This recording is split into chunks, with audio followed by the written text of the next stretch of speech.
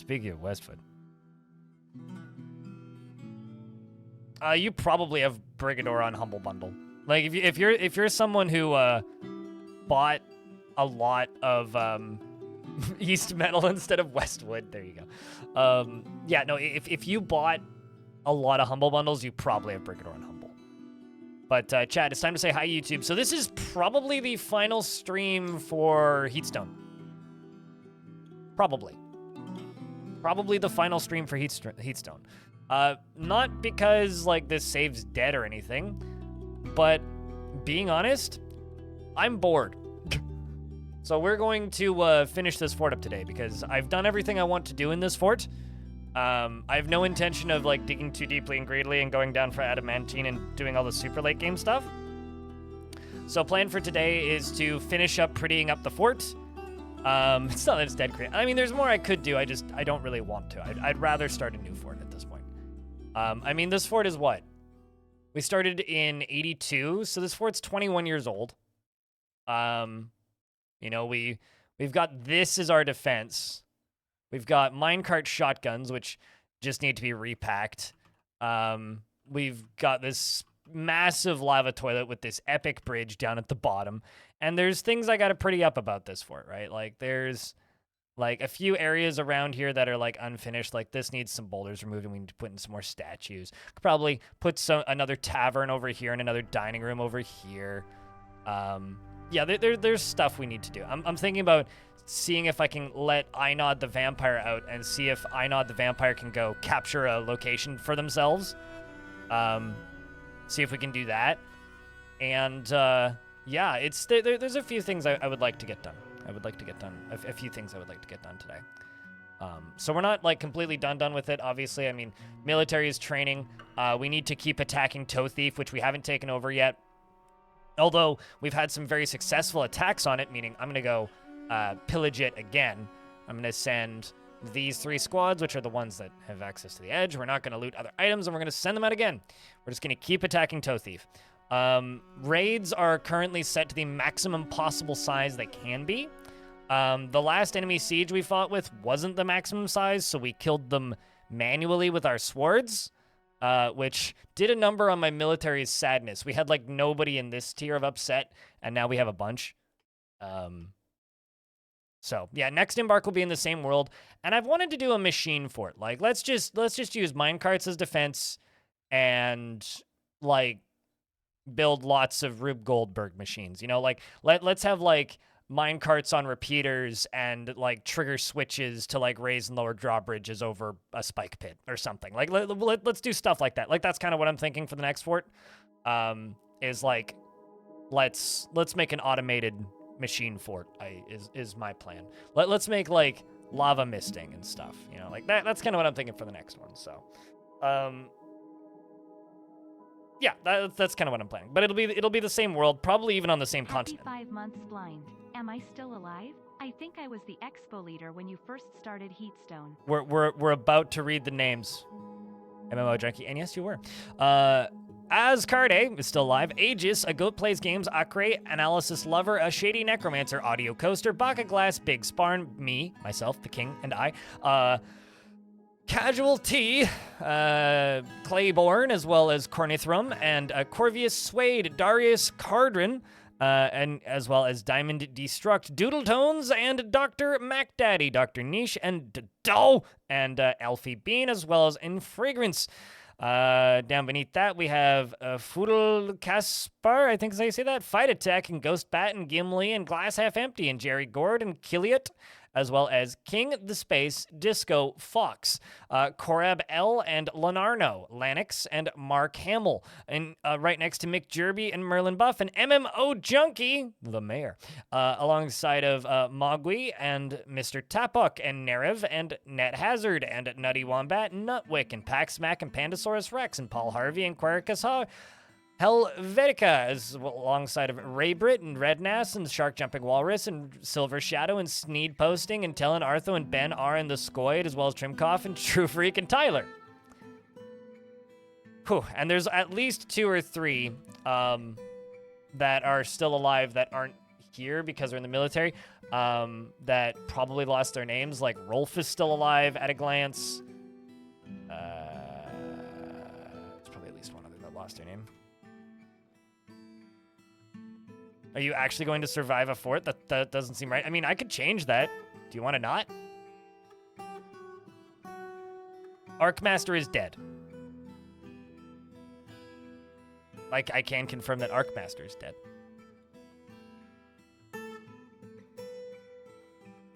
To the volcano with you.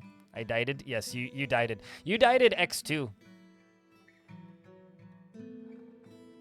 So this fort, part of the reason I'm kind of ready to retire it is just kind of getting laggy, you know? A lot of our industry is this glass industry over here.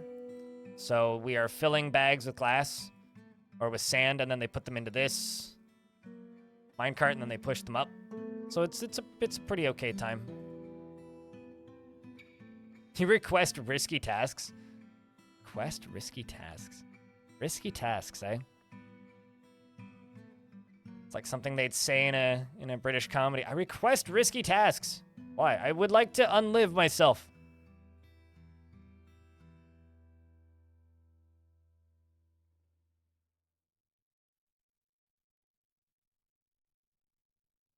Someone wants to go fishing. You know, it's kind of funny that you say that. We should just give True Freak fishing. I demand risky tasks. I mean, does your dwarf demand risky tasks? I mean, currently you're making a glove. You're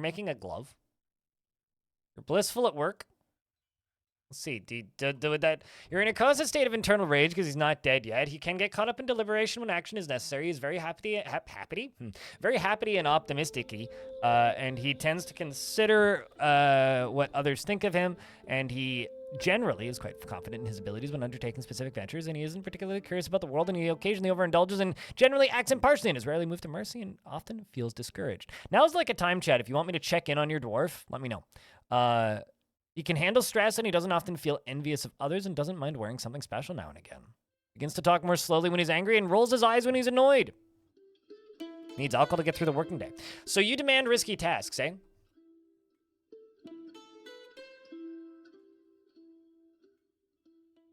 You say.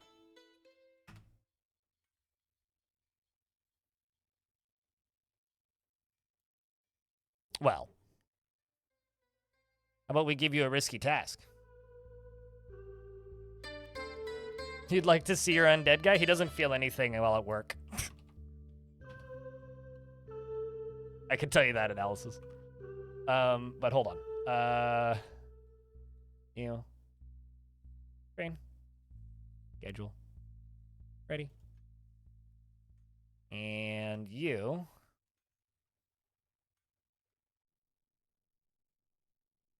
Go train down here. And store your crap down there. Get risky. MMO Junkie would like me to check in on your dwarf. But first we'll check in on True Freak, or on Tyler's dwarf, because he doesn't feel anything. He used to feel things, but since Spring 91, he doesn't feel things. He used to feel things because he used to be alive. He was accepting, remembering, seeing Farmer Femme die. Learned to be more resilient and learned to value sacrifice. Was uneasy dwelling upon suffering a major injury in 290 and learned to disdain sacrifice. But then felt satisfied remembering, teaching, dodging, and giddy remembering, performing, and then died, and now doesn't feel anything. Doesn't feel anything. So, you know, at least Corvius Swade, your eldest son, is still alive. Who is obviously in prison right now. Who's, humiliated while in prison. Anyway, let's check in on MMO Junkie.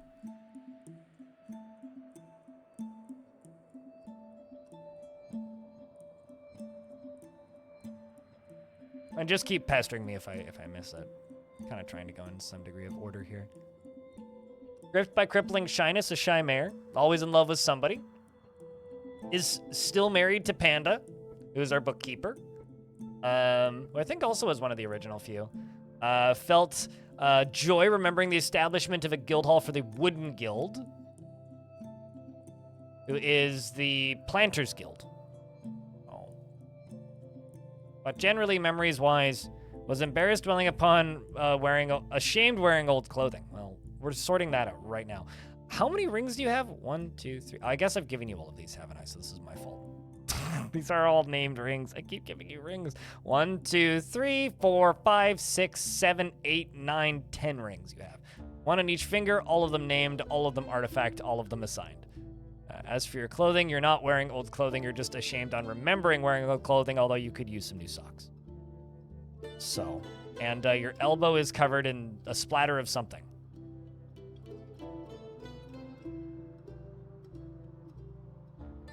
Yeah, investments are too early. So safe keeps. You want me to check into your dwarf? Did you say he doesn't feel anything while it works? Sounds like a regular person. Yeah, this is true. Safe keeps.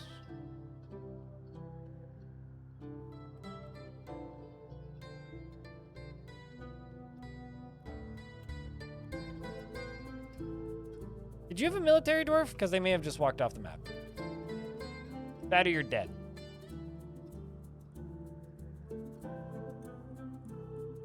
Yeah, I don't think you made it.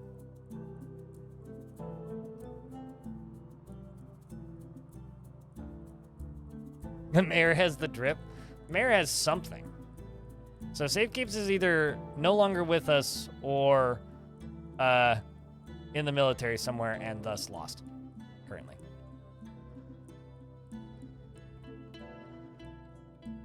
If nickname was assigned, I don't... Yeah, I don't know. That would be very unlike any other mechanic in Dwarf. Can never be too early for stonks? Depends on if you shower or not.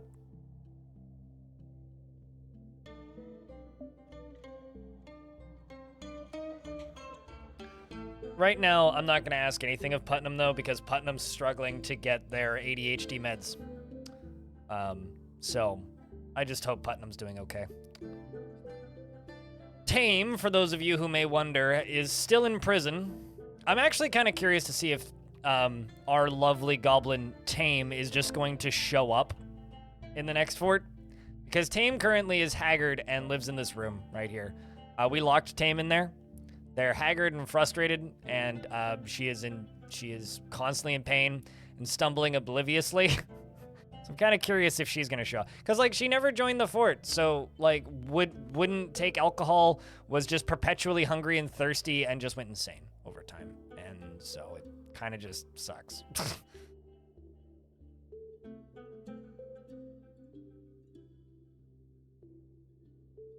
What, the goblin? Elfie? That's not how that works. But won't starve? No, cause goblin.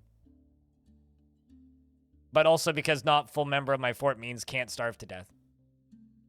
Because they're technically tame, which means something's fucked up there. Oh, Putnam? Yeah, I don't know. I'm not going to go outing Putnam's address, sorry.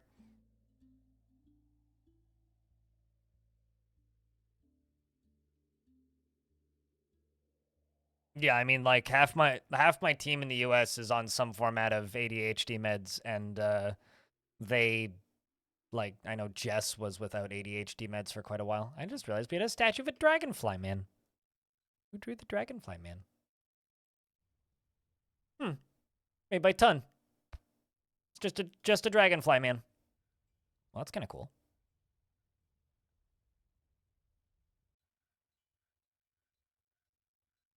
Like I said, I'm not going to out where Putnam lives.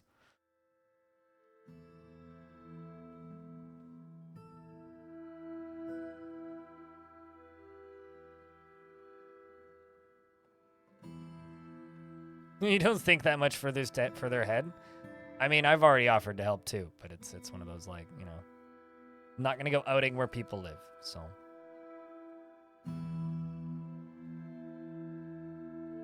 Just a little insufferable? Word! Oh, wait, we're not describing me?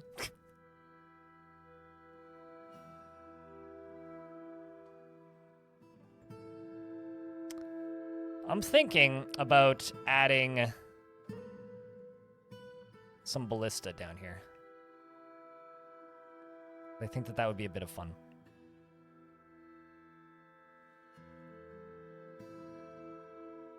Just for a little bit of extra fun. So you've redeemed the read the words story, eh? Well, just to disappoint you, they did redeem that yesterday. So, there isn't that much for me to read.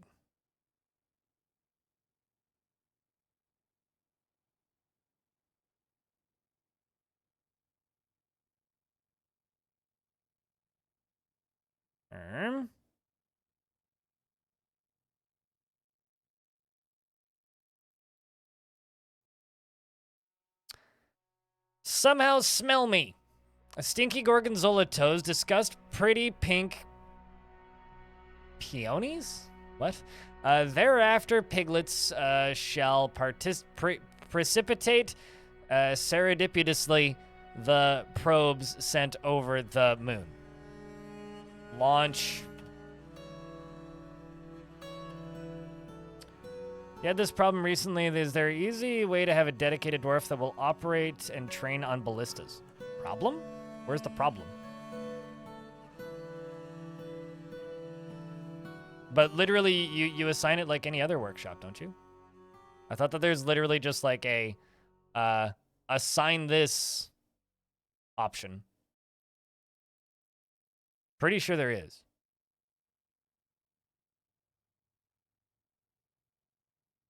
To a ballista, yeah. I'm pretty sure that you can just like, I mean, I can double check in a minute, but. Exclamation point long death. We'll give you the playlist of it. Scary hen.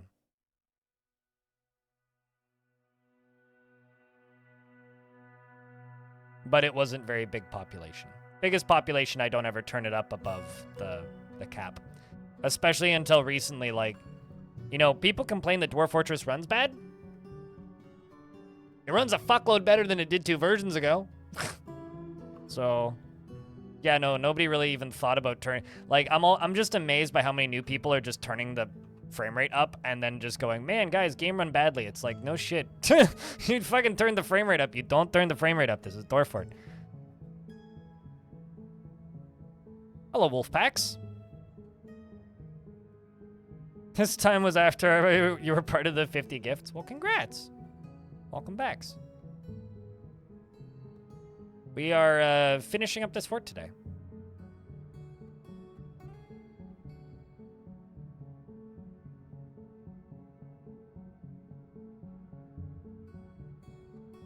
But yeah, no, Long Death made it all the way up to a year 470. I should probably, like, add the final save file to it. Because it is retired now permanently.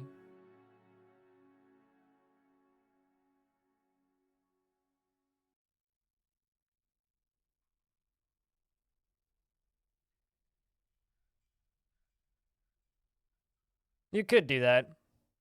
Ugh, Dippy.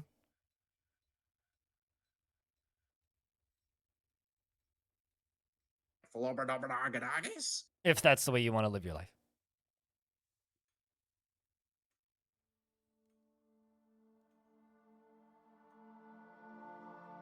But I'm pretty sure ballistas are just treated as workshops, and I'm pretty sure you can just assign a specific dwarf to it, but I might just be dreaming that.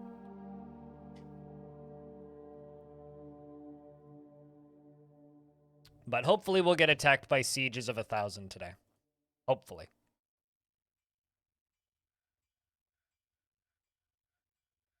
That's the hope. That is the hope.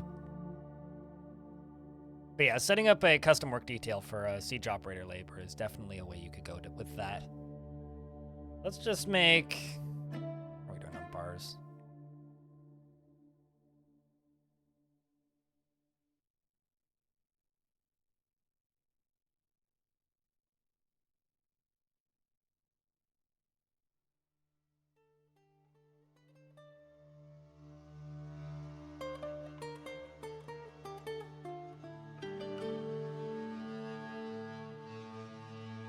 Make 18 of those.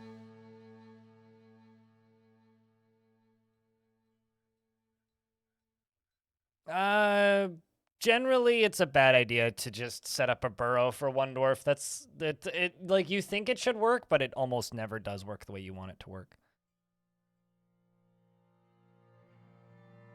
We're at the point in a SimCity save where we're hoping the aliens show up and a meteor falls. I can't say I've ever been to that point in a SimCity save, because I usually just, especially back in the day with SimCity, I would just turn the stuff off. But I used to just turn the disasters off in SimCity. At least the weird ones like meteors and aliens. I really liked the riots and stuff like that, and strikes. Those were fun, but wasn't a huge fan of the random, no apparent reason meteors. Wasn't exactly a huge fan of that. It just, I don't know. It just seemed weird and unrealistic. In a game that felt kind of believable and semi-realistic in spots, it was off, and I didn't like it.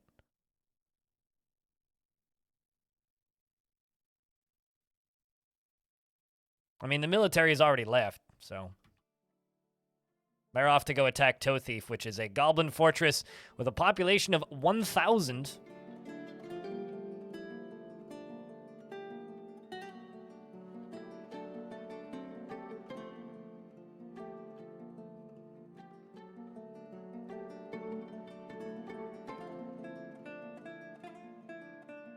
Could delve deep and greedily. I have no interest in doing that in this fort because it's so fucking tedious in this version of the game that it would just take a while.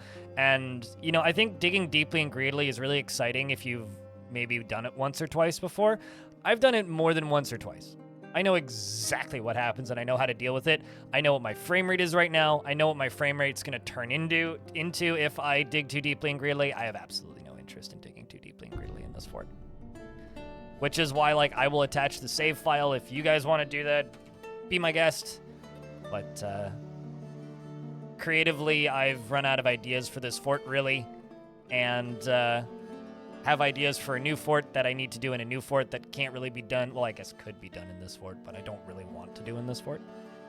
And also, you know, I'm going to be a YouTuber for a second here and say, when the numbers on the Twitch channel start to go down and the numbers on the VOD watchers start to dwindle, it's time to make a new fort. Because people are losing interest. Because clearly I'm also losing interest. What are we working on? I'm making a little a siege construction zone to make siege weapons. We're going to make a couple ballista and add it to the front door area to make it more exciting. So we're going to have shotguns and ballista.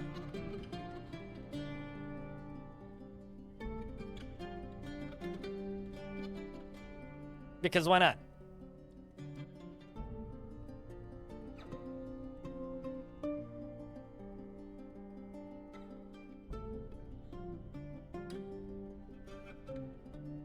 Wait, was that floor? Yes, I made floor, not a wall.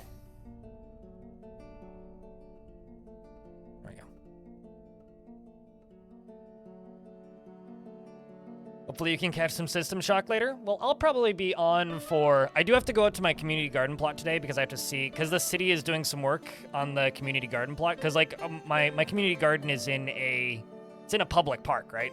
So the city maintains parts of it, and they're redoing our water. So I need to get out there to water.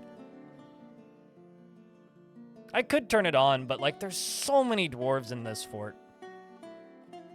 You're best to just save your points for... like tomorrow when we start a new fort.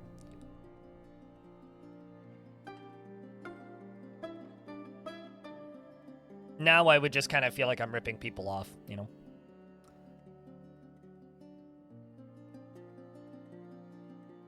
Glad you agree, Stellanitis.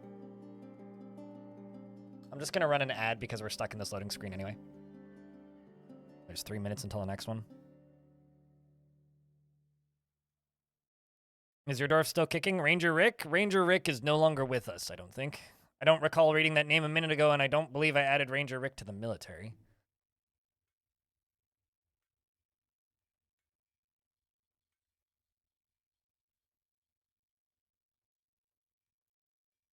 Unless chat heard me read it. I'd need to look at the list again.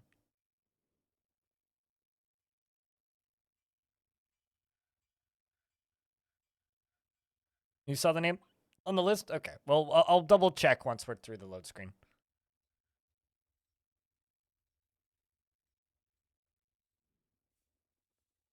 Yeah, System Shock has 90% positive reviews. That is so good to see. Kiliot, you are alive, yes. And next fort will probably be the... What's the word? Will probably be the same, you know... They're making it... Hold on a second. They're making a Terminator RTS. Did I just read this correctly? What the fuck's happening?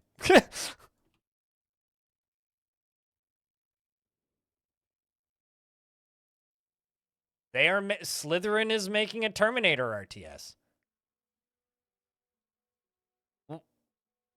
Why? uh... Um...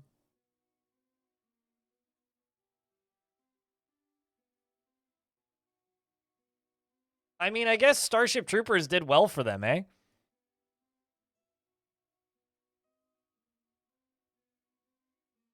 Wow, this looks like a actual, like, tactics, such, like, kind of game. I guess this is, like, post-takeover, hey? Huh. Well, then. Looks kind of SOCOM? By that, you mean outdated, old, and ugly? Stop killing Terminator is how I read that, Conziat. Like, I fucking love those first, like, 2 movies, but, like... God. I need to try Starship Troopers Extermination. I need to try that. It's on my to-do list. Which is admittedly rather long. All right, let me just get this floor set here, and then I'll check for Ranger Rick. I can't remember if Ranger Rick is alive.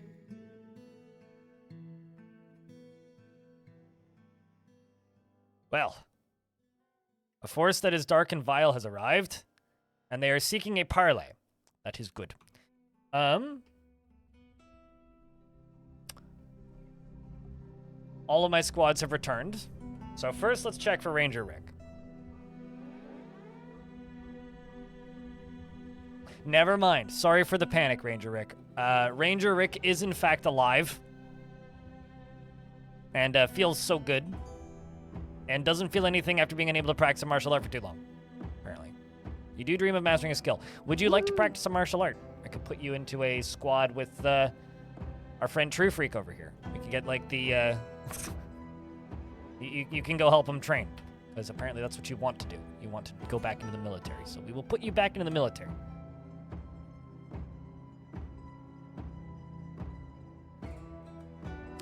Dwarf, probably, Scary Hen, if you're thinking RTS.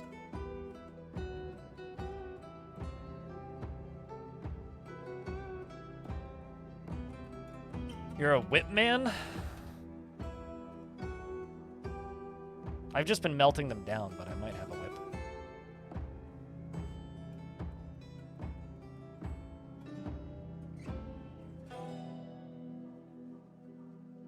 There you go. Let's see if we can find you a whip. Looks like we did. All right, well, let's get all of these dwarves inside. Let's see how big this army is. And before it's just tiny. Kind of worried that they ran out of all of their dudes after the first siege, but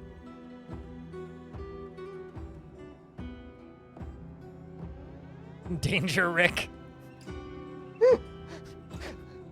Danger Rick is when he shows up with you know, a morning star and a whip and just says, "It's time to have fun."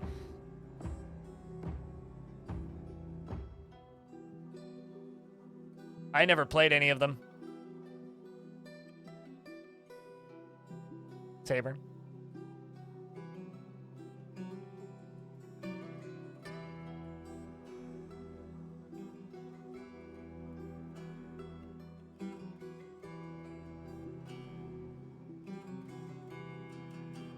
I know that the Terminator, I think it was Resurgence? It's Terminator something. Was pretty good. So the problem that I'm seeing here, chat, my shotguns are not reloaded. I mean, how full are these? Okay, shotgun 1's good to go. Shotgun 2 isn't. I could fire off 1. Like 1 single shotgun I could fire off.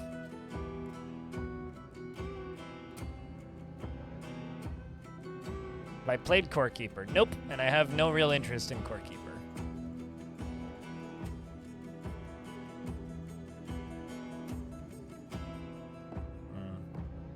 I could fire 1 minecart,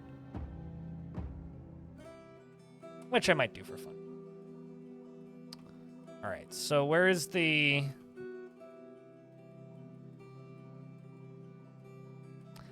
I'm just going to close the front door, and we're going to hope everybody's inside.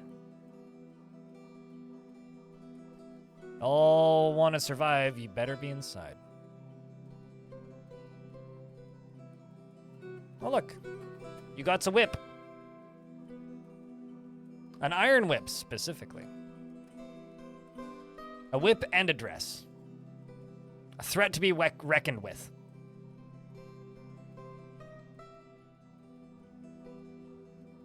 Now we just wait for this door to shut. At least we got a siege nice and early, hey?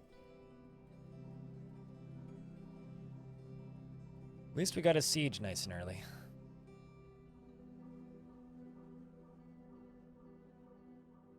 You don't need to worry about the invests too much. If you just type in ! Tickets, you'll see how many you have, and then once an hour or so you can invest your tickets to win more. That's all it is. I'll say cold-blooded.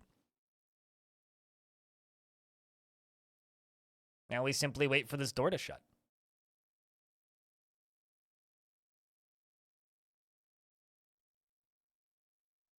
Now it shuts, right? There we go. Okay.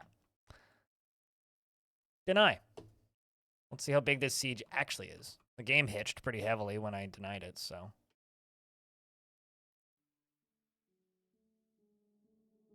Either that's about it, or more dudes are just going to keep coming in off the map.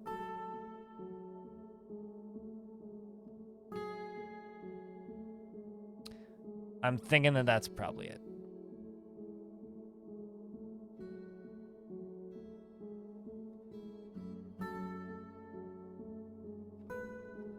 The best material for whip is absolutely silver.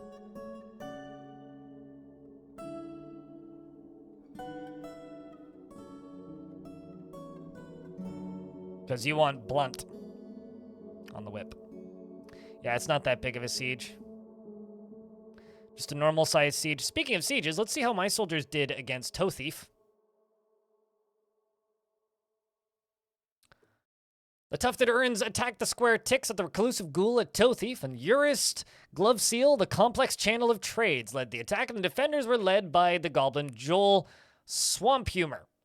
Very much a bit of a swamp humor mouth, you know. The Dwarf Urist, the Complex Channel of Trades, outmatched the Goblin with a cunning plan. And the attackers had a strong positional advantage.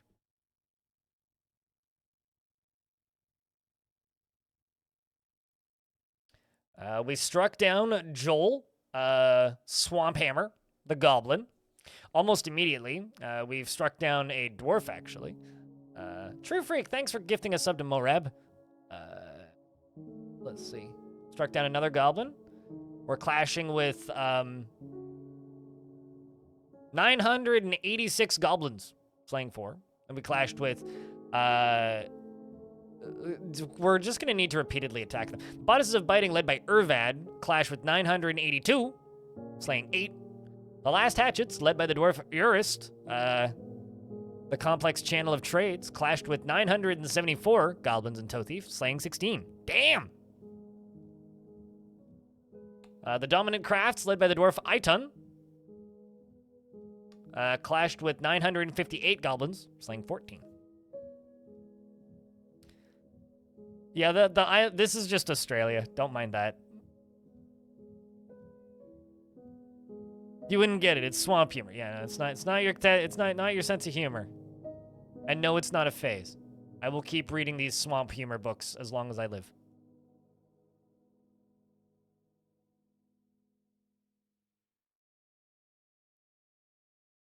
You're back after food, but we're about to siege stuff. I mean, this is just going to be a normal, like, we're going to fire off 1, maybe 2 Minecarts, and then the rest is just gonna... They must be bog posting.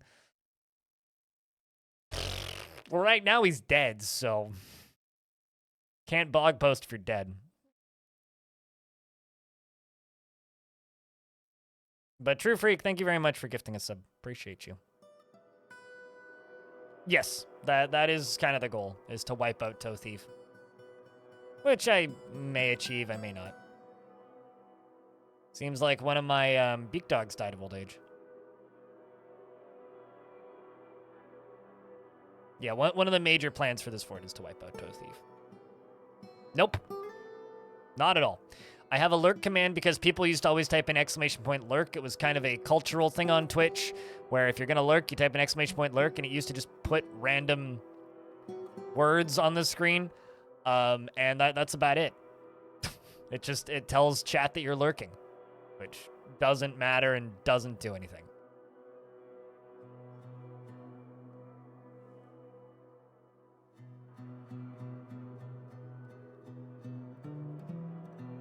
Cheese for everyone! I like that they're just walking over my front door. You know, like when little kids just like run up a really steep thing for the sake of it and go like, wee! That's kind of what I imagine they're doing. They're like, wee! Up and over.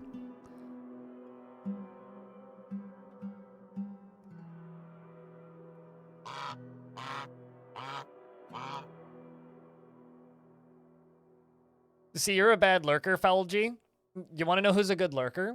There's this person who showed up during the, like, launch week of Dwarf Fort, right? This person is gifted, like, 190 subs and is subscribed to Tier 3 and hasn't said a word in chat yet. But they have, like, close to 1,000 hours on the stream now. That person's a good lurker. So if you think you're lurking, you don't know the meaning of the word.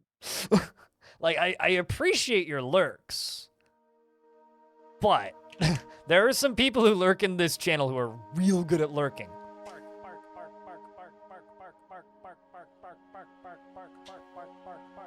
You saw a guy on a train, in a train chat. Train chat? What's a train chat? You mean like a hype train chat? Whose first message was after 3 months of a tier 3 sub? A glassmaker guild. Hot damn. But no, I do very much respect the lurks, regardless. Oh, and Trainwreck's stream. He's not even on Twitch anymore. He streams on Kick. Weirdo.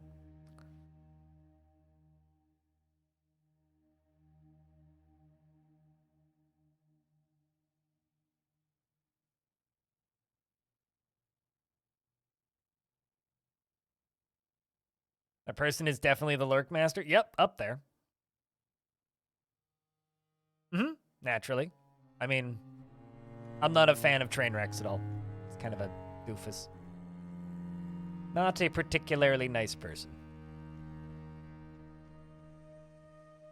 MLG level lurk, pretty much, yeah.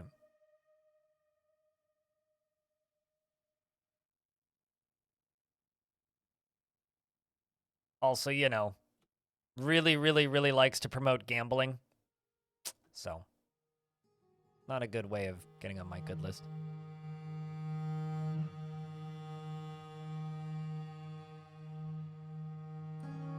Where are you headed?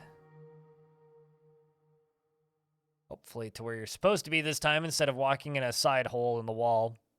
The other day, well, Kick, K-I-K, I think is a chat platform that people use for sexting. And also, like, abusing teenagers.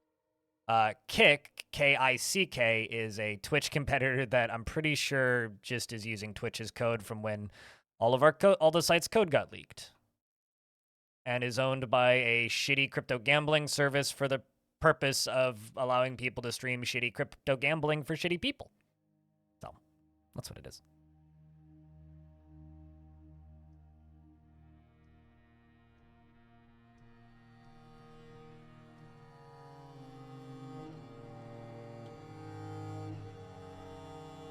It's like, hey, it's Twitch, except it's 98% slots. A peasant's been found dead. Well, that's your fault. Did I not add all my most recent migrants to this? Well, I mean, they're dead now. Did my population just go down? I wonder if that was one of my peasants, or if that was just somebody random. I mean, it may have just been somebody random. Is the lives of your dwarves. Out of context, that sounds horrible, dude. Okay, Rolf, where are you going?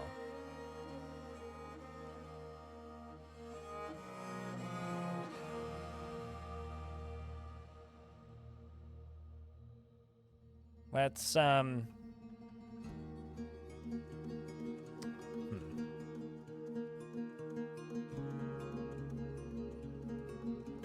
Let's cancel this and set them all to train.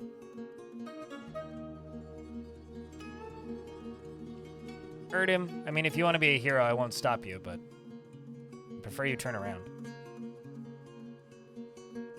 Where are you headed, Erdem?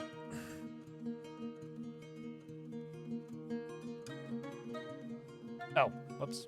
Missed one. There you go. Never mind, too late. You're going to be a hero.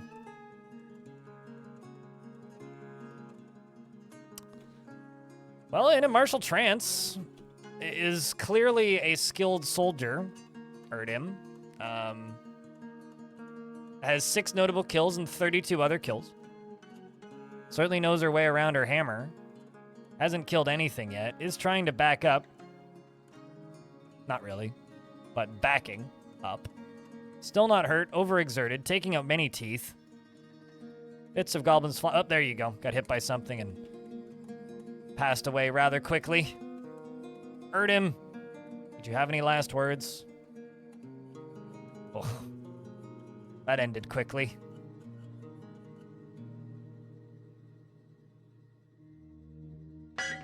Not seeing any words. Not much of a talker, are you? That's a shame. Seemed to have blocked a bolt and then got stabbed in the neck with a silver halberd. That was the hit that got her going. Well, rest in peace, Dwarf. And speaking of dwarves, Alath, the Holy Orange, is here too for some reason. Not sure why you're out here, but I guess you are. So that's great.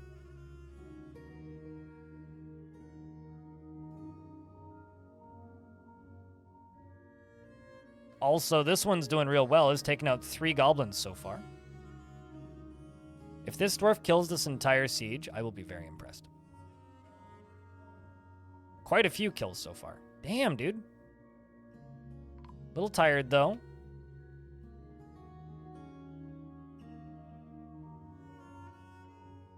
That's not a trivial amount of goblins you've killed here. And before this, one dwarf kills this entire siege. She is, in fact, the Holy Orange, yes. Dude, you're supposed to be training. Still fighting with the goblins. Just took out a nose or an ear or something. Finally took a couple hits. Is now overexerted. She's backing up. Unfortunately, she didn't make it. Alath, you stupid, stupid dwarf. Let's hope that... Good fucking God. All right, that's it. Turn around. Or not. I just... Chat, I'm kind of at a loss with these dwarves. I really wish that I could just cancel this job. This pick up equipment job. It's like, I don't know what you're going to go pick up, but I have no way of canceling it. And so I just lose these legendary military dwarves one by one.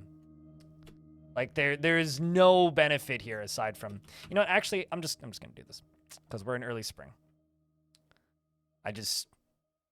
I'm not willing to lose those dwarves like that. It's just not fun.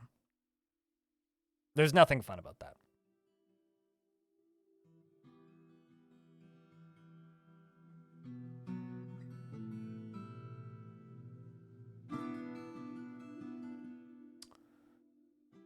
To get larger sieges, you have to change the triggers. Just you could set the difficulty to hard, but hard will only increase the number of enemies up to like 200 sieges. You literally have to scroll down here and increase these numbers.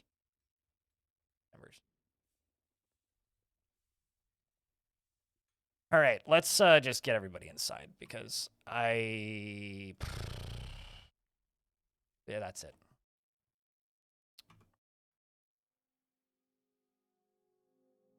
There's Lemmings got a lemming, but like, man, there's some things I just refuse to let my dwarves do. And that's one of them. That's just ridiculous.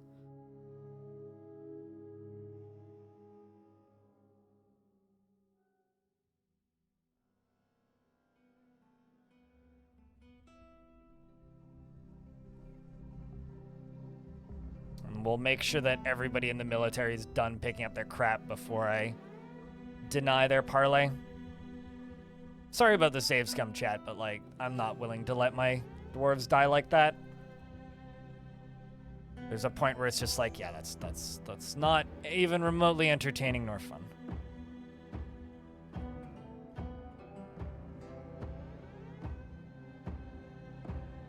Yeah, and there is no dead on the surface. Well, actually, it's all forbid the dead during sieges anyway.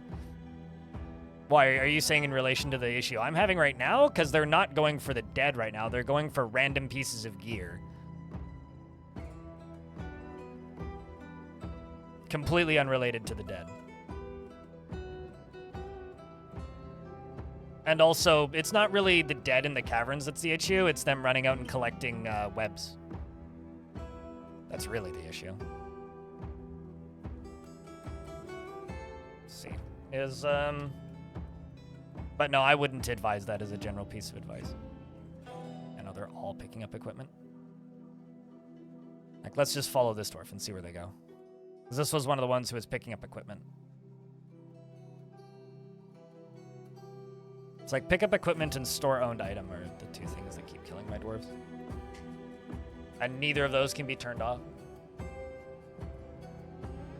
Like, it's not like they are going out to collect bodies. They're literally going out to get like a sock or something from the other end of the map. And even forbidding it doesn't cancel the job. No, totally. I have 2 of those already. Yeah. The problem is there is more stuff than I could realistically get rid of that way. Unless I did quantum stockpiling, which I don't really want to do. So I'm not really looking for your advice. Not to be mean, but I'm not looking for your advice. I'm just, like, I'm aware of the problem, and I'm just trying to fix it. The new one. I ain't going back to the old System Shock. The remake came out this morning. It has good reviews, too.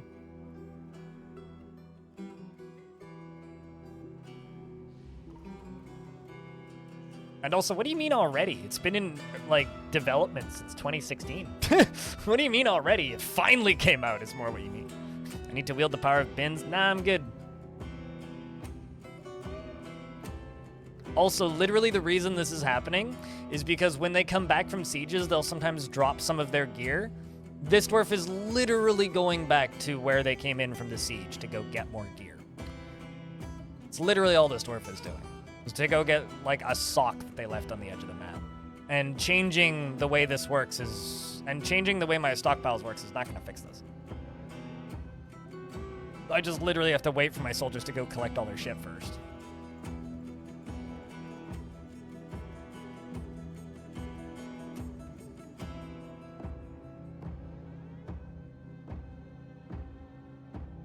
But anyway, if you guys are doing things that works for you, that's fantastic. I will do what works for me, which is simply don't trigger the raid until they're done collecting what they need to collect.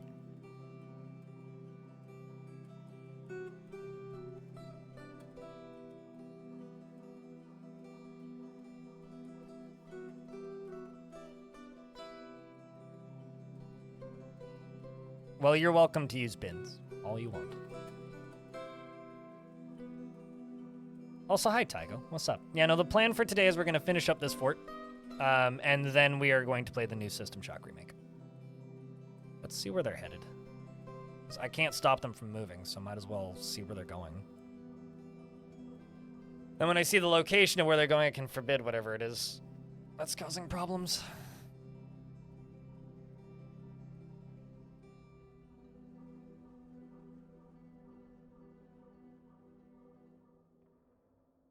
Answer that question yourself, Mareb. Think about it. Do you really think that they fixed every problem with bins?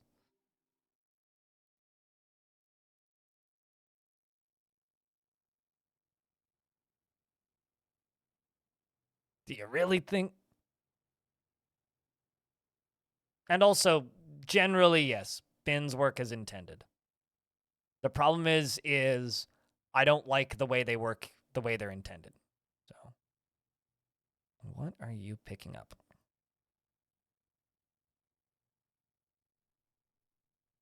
Not for armor, anyway. Literally was just going to this tile right here to go grab some pants. So this is all a pile of gear that got left after they came back from the siege. And forbidding bodies automatically and all that wouldn't fix that. Same with having a, like, see, there's multiple dwarves. Same with having a, what's the word? A bigger stockpile also wouldn't have fixed that. Bins wouldn't have fixed this. Quantum stockpiles wouldn't have fixed this. Quite yikes price. It's normal price for large. Actually, it's cheap for a game with that kind of scale behind it now, I would say. Like, it's $55 here, which, yeah, ain't cheap, but... And they haven't sent me key yet, because I'm not cool, I guess, so I suppose I will be buying it. Still waiting. Still checking.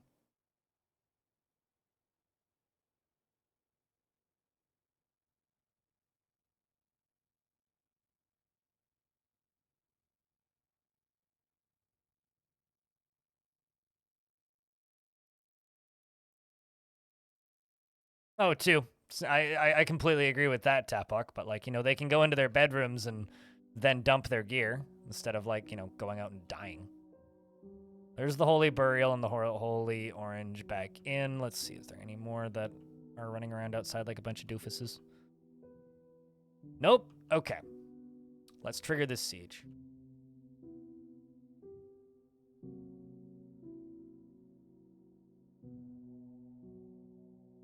There it is. Not huge, but also not tiny.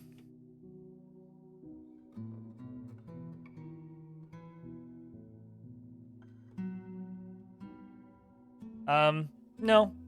No, I will buy it. It's fine. It just means I don't have to put review key in my title, which I'm okay with.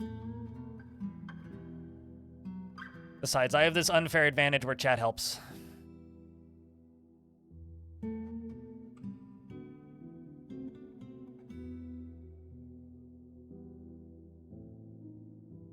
Not to be like a big meanie, Tygo, it's the same here, right? Dwarf Fortress is $38, this is $55. It's not a cheap game. Can we talk about something other than the pricing of video games? I realize that the pricing of video games is fucked for a lot of regions. It sucks. It's not a conversation I love to have every single time a new video game comes out. It's like, it's the norm. Like, we have to accept it. Like, if you don't like the prices of video games, go to the Swedish Public Library and don't complain. Literally, that's my statement. It's like, just go get it if you don't like it. And yes, for regional pricing perspective, it's fucked for a lot of regions. And it's not going to get any better. So, I can't, it is what it is.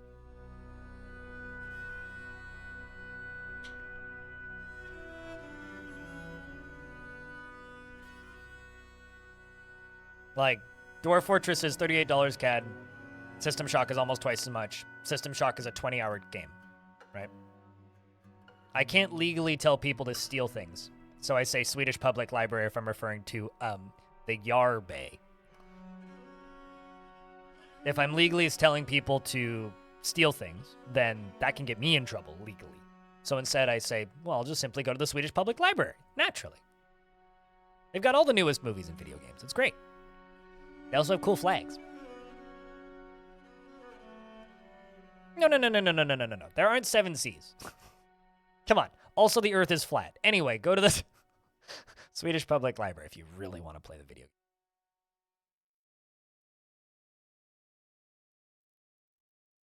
It's just like Weird Al says to get his movie from the Swedish Public Library if you're in a region that doesn't have Roku.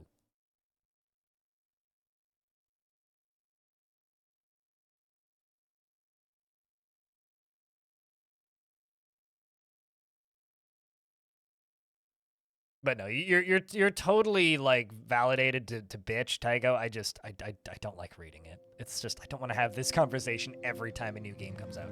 It's like I don't play brand new games very often. So when new games come out and all I see is people just being mad at how expensive it is, it's like, guys, can we be mad about something else for once? Sometimes your brain no get these things. That's fine. You know, honestly, it's funny. I'm in the same boat, Taphawk. Like, I bought the Halo Master Chief Collection to feel less bad about stealing all those Halo games back in the day. You believe in the moon? That's no moon. It's a giant camera lens from God to look at us. I mean, come on. Obviously, the camera lens is made of cheese.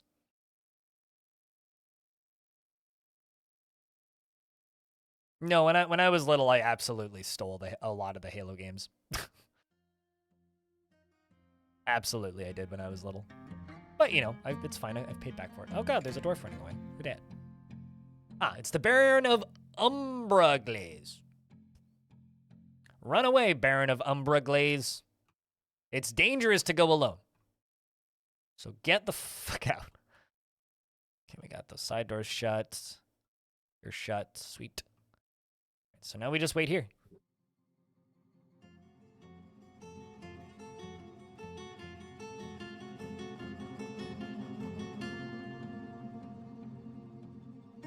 Cheese for everyone!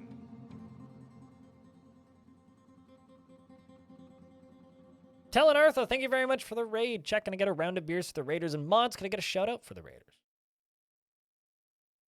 Hope your streaming Dwarfs was good today. You're not even that miffed about this one. It's a very niche product that costs it properly. It's just realistically, you can't justify the price that it is. It's like 40% cheaper than AAA games, man.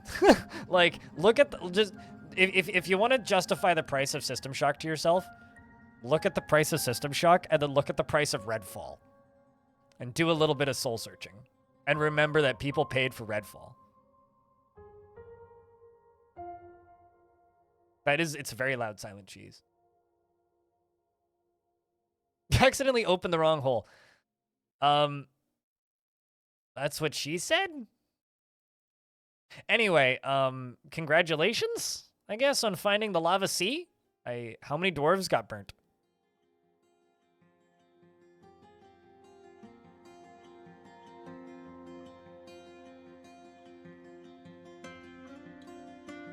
And thanks, mods. Cheers. Is the same rough price bracket? Because Redfall is 80. So here in Canada, Redfall is $89.99, right? System Shock is $55 flat. And Redfall has an expensive version that's like $129.99 or something. I'm just realizing chat's on my face. I don't want chat on my face. I want chat above my head. There we go.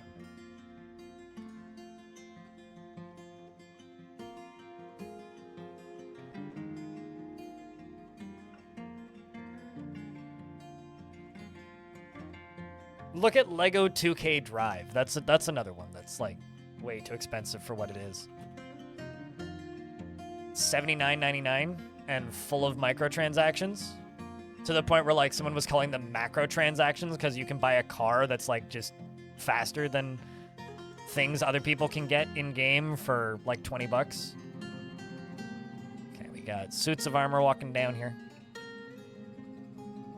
We're gonna shoot a shotgun at them.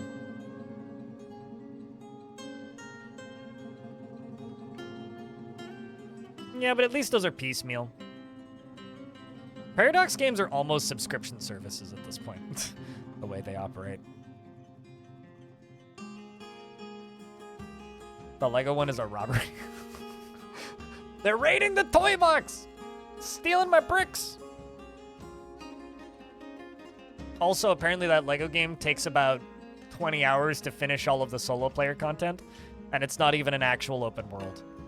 And it looks like it should be like an open world racing game, and it's not. It's got like 4 open zones you can drive around in.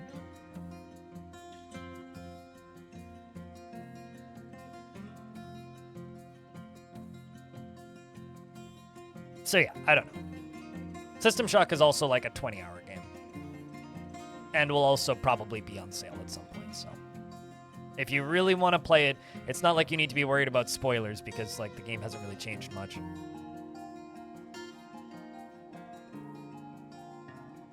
Alright, let's fire this shotgun at these guys, shall we? Now wait for them to hit this rock, I think, and then I will pull the lever. Okay, well we got two minecarts to fire off, so that's good.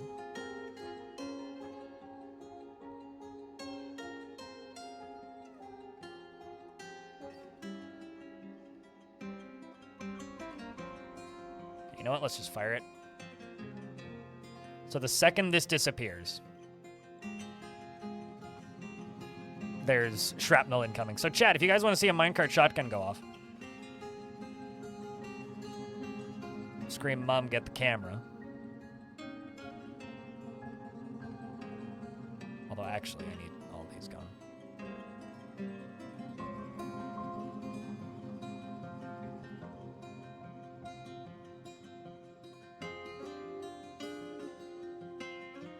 Let's see.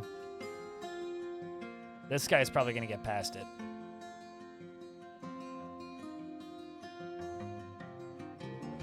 This whole squad's gonna get past it. This one's not.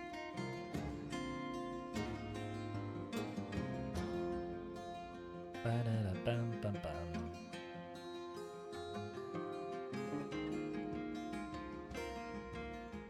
Be okay.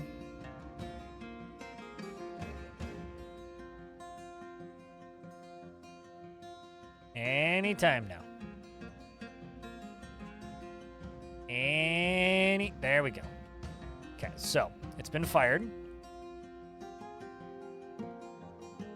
We are going to jump into this and follow this serrated glass disc.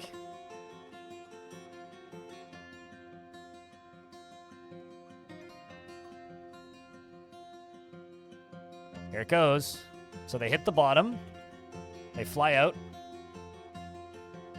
Oops, let's see if I can zoom in. Oh, not bad. Our disc stopped. But we took out a good half of them. Splat. Not bad. Got some arms. This Samutsu here, this Goblin Axeman, is heavily bleeding. Seems to have upper leg is running with goblin blood. His upper leg is running with goblin blood. Her upper leg is gone. So she just lost a leg. How about you here? Hasn't lost anything, but his neck is torn open and running with blood. Not bad. Not bad. Upper leg? More like what leg? Oy, not bad. Not bad at all. Kind of tempted to send my dwarves through for another round of conflict. We do still have more goblins incoming. They're pretty spread out.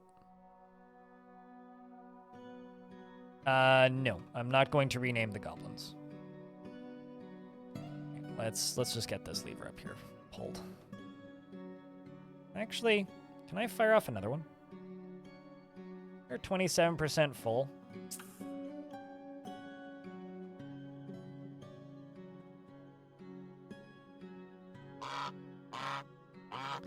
Here goes another minecart, chat. We're following another serrated green glass disc. And here it go. That was a little bit more insult to injury. Got another one. How you doing back? Oh, nope. Goodbye. Rest in peace. Not bad at all. I'm going to grab my 3 main squads. We're gonna go station right here. And we're gonna send him in.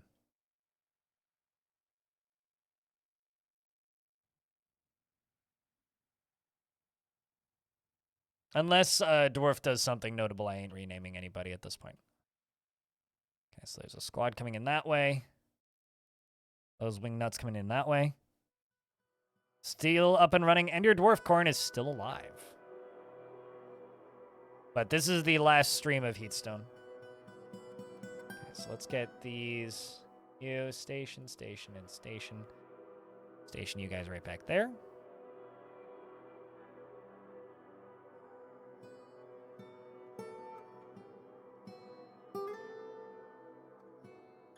Yep, that's the plan. Use this world again for the next fort.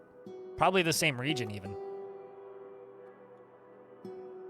I need to check in on that artifact after this siege is over. Run away, kitty! Run away.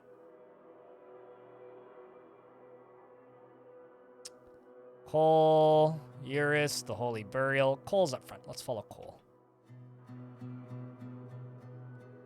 Oh, I've got plenty ideas, but that we'll talk about that tomorrow, Baka Glass. If you weren't here earlier in the stream, then there's no reason to talk about stuff that isn't relevant yet. I got plenty of ideas.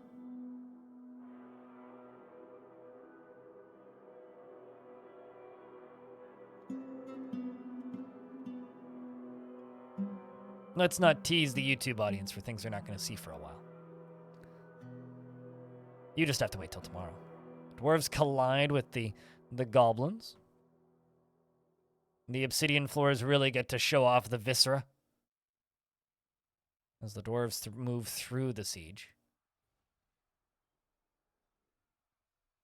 What happens in 2 days, 4 hours, and 47 minutes? Tell us. It is pretty deadly. It's a shame I don't have more steel lying around, or I would have made more steel discs. And they become what? When they all stack up like this? There isn't a single named dwarf in this stack either. Anyway, here comes the next round. Backup has arrived.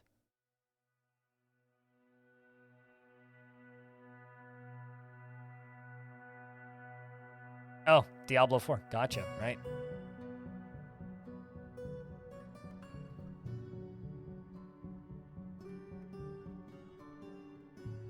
Is there another one of these I can fire off? Nope. How about this one? Nope. How about this one? Nope. How about this one? Nope. How about this one? That one I could fire off.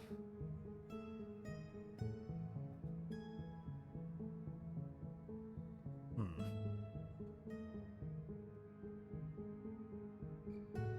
50% full. Go down to 50.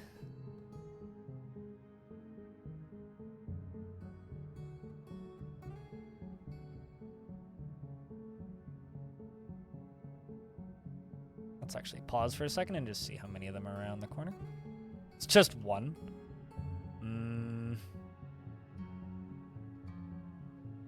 Let's forbid this for a second. Give it a little bit more time. Okay, let's unforbid this. Follow this disc. Here goes another one, chat. Now we just need a dwarf to come and kick it. Just need a dwarf to kick this minecart. And before my soldiers are actually like in a spot where they all die because of it.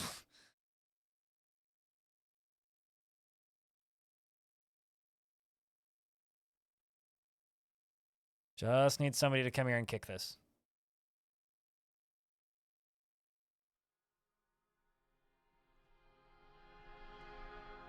Who's coming to kick it? Anybody? Come on, dwarves. Give it a kick.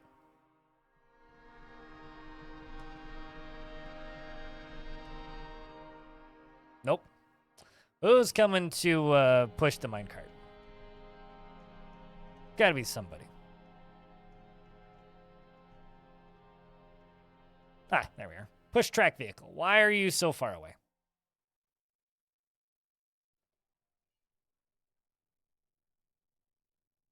Grr. Not only that, why are you taking, like, the worst possible route?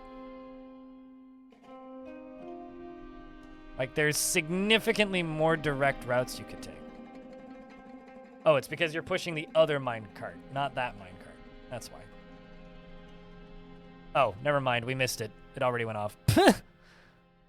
Okay, we caught the end of it. That's fine.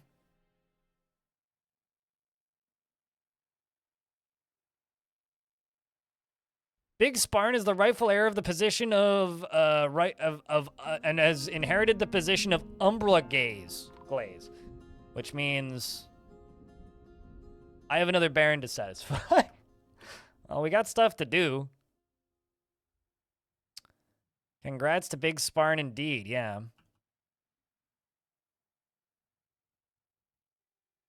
All right, let's send in the squads for the final round. Well, actually, nah. Let's just get them all training and turn the lava on.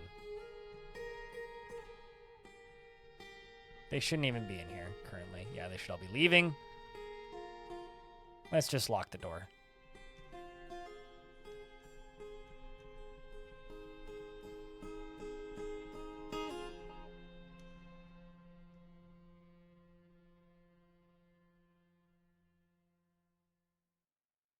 Yeah, we lost a peasant, and Big Sparn is now a baron. Because another peasant died.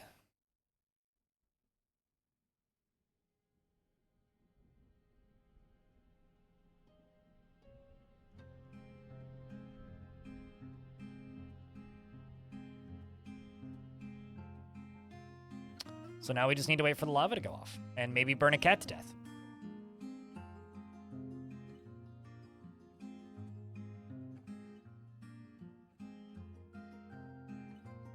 But yeah, no, I know the feeling of having too much to do so you can't play video games. Certainly know that feeling. Not an uncommon feeling. It's also no fun. There you go. We're gonna, unfortunately, be burning a stray cat. To build a fort, you gotta burn some cats, I suppose.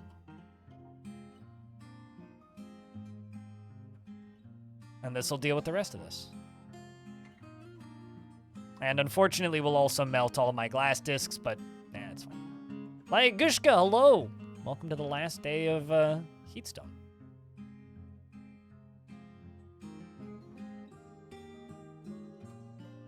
Also, just gonna real quick butcher something.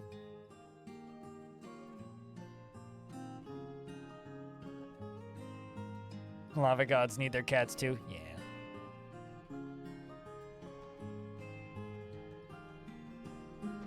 Gives you dwarves something to keep busy with? Oh, no, totally. Yeah, it's not a problem. We can make more. Good timing on the music there, game.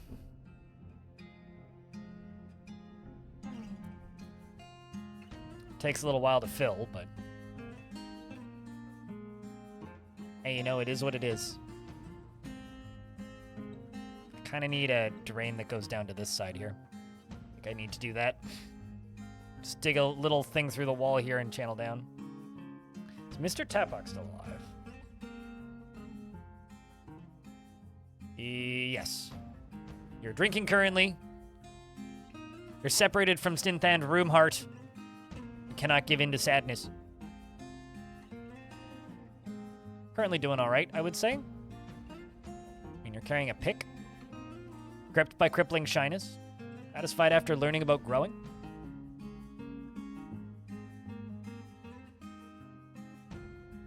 But just like the twangy kind of guitar with just this going on. Also gotta pull this pull this lever right here so that we can get to the bottom of this and not melt my statues again.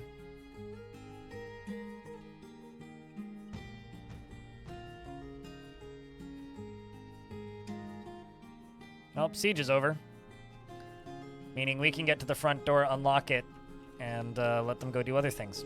First priority, though, Glassmakers Guild. We got to get that done. So let's work on a Glassmakers Guild. I was working on siege equipment down here, which we are still going to finish, but Glassmakers Guild. That's what needs to happen next. So Glassmakers Guild is the next most important thing. Also sending out the military to go attack Toe Thief more. we can survive.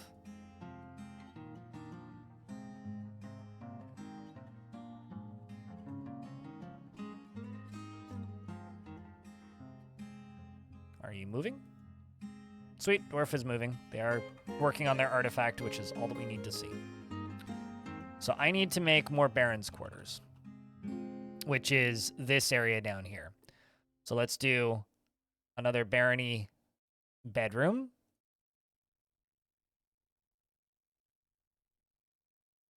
And do it there. Now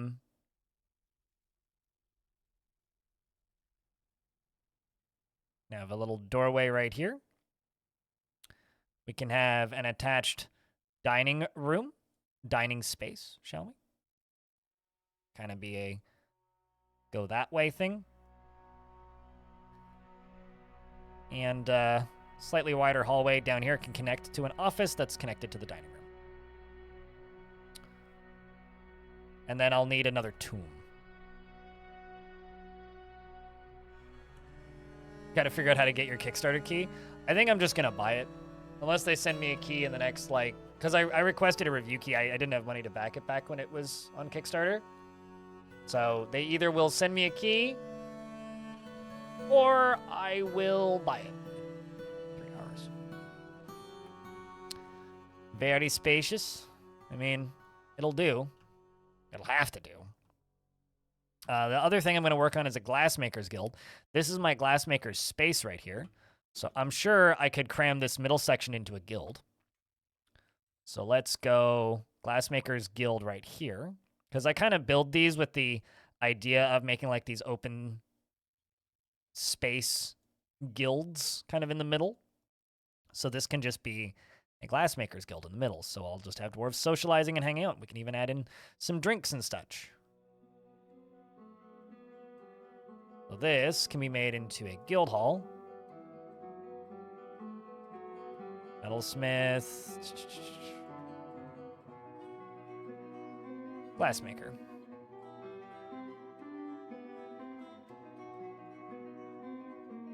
Let's see how that is for value. Sweet, plenty. Accept that. That should be satisfied almost immediately.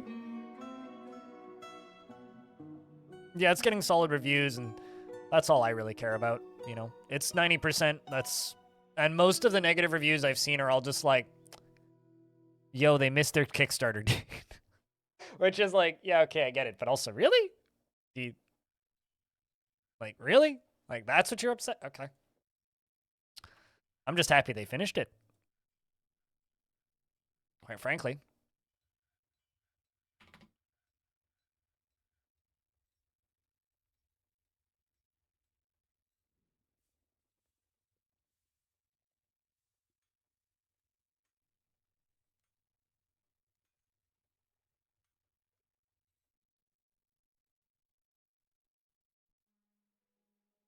But if you want to get ahead of me, then you best start before I do. Part of the reason I didn't play it right from the start today is because, like, I realized that there are going to be some people who, you know, aren't going to watch streams of it because they're going to be like, oh no, spoilers. So I'm giving you guys like a 6-hour head start.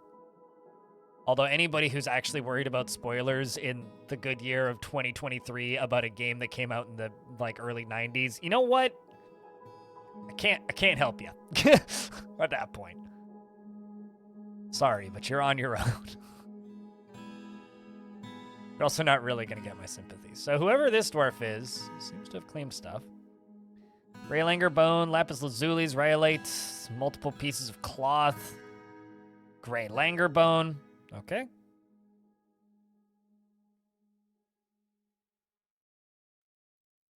Yeah, but okay, I'm not trying to talk shit about System Shock here, but like System Shock's story is pretty trite in the current year, but you know, it's very much a been there, done that, got the t-shirt.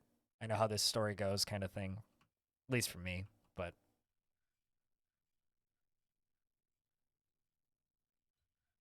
you had a blast keeping up with it. Well, I'm glad that you had a good, that you enjoyed that process, because like vast majority of the people that I seem to see talking about that game in Kickstarter circles are just perpetually angry. So I'm glad that you can like state that you had a blast playing it, because, or like, going through that process, because that is healthy.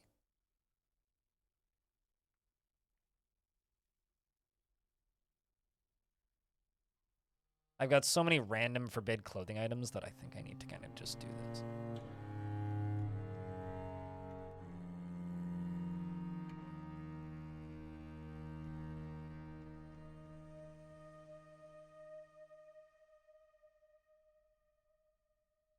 Like, this isn't really a fun way to do this, but...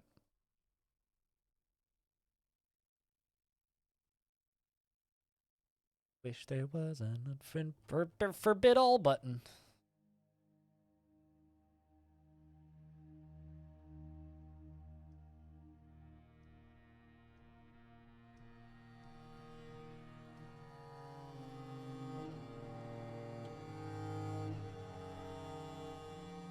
Wow. Okay, you know what? Actually, what I'm going to do is I'm just going to go here, go bottom left of the map, and I'm going to go claim. I'm going to go all the way to here, and then we're going to go all the way to the top, and I'm going to go thunk, unforbid.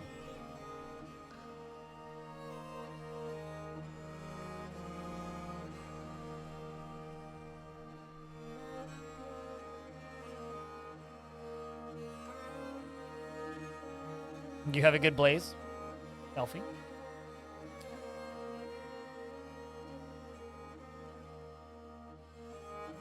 Well, I mean, is like mid-20s kind of old, wolf packs?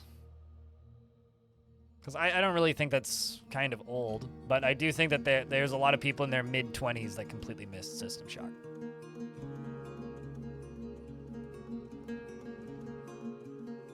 Because half your colony went AFK. Are they actively getting attacked by something?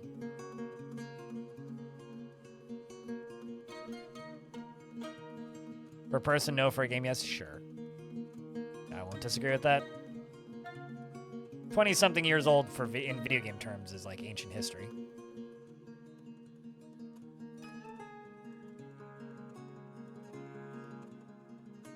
Yeah, SS2 is a better game, in my opinion. But I'm going to play System Shock 1 today. I am very excited for that remake. Because there's a couple things that I'm aware of that can cause that hash pipe, but it's pretty hard to pull it off. Have you tried unpausing your game? Dealt with Lizard Man, they killed Forgotten Beast, and then they haven't moved or anything. It seems they don't get hungry or thirsty either. Is your game paused? Because if they're not getting hungry or thirsty either, something is broken. Also, it takes them like 6 months to get hungry, right? You know that, right? I would just go back to a save file and see if that fixes it. Because there's a couple things that can cause that, and I doubt that I can diagnose it through text. I would have to look at your save file. Another thing I would do is go to the labors here and set everything as nobody does this. See if that makes them move. Opened DF hack during the save? Like as in you hit like pop up the command line while the game is saving? That shouldn't break anything. Well, I mean, are you fucking around with a lot of like console commands with DF hack? Because if you are, then yeah, I can't help you. Like, you're on your own. Like, if you're messing with stuff and you broke something, that's probably entirely your own fault, and I can't help you.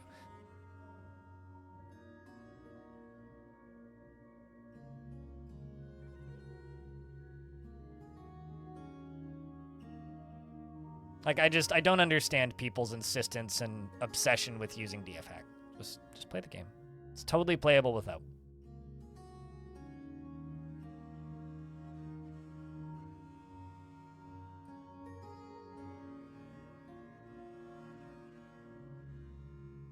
I mean, you should just go play Pizza Tower, the video game, Warpstone Hamster, and it'll probably put you in a better headspace on how to correctly stack your pizzas.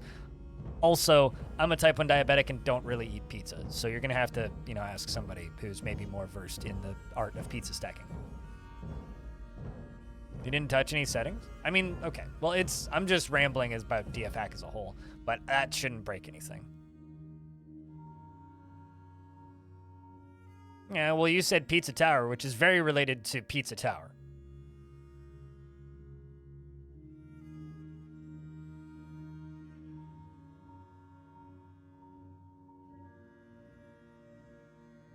It's all about context. Yeah, and I have no idea what you're talking about in the first place. You're also completely obliterating a conversation we were having previously. You hate the smell of cut grass? How do you survive as a human? One of the greatest smells on Earth. Bim, the crafts dwarf, has created Isham Kosh, a sheepwool bag, and claims it is a personal treasure. Well, it's a shame that I can't build those in their bedroom anymore.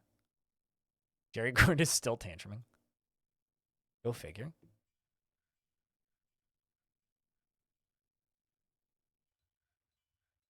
But then again, I'm also from a part of the world where I smell like manure for plowing fields, and it makes me happy. Because it means it's springtime. You're horribly allergic to cut grass? I'm sorry. That's like being allergic to the greatest thing in the world, so that's horrible. This is a sheepwool bag. All craft store ship is of the highest quality. I certainly hope it's a sheepwool bag.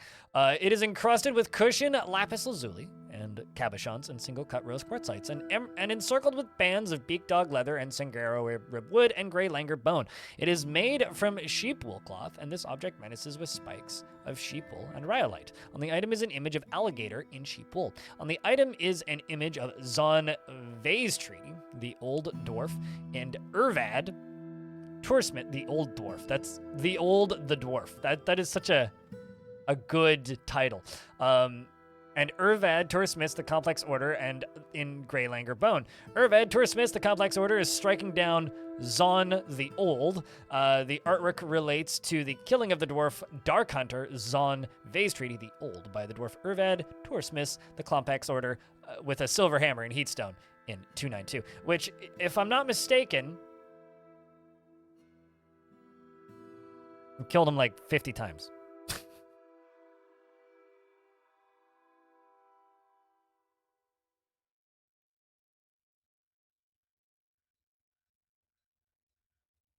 Complex order. Where the hell are you?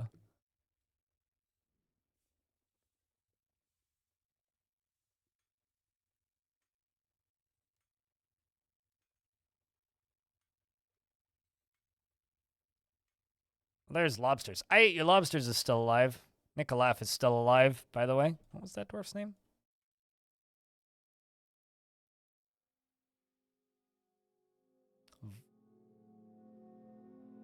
Urvad.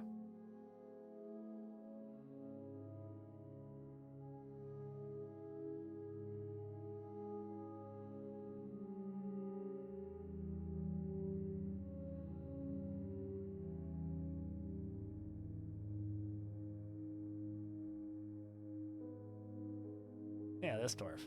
How many times did you kill that guy?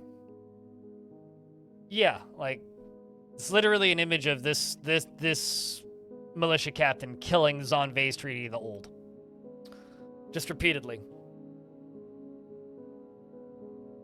What's up, Hard? You're having trouble with making minecart trials to multiple levels? How do you make them work? I don't know what you're doing wrong. But you make a consecutive route. They can't go up on corners, so up ramps. They have to go straight up ramps and turn on flat. The whole thing has to be connected. I can't tell you how to make them work because I don't know what you're doing wrong.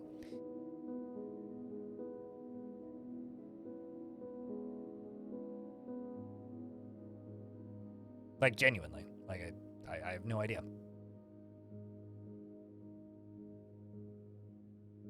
Every spring is sneeze and cry time. Move somewhere else.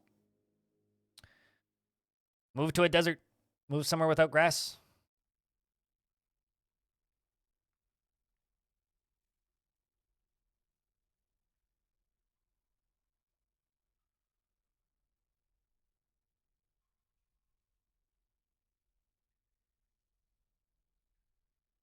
What, playing with DFHack? Shark jumping walrus? Sure, but then don't complain if shit breaks. Like, if you're playing with DFHack, you should just expect shit to break. That's why I roll my eyes at it.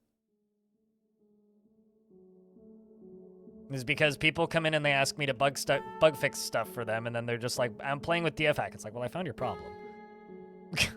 Like, if you wonder why the game crashes, found your issue.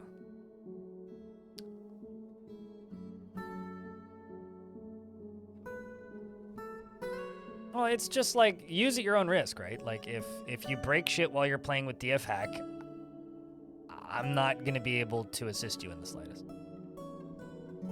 That's just kind of the way it is.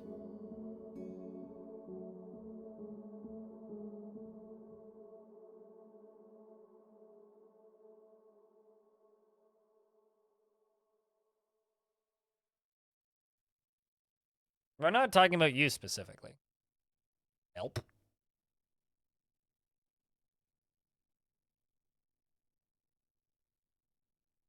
Oh, I already have a job set to do that.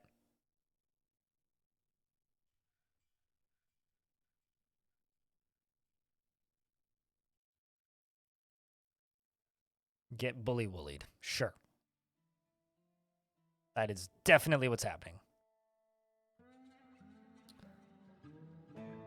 All right, you right here. I want to make you out of bloodthorns here all nice and red. And I only had 3 bloodthorns, so it's perfect.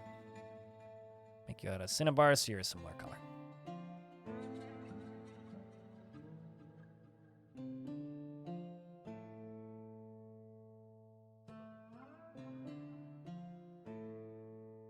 How is Fortification Station?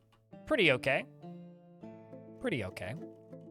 Pretty much done today, though. This is the last stream I'm doing of this particular fort. There's a few things I need to complete, but aside from that, we're just trying to take out Toe Thief and go build a new fort in the same world somewhere. I'm thinking about doing an Oceanside fort next, because it's been a while. Speaking of, let's go attack Toe Thief once again.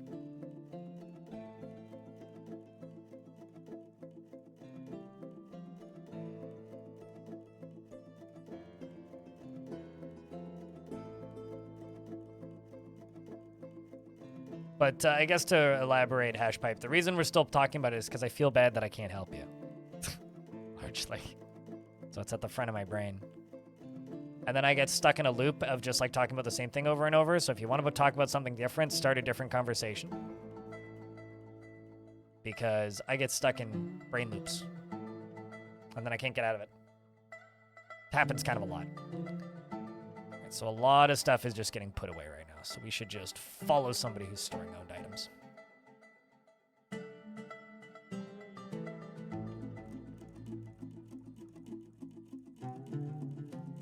But, I mean, still, as I said earlier, my advice would be go back to your most recent autosave that isn't the one that just went through. That would be my advice to fix your save. It's just lose a season of time. Worth it. It's worth it to keep your save alive. Or whenever your last hard save was, or whatever.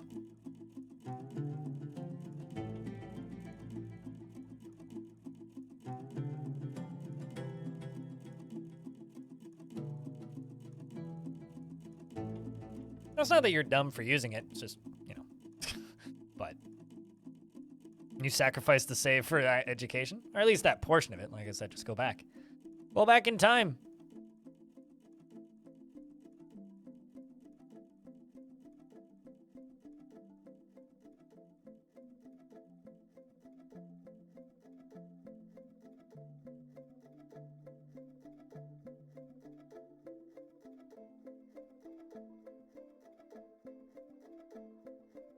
Yep, totally. But do your research before you use it. Also, another thing we still have to do is I gotta get the other noodle imprisoned down here. Gotta get the other noodle, because there is, well, not less of a noodle. I gotta get the grub, this guy, locked up in here, which I'm almost ready to do.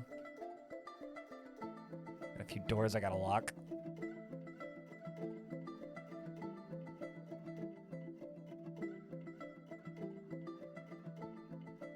But then there's me being a big meanie where it's just like people want me to make tutorials for DF hack, and I'm like, how about I just don't?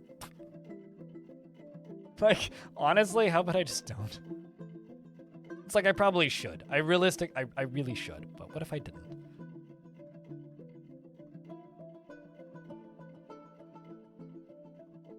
Always dumb. Still learning, though. Why not both?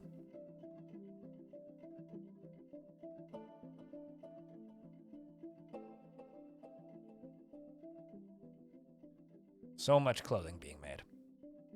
We're gonna have so much crap to sell. We're off to raid Toe Thief once again. Hopefully kill their leader in the process. And almost all of the goblins are gone. Got a few more to turn into paste. And melt. And did I close this top? No, I did not. I do need to do that.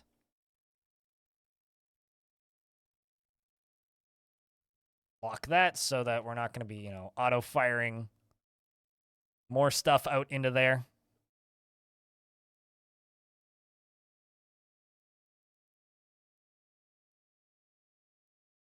And shotgun 1 is 3% full. Yep, they're starting to load it. That's good.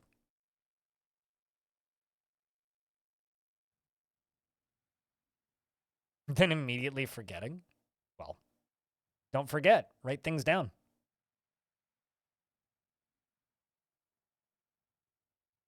That'll help. Just need these 2 goblins here to dive into the lava flow. And then we can end this. Well, not end this, but like, you know, get back in here and reload the cannons. Just, you know, need them to melt first. Melt faster, you stupid boys. Although, I could probably stop the flow. Not really gonna fill much more. Probably also turn the drain on. Because, like, there's plenty of lava in there. Gotta catch the last one.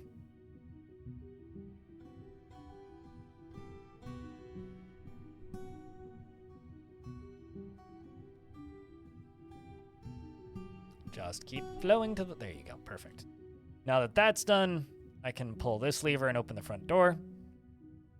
Maybe he'll get some glimpses of the green outdoors before he finishes. Nope, he's definitely going to finish burning first. All right. Well, anyway, all the goblins are dead, so that's good.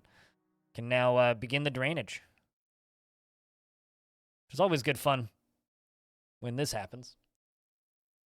Honestly, draining this trap is one of my favorite bits of this trap. It's just so satisfying.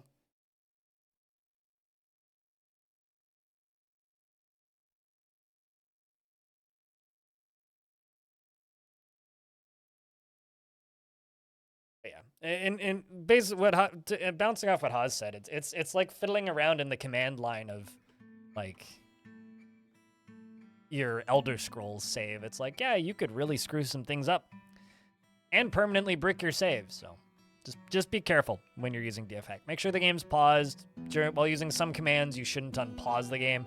It's like how to screw up your DF save in like less than a few seconds. Install DFhack and open up Stone Sense and then unpause.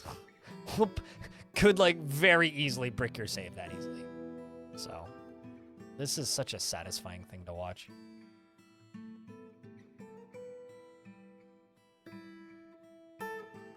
So many of the weapons just pile down into here.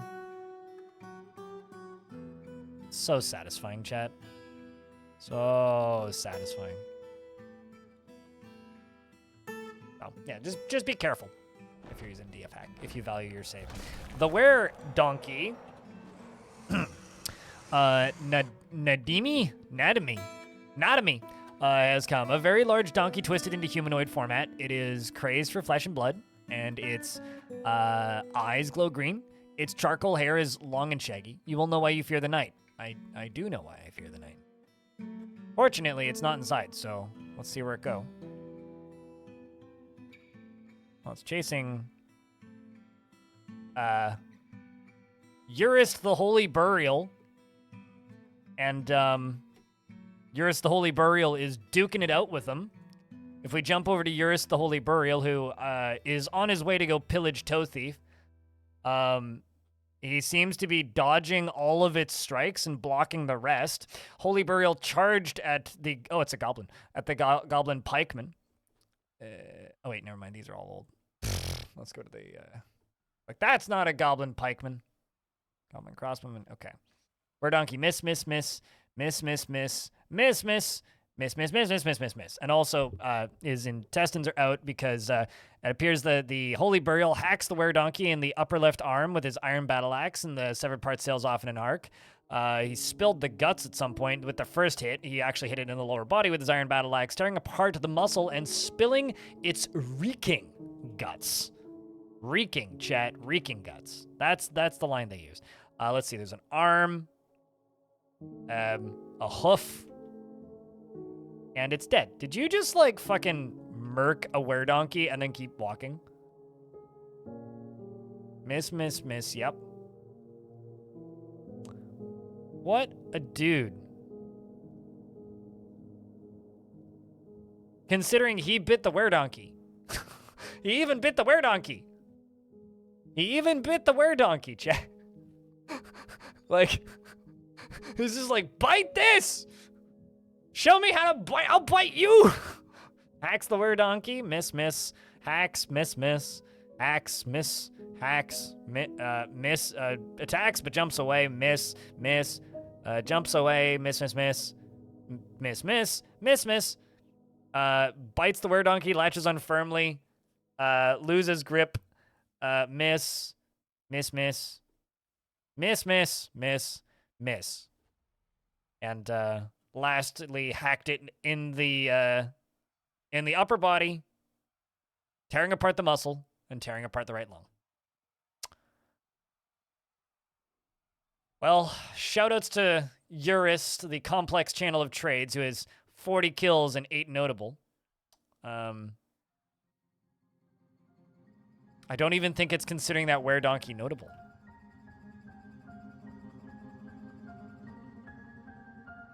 Oh, no, never mind. That's Nadimi.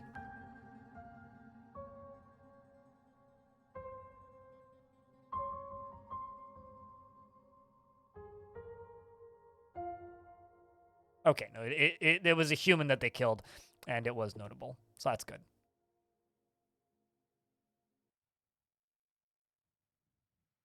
Well, Weredonkey's gonna turn into a dwarf every full moon now. I mean, you know, honestly, if it was that simple, curing wearisms would be very easy. How's things, casual? What's up? And Semtexagon, hello.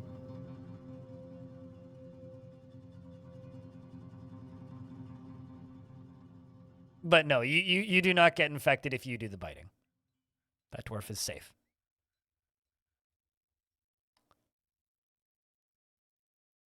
Work, lurk. Yeah. Are you employed again? I know that the employment was scary, but you said hi earlier, but hi again. Well, hi again. Did I say hi to you earlier? If I didn't, then I fucked up.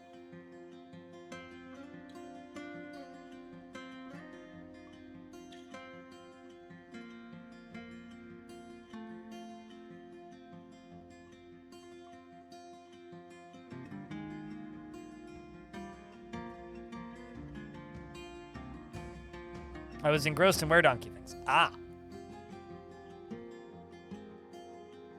I mean, it happens. When there's a weredonkey, it's very hard to not be engrossed in weredonkey.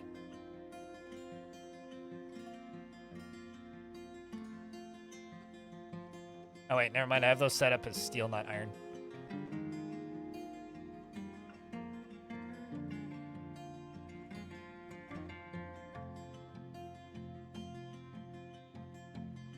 But not in hot water yet? Well, certainly hope you're not in hot water. Unless you're taking a bath, in which case you better be in hot water. That's a little strange if you're not.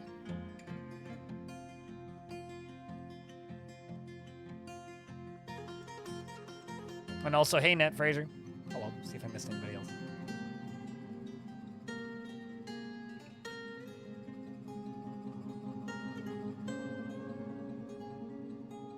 Yeah, it kind of sucks. Like, there's a lot of questions that people, like, have for me in Dwarf because, like, I'm the tutorials guy, right? And they're just like, this is happening. And legitimately, like, the only way I can respond to that is I have no idea why.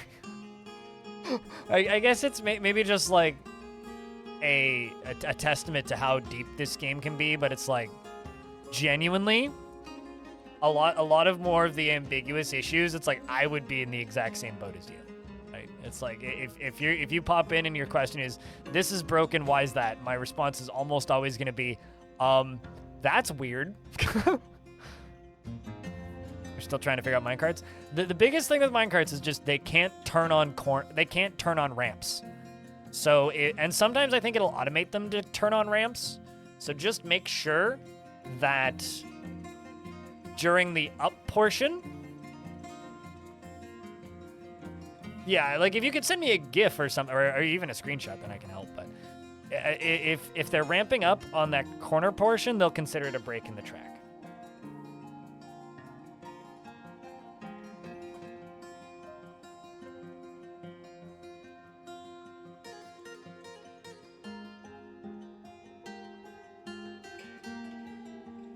What's up? Please, please, please, please, please, please, lol.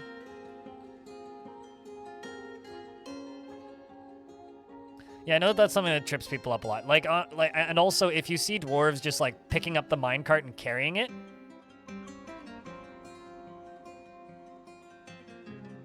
then it means that your minecart is broken. Like the track itself is broken.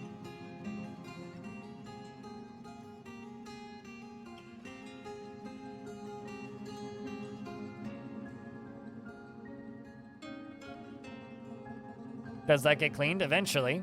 If it's considered to be in a constructed area. If it's outside, it'll get cleaned when it rains. Which you can keep an eye on up here to see when it's raining.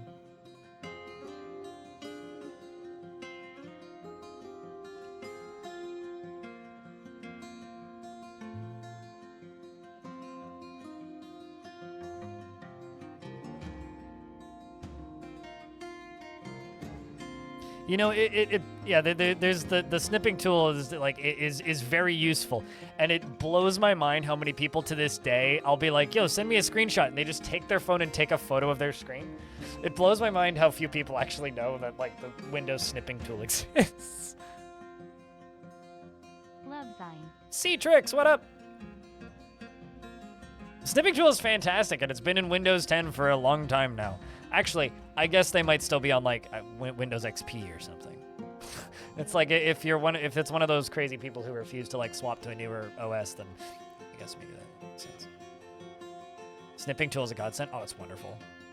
Like I used to install like random software to make that stuff easier, and yeah, it's so much better now. Do schist for this side.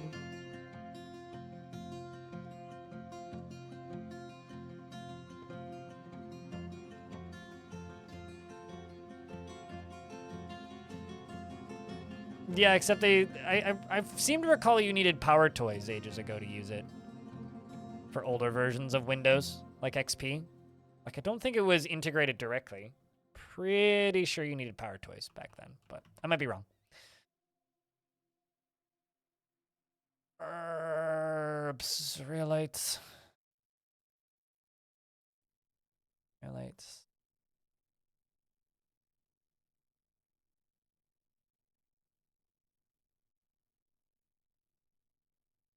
And I don't really consider Power Toys to be integrated with Windows, but there's an official add-on pack, though. Or like... Literally now all you need to do is hit print screen. You don't even need to hit, like, Windows key Shift S. You don't even need to do that. Just hit print screen on your keyboard.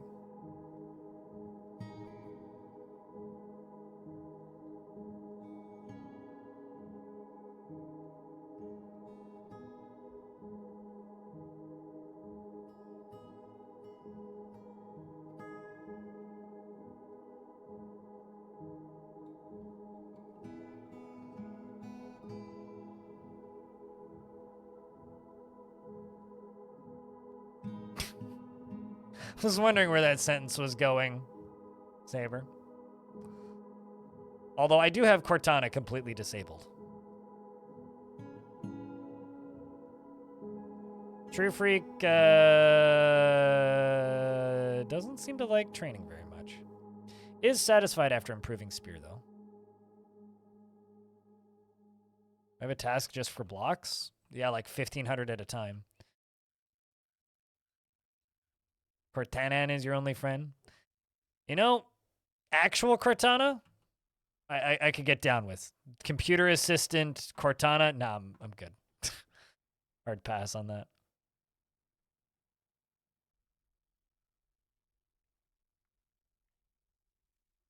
Did they actually scrap Cortana completely? I thought that like it like they've scrapped future development of it, but they still have it or something. I just love the fact that there's somebody who works at Microsoft who's a big enough Halo fan that they convinced their bosses to allow them to name their AI assistant Cortana. Like, someone at Microsoft is a big enough Halo fan that they were like, hey guys, what if we named it Cortana?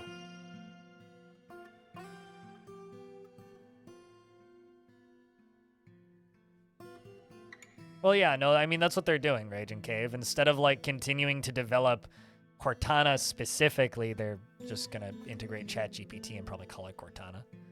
But this current iteration of Cortana is dying now.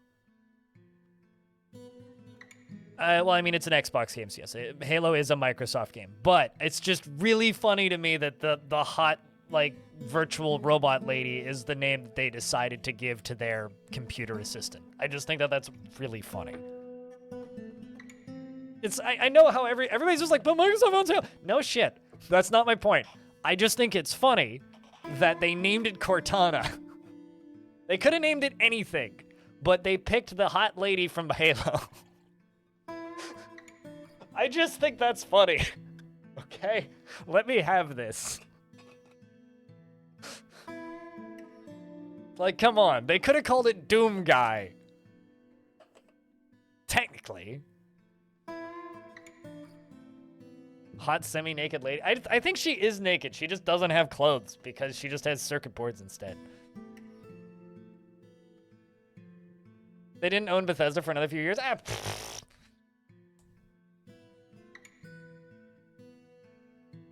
they could have named it anything, but they chose to name it after the hot robot lady, and I think that's funny.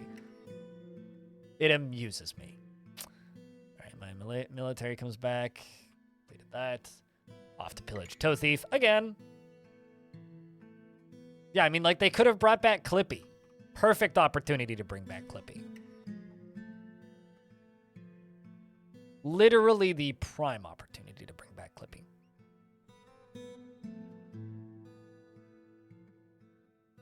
You keep giving me all of these logical responses from me just being amused by a thing. Let me be amused by a thing.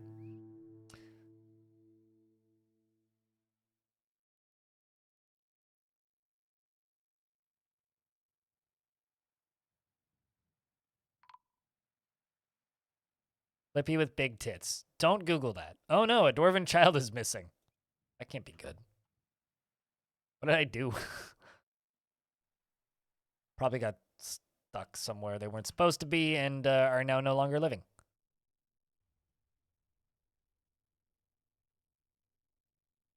All right, well, let's get that child memorialized so they don't ghost us.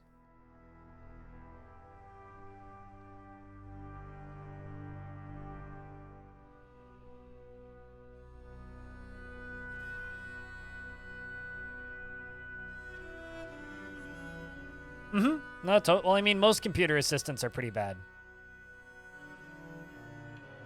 I just keep seeing, like, YouTube thumbnails talking about virtual girlfriends and how you should probably take your fucking Mid-Journey, train it to be really good at, like, your face and your friends' faces, and then use it to generate pictures of a vacation that you're planning with your friends for the future. Yeah, I'm good. It's like train your own Stable Diffusion to be really, really, really good at making your own face so that you can plan where you're going to take photos in the future. Sounds creeping? Uh-huh. Imagine dating Clippy. I'm sure somebody does. I don't need to, though.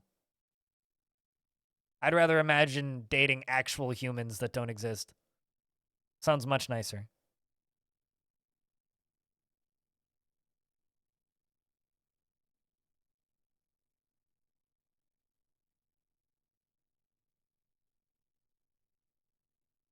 But turns out most people who are like unhealthily obsessed with AI are kind of creepy. Weird, right? I don't actually know Clippy's real name. Does Clippy have a real name? I just know Clippy is Clippy. You have a human in a cage? Right, yes, you're a were creature, aren't you? A bunch of ostriches, random camel. Clippit is Clippy's real name. What? Is Clippy the nickname for Clippit then? I'm very confused by this. I would like you to know.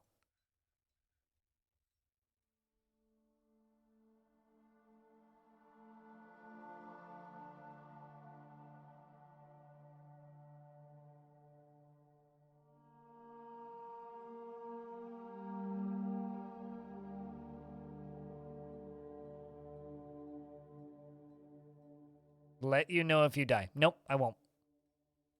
I'm sure you'll know, though.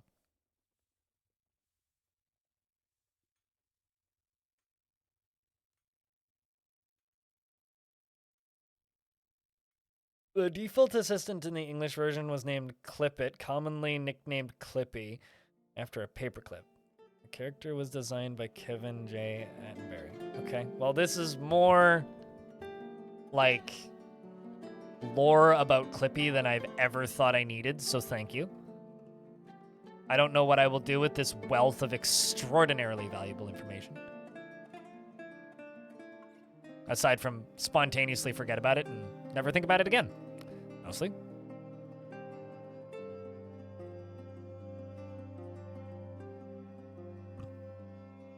Secularization of apocalyptic religious belief. Has all of the hallmarks of secularization, apocalyptic religious belief. Those are some of the biggest words I've seen in my Twitch chat in a while.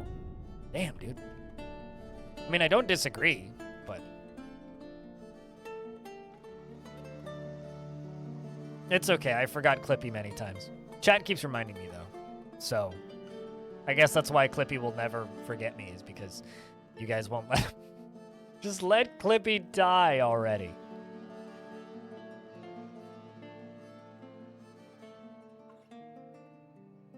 Clippy Cortana's dead. Moving on. End of subject. It's been fun. It's time to talk about something else. Taking it too far.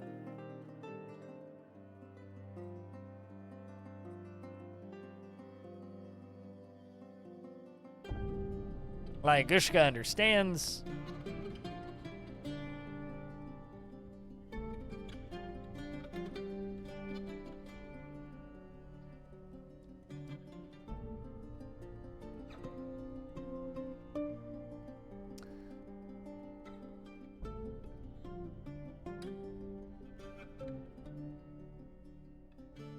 What's your take on milk? I don't drink it. I haven't actually had milk in like... Actually, that's not true. I've probably had milk in like a mixed coffee.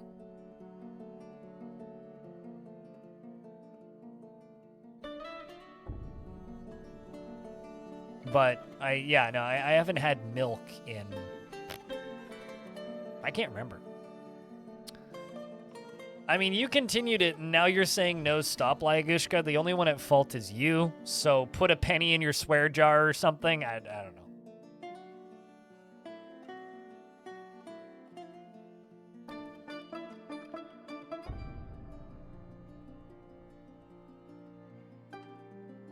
I'm just waiting to see where this chat conversation goes, you know?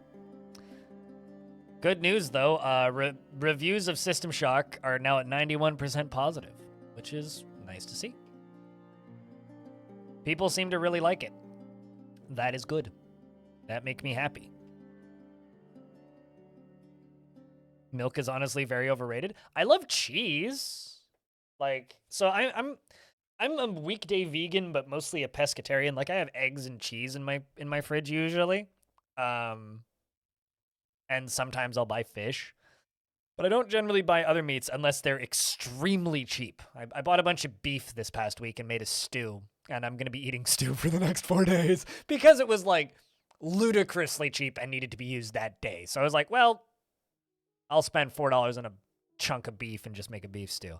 But like, I can't remember the last time I bought Cheese for That's not true. everyone. I bought cheese last Sunday. I can't remember the last time I bought milk. But thank you for that lovely gift cooler.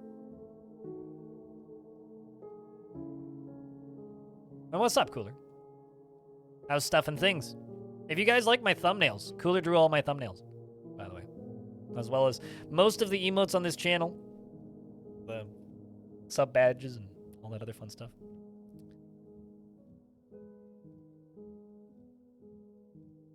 So you're a baby cow? Payagishka? They're the only ones who need milk in their diet. There are things in milk that you need in your diet, but you can get it from other things. You don't need milk in your diet. It's for cereal and coffee. Yeah, I don't drink in my coffee. I drink my coffee black, and I don't eat cereal. So I do eat oatmeal sometimes, at which point I will use almond milk. Which is quite good oatmeal, actually. I sometimes buy oat milk, but oat milk in oatmeal is weird. I will never be able to get around that. So I don't think I'm ever going to like be okay with having oat milk in oatmeal. There's something just weird about that to me.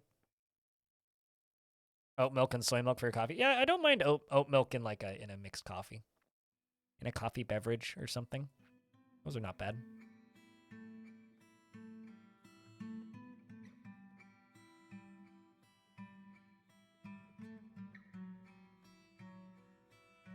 Not what you wanted? You need the fat content?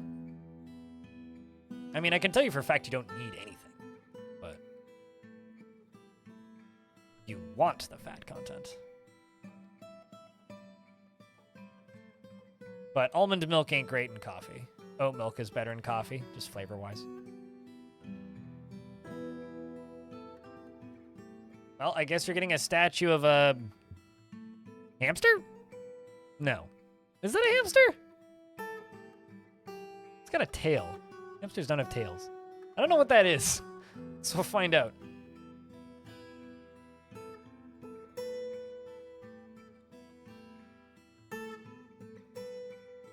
Well, I'm sorry that your mouthfeel requirements require you to destroy your coffee with awful flavors like milk when you could just, enjoy it black.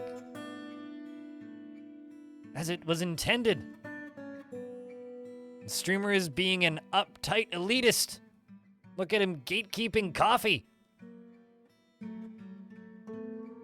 It's time to yell at streamer loudly about how streamer is mean. All right, streamer bully audience. More news at 11. All right, let's do multi. Boop. Okay, you right here. You get assigned Big Barn. Yeah, I think almond milk heavily depends on the brand. See, now that's a float. That's just a dessert. That's something completely different, Huz. Also, is it like hot over there if you're mixing ice cream into coffee? Better be hot over there. It's quite the commitment.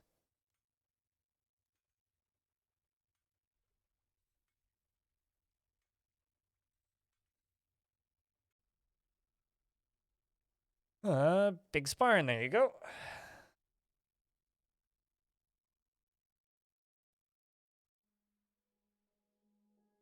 Hatch covers. Hatch covers, you say.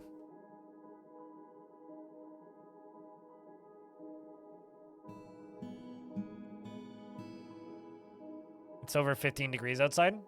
Yeah, it's been... Oh boy, what are we at? It's been cool the past few days, comparatively, but still not cold. What is it outside right now? I'm too lazy to go look at my thermometer. It is... Hey, it's 15 degrees. Look at that. It's nice and cool today.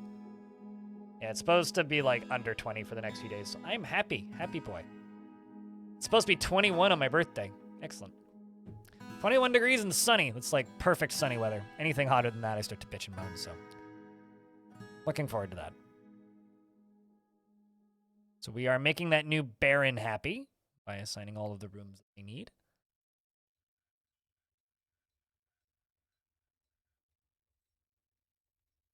Very curious to see what that statue actually is of. Is that what you're holding?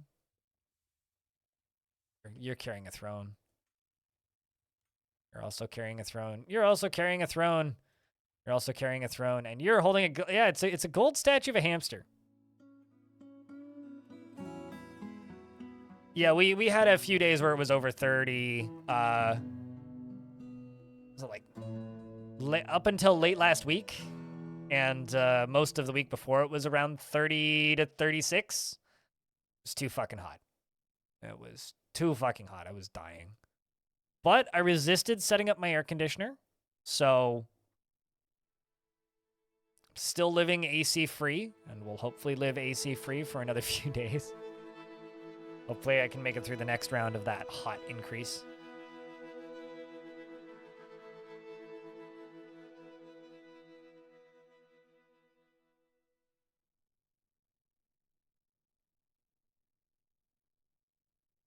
Of course, you need a statue of Alana Hollowvine. I wonder if other dwarves elsewhere in this world will be as obsessed with that dingo as these ones are. That's something I'm real curious to see.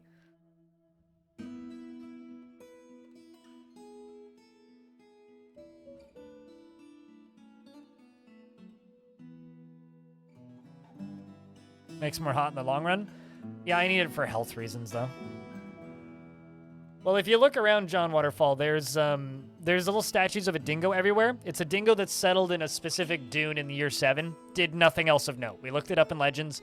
It didn't eat anybody, didn't attack anybody, didn't become enemy with anybody, just settled somewhere. That's all that this dingo did. So, we apparently... It's not even a giant dingo or anything of note. It's literally just... What is that? Cooler? What? Cooler? Cooler. Cooler, what exactly is this? What did you do?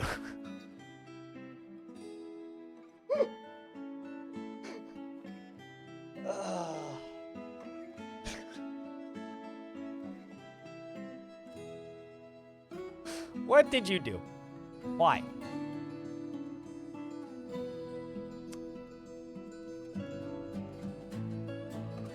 It's like, why do I have a DM? You love him? You love it? That's a beauty? Uh-huh. I'm not sure I agree with that.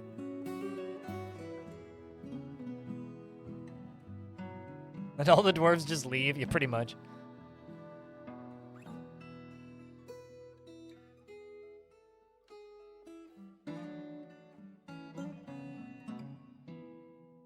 You know, it's funny, Ruby Squeakbird scrolling up and seeing that that's it, you're getting ketchup in your coffee. My dad has this story that he always loves to tell about when he was extraordinarily sleep deprived and trying to pass university and keep up a full-time job. And he was studying in a diner at like 3 o'clock in the morning in a 24-hour diner. And apparently took coffee, grabbed the ketchup bottle, and put ketchup in his coffee and drank half of it before he noticed. And my mom said that she was sitting there with him and watched him put ketchup in his coffee and didn't say anything. So, you know, it runs in the family, I suppose.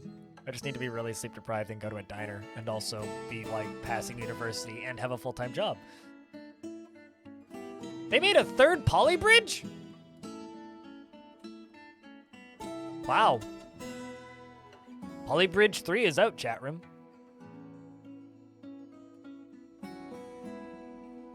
That's kind of awesome. You found Frank Transparent in your folder from when people were giving you suggestions for Bellinary emotes. And you just, like, overlaid it on that? Man. You're gonna have to do this? Do what? What are you doing to me, Sam?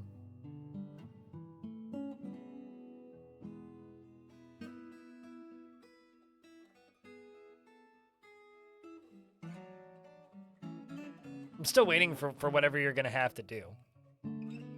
I love also that you just have Frank Transparent.png on your computer. Really? Are you taking a screenshot of that and putting it on a piece of merch or something? Because I really don't want to do that.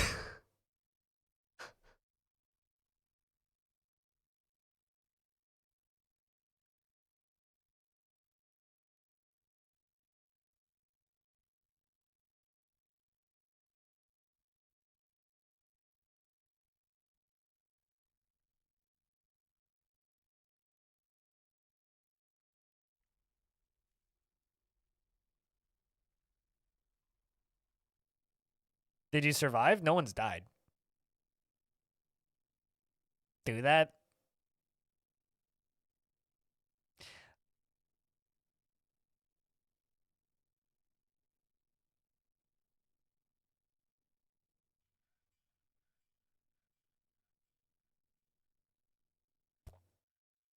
I feel like if I was going to do something like that, it would have to just be. Chat, you should ask Blind why he's not putting up other high-res emotes you gave him as merch. Because I can't. I want to be able to drop things occasionally. I mean, there's plenty of things you've given me that I haven't used as merch yet. So. Because, you know. Doesn't really help if you just put everything up all at once. That just kind of overwhelms people. It's got to be a trickle, right? Got to maintain interest. All right, so I just need to give Big Sparn a tomb now. Use.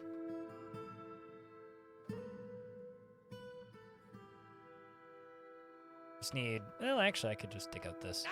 That's mighty convenient right here. No. No. No. To which part?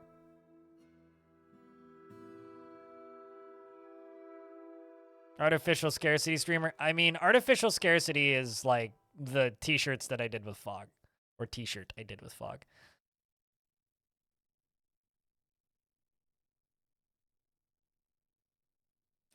Now, what I should do is I should take that face that Cooler just sent me and put it on a mug and only put it up for sale on my birthday. That's artificial scarcity.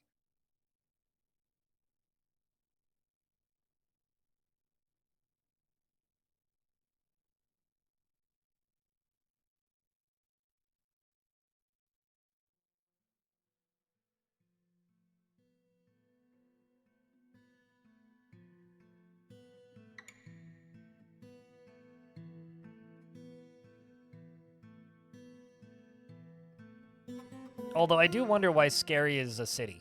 Who would call a city scary? With an I. It's a weird thing to say. I know this. Speaking of Unix systems, I rewatched Dread this weekend. As in, like, 2012? Dread? And there's a sequence when they're, like, hacking into the mainframe of the building that they're in. And I paused because I was curious. They're actually using, like, proper Unix backend. Like, they're actually, like, doing things right.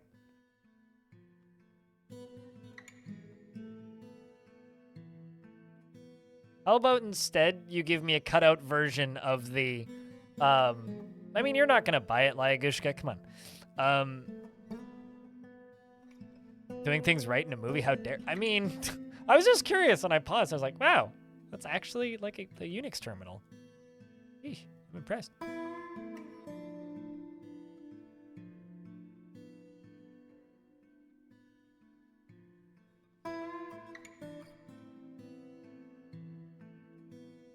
Let's just use microcline. It's a good place to die. Then why are you screaming gimme if it doesn't even, if it's not something you can even do? So instead, I would just be teasing you as something you can't afford. So not selling it, I think, is actually the merciful option. Of the what do you call it? The crypt lick guy that's on the mug with the actual body, so it's not just a weird decapitated forehead.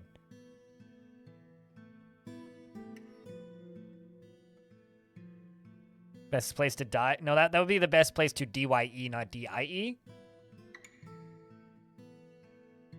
Fly kick, hello. Suddenly my brain is remembering all of Krug Smash's jokes when he had the legendary dire dwarf, who was also a necromancer, giving dying demonstrations of the Dyer's Guild. It was just very amusing. It's like, well, of course the necromancer would be giving dying demonstrations. What else would a necromancer be doing?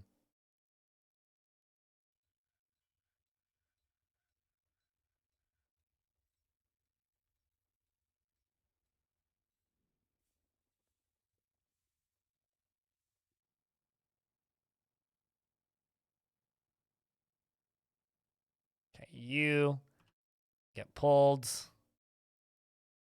You've already been pulled. Speed this process up significantly.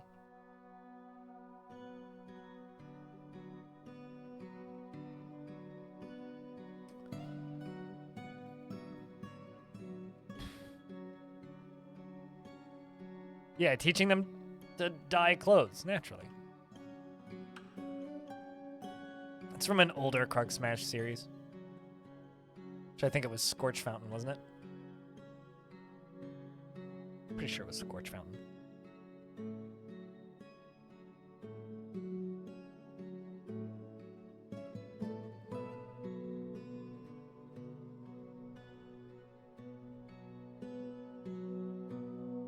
That one was meant to be a sticker, but you're not going to stop me from putting it on any...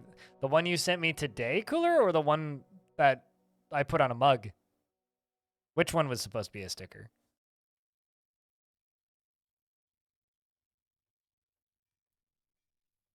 This is so terrible. Are you making memes? Of that in HD? Yeah, I mean, naturally it would be a sticker. You sent me a bunch of blown up ones, and they're all like, they've all been made into stickers. They're just hidden. I'll release them at some point.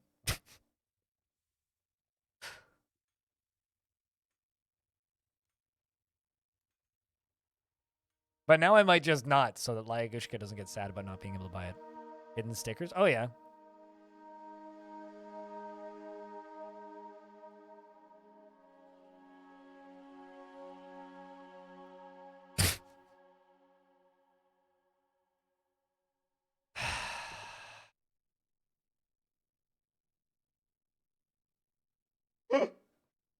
No!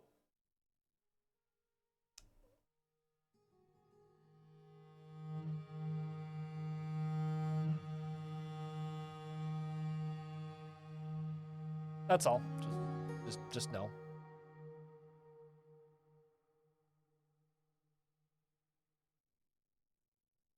As someone who hates JoJo's Bizarre Adventure, no. You were right, I did. I very much hate it. It's my least favorite thing I've seen since this morning.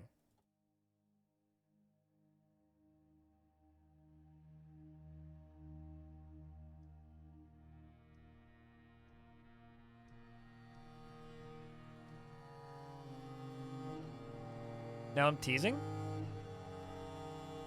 You started it. Well, chat started it, not you specifically, but you as in the group of you, the unnamed masses of the internet started it. Let's see how this fight went.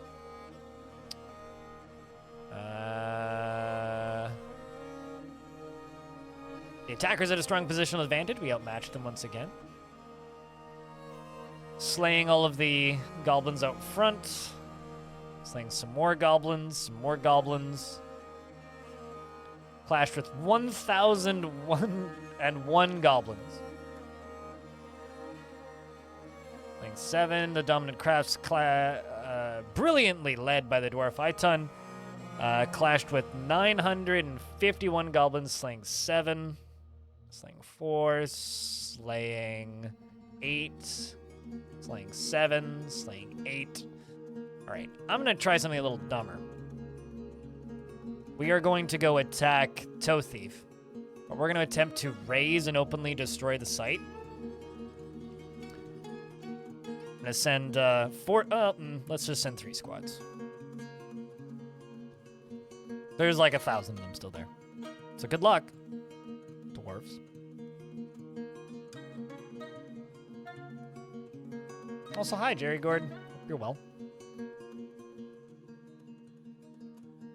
Your growth grows? That doesn't sound healthy. You should have a doctor look at your growth. Any news on adventure mode? You're asking me now too? The first of this month, they had the first meeting on what needs to be done for art. On the second Monday of this month, they had a meeting with the artists. The people doing the music on what needs to be done for music. And they have 3 branches in development to Dwarf Fortress right now. One that is working on the archery / Mark's Dwarf fixes, one that is working on adventure mode, and one that is working on this experimental branch. So Putnam's branch is the experimental branch with all the weird optimizations and bug fixes. Tarn's working on the Mark's Dwarf stuff, and the artists are getting a head start on adventure mode stuff. And Tarn says he's kind of flopping back and forth between current QQL and Mark's Dwarf stuff and adventure mode, and will probably have screenshots of mock-ups sometime in June. And based on the last conversation I had with Tarn, he said it should. He's convinced that that adventure mode will be out by the end of this year. And he says that, like, unlike before where his time scales and estimates were just, meh, we'll see what happens. Like, there's actually people, like, getting paid now, so they have to, you know, actually stay on time with shit.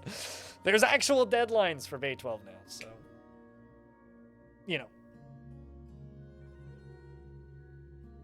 Because it made one of my favorite bands of all time into a meme, Puphead.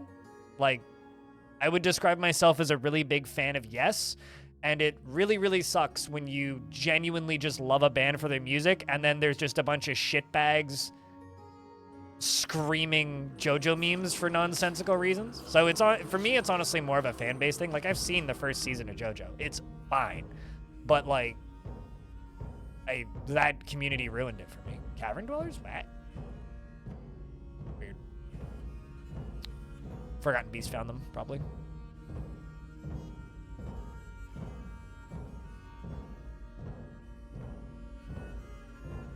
So that's why I don't like JoJo's Bizarre Adventure, is because it was ruined for me by a crappy fandom.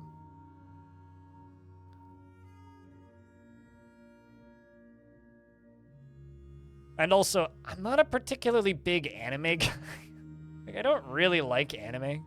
Like, anime's fine, but it's certainly not my go-to entertainment format. So, I don't know.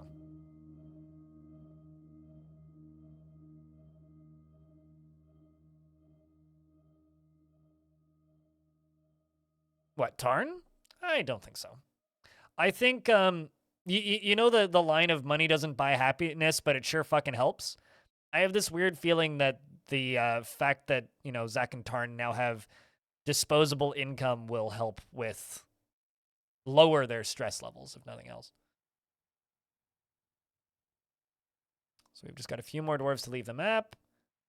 Humans are... Wait, hold on. Are we trading? Such a pleasant place you've carved out for yourselves. Are we trading with humans? So...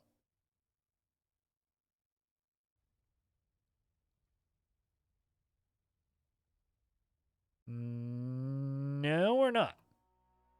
Weird. What's up, Martin of the Woods? Hello.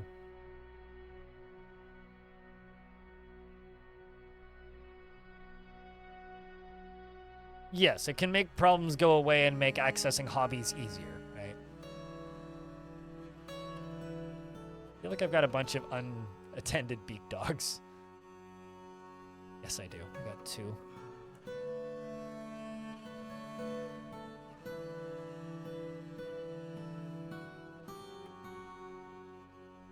I just like the quote of money can't buy happiness, but it sure fucking helps. That's the one that amuses me.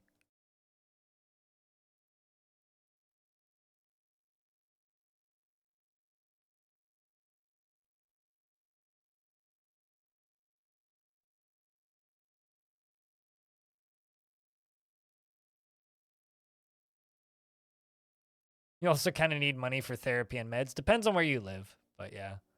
I mean, like, I can't afford therapy here. Unless I want to just get prescribed therapy, in which case then it's like, oh, I get 8 free sessions for the prescription or whatever. Then after that, you have to pay. Which is, better than nothing.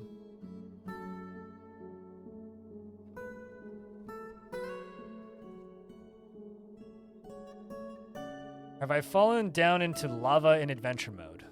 No. No, I haven't done much underground in adventure mode. Most of the stuff I've done in adventure mode is above ground, like dancing on people's tables and writing bad poetry. A little bit of combat, flying around on mounts, drowning. Mostly drowning. I froze to death in a lake once.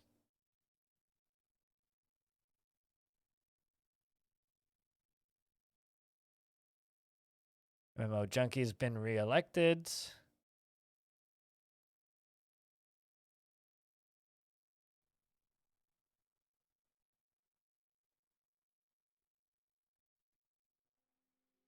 I mean, I would expect it to kill you, yeah.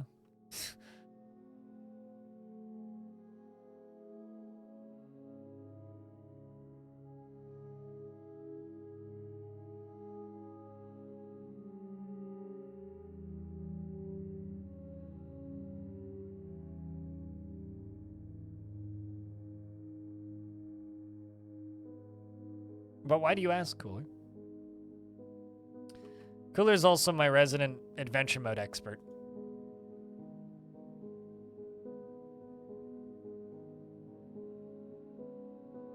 I need like, what, 4 ballistas and they're 3 parts each, so...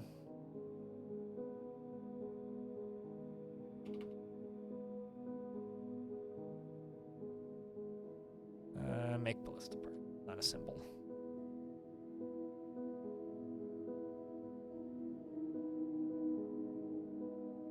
12.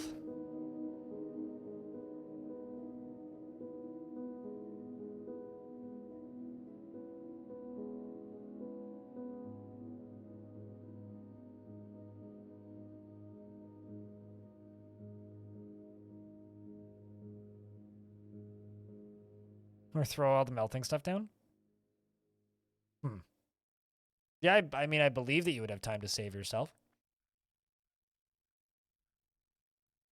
But yeah, I don't know. I'm looking forward to adventure mode. It's going to be a fun shift of pace and actually give me a second game to play if people like watching it.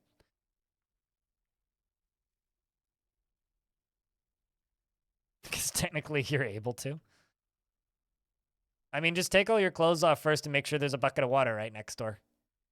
Just take a quick dip. Just take a quick dip. Make sure you got stairs to get back out.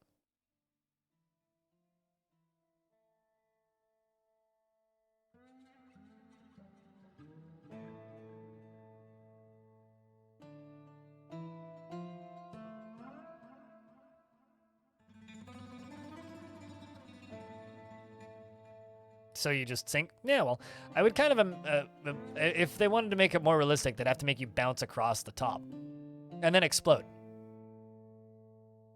Gold statue toppled. I really wish I could jump to where the gold statues were toppled like before. You used to be able to jump to where they were, because I have no idea where those gold statues are. And I wish I knew, but I could go fix them. Bookbinder, nope. Where'd you dump my statues? You nut. Stupid dwarf. Working on that. Guess I'll just place those statues over here. No idea where they came from or where they were.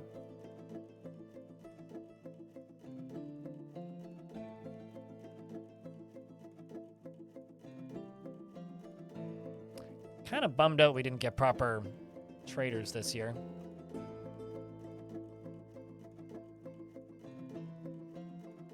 Because trading with the humans would have been real helpful right about now.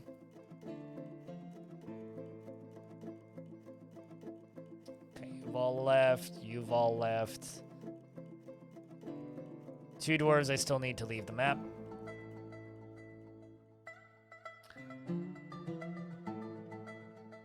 Skip like a pebble across the lake of lava? You have not died close to that many times.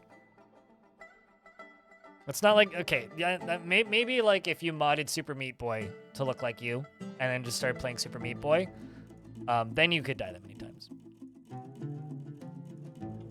But you're giving me like, you're being unfair. I have not killed you that many times, I assure you.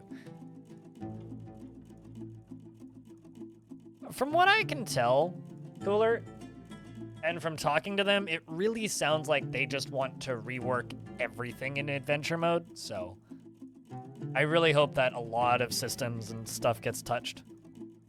Because there's a lot of systems and things in adventure mode that are optional that I wish were more interesting and important. So for me right now, priority number 1 is they just need to fix archery. Archery was weird and fucky before, and it's so weird and fucky now it's almost impossible to actually make it work.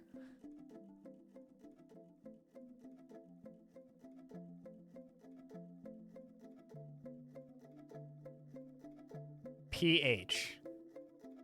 Trying to think what PH stands for. My brain is just going to like fish tanks. What's PH mean? Prehistoric? Placeholder. Okay, there you go. Prehistoric placeholder, meh. So how does archery work? Good fucking question. The problem with, well, technically, archery is new in this version, and never worked before. Mark's dwarves, because dwarves used to only use crossbows, used to work by you'd assign a specific type of ammo to them, and for some reason they like didn't have space for an assign ammo button or something, but like they removed the assign ammo button because theoretically they're supposed to gather whatever the nearest most valuable ammo is, but for some reason that just doesn't work. So unless you have copious amounts of extremely accessible high-value ammo somewhere, they just won't equip ammo because they will pick up one thing and then they will drop it, and then they'll go somewhere else and pick up something and then they'll drop it, and then they'll go somewhere else and they'll pick up something and then they'll drop it. And if you have enemies coming in from off-map, firing even more types of ammo into the air, then they might prioritize that over theirs, and it's just almost impossible to actually make them equip ammo. And they need to equip ammo to be able to shoot ammo. So, having flashbacks from uni labs? Why does everybody have, like, post-traumatic stress from university? Then everybody's like, go to university. Seems like a bad idea if everybody's got such bad memories from it.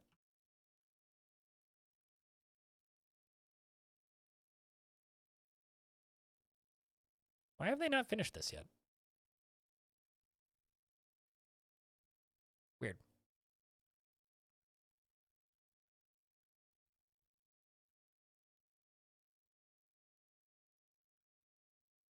What is that? That's basalt? Let's see how much basalt I have. 50. Well, that's not much. What else do I have? I could just keep using andesite. Got a lot of it.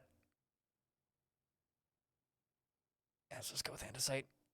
It's not a bad color either.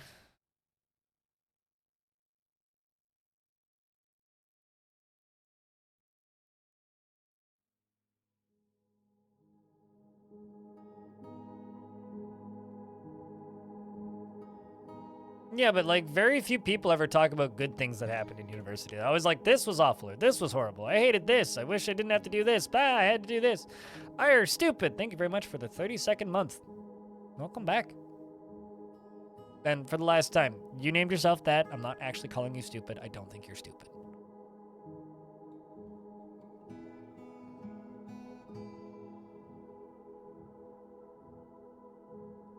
I'm literally just waiting for fall now so that I can... Urist, where are you? You in prison or something dumb?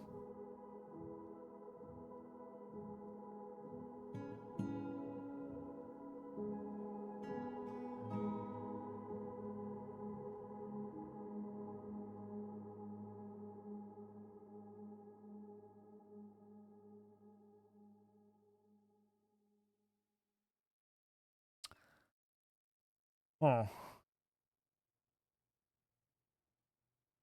Currently getting provisions. Okay. Not a happy dwarf, though. But thank you very much for the prime, IR Stupid. Thanks for continuing to watch and support the channel.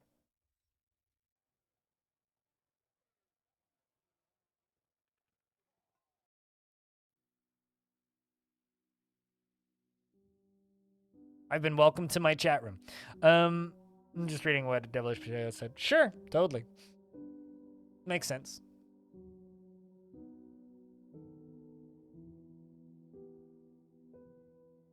As somebody who barely graduated university, or not university, as somebody who barely graduated high school, graduated early, and then like just kind of threw all hope of getting to even go to any kind of post-secondary very early in life.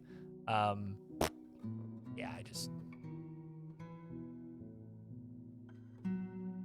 I mean, I'm well aware of what happens when you fall into a volcano.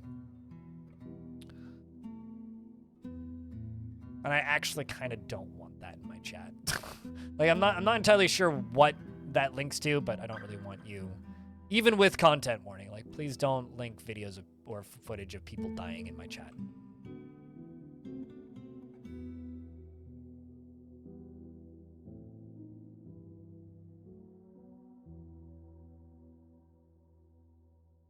Like, some things just don't need, like, there's some conversations we can just let move on. Just let it die.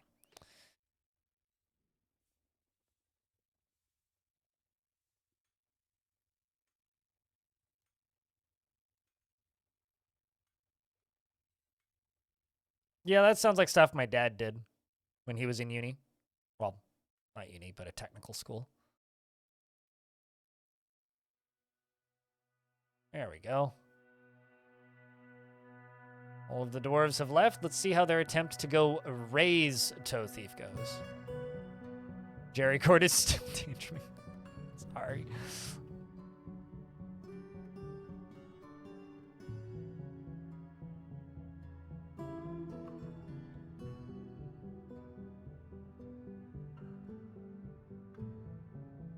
You're still amazing. It's amazing that you're still alive. At least you're not toppling anything. You're also not a red circle angry, but you're still tantruming. I don't care. Some things don't need to be posted in my chat. Trigger warning or otherwise. Are you topless? I assume not. Why would you be topless?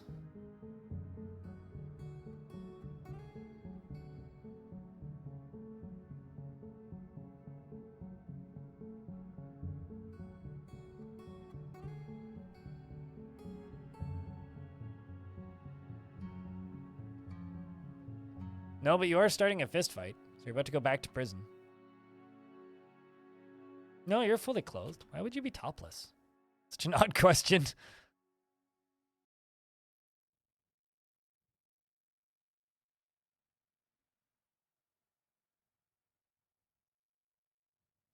I mean, pun didn't even register, so...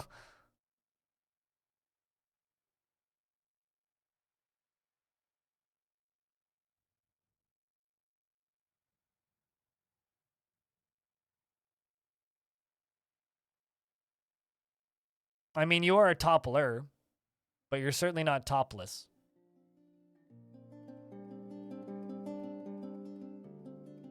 You had me concerned about my clothing industry for a second. Very angry Duchess, yes.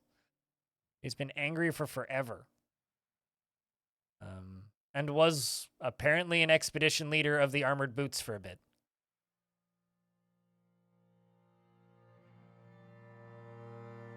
She's just not happy with her life, man.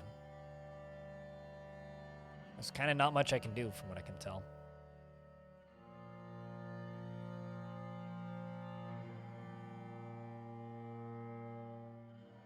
Like, she just keeps going to prison, and it just keeps getting worse. And she just keeps getting more beatings, and then more threads sewn into her. Yeah, I don't know. Like, I've kind of done everything that this dwarf wanted or tried. She just wants to practice a martial art, but practicing a martial art just makes her sad. So I can't let her practice a martial art.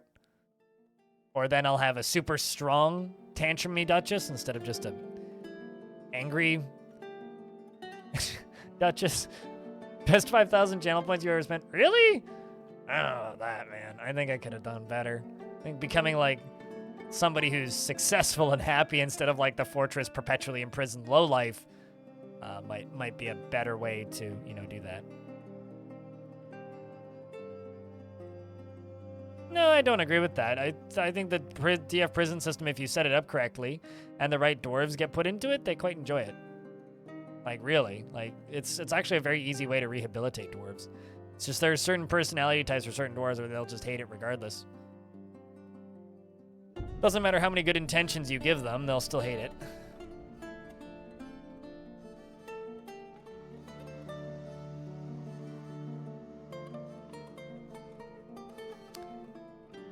You make them make leather shoes, so those who need to make a craft and those who need an item get a twofer. But isn't that, like, wouldn't that just work for any clothing item? Like, not just... Dwarves that value the law and don't mind confinement are great in prison. But, like, or, like, there's certain things that can give them, like, repentant when they go to prison. If they get repentant, then they're basically, they'll be fixed by the time they get out of prison. Which is kind of great, actually. Yeah, I don't know why this is still canceling. I'm just going to forbid it.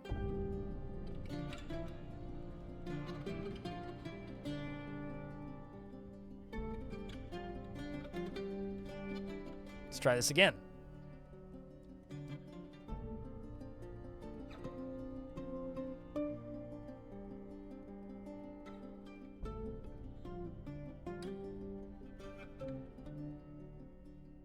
And let's go to Ballista.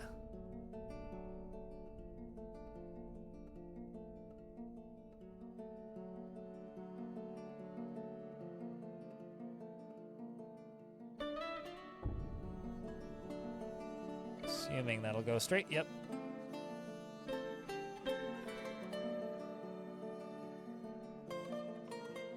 And I'll need one more right there. Which I have just enough pieces for.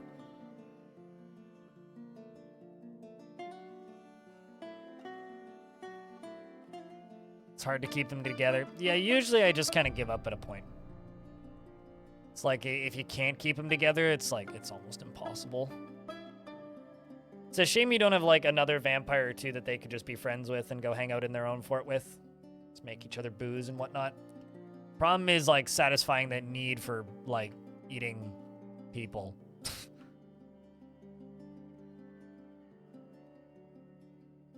As a result is it is kind of actually impossible to satisfy that need totally.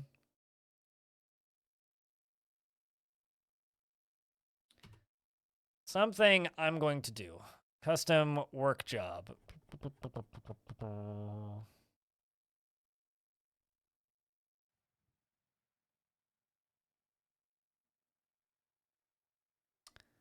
Push haul vehicles. It's a shame that loading minecart isn't like a specific thing. I don't want to do that.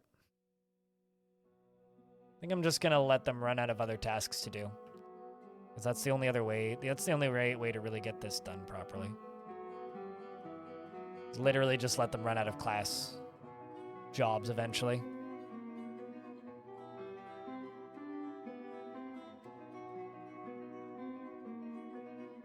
You made a if you made a tavern, like I said, there are ways around it, but it's still gonna end up with them committing crimes, and dwarves that don't want crimes committed will get pissed. Right? So then it's like, what's more important to you? The wider fort? Or would you rather just like start wars because random people that show up from other factions to visit are going to be like, man, why do all my dwarves go, or why do my people keep going missing when they visit your fort? Like, they'll notice. Like, it's not like you can get away with that forever. They will notice. It doesn't matter if they can't see it, dude. If people from other factions keep going to your fort and keep wondering why their like diplomats and random people keep going missing, or like if your faction sends the outpost liaison and then you eat them and then another outpost liaison shows up and then he eats them, like, yeah, no, you'll end up at war with your own faction and your fort will end. Like, it's not like a, I wonder if this is a thing that you can do. No, literally, like, it'll kill your fort if you do that, unless that's what you want. The Tufted Urns attacked the square ticks of the Reclusive Gudgul. A toe thief, Eurus Glosiel, led the complex channel of trades, led the attack, and the defenders were led by the goblin Atan. Council feat. The dwarf Eurus Glosiel, the complex channel of trades, outmatched the goblin Atan with a cunning plan, and the attackers had a strong positional advantage in toe thief.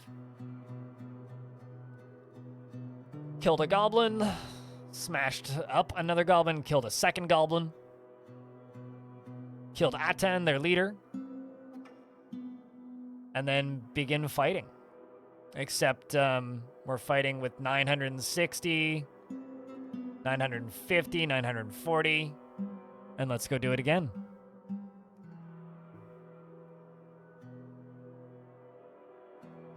I'm kind of tempted to conquer and occupy. Or, you know what, let's try demanding surrender and occupy.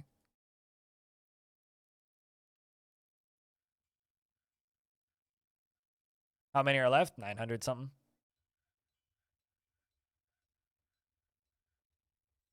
Yes, Tapok. They will blame you for that. So, for things that kill, if entities die on your map, the faction will blame you. So if they are really good friends with you or on really good terms with you, which all those stats are hidden, but if you're on really good terms with that faction, you can kill quite a lot of them. And this is where people always start going like, yeah, well, first cavern's free. I just got elves are free shit. And it's like, no, don't make it weird. But like, it's if you're on good terms with them, you can get away with a lot, right? You can get away with killing a lot. But if you just have a vampire consistently eating any visitors that show up, yeah, they're gonna attack you. Like that's not gonna last forever.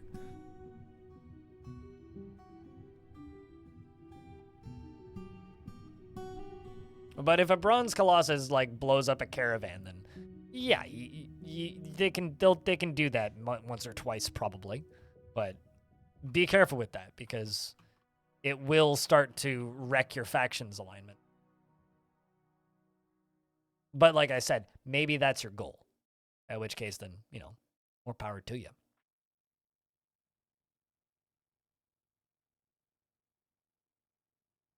And vampires eat goblins. Vampires eat sentient creatures.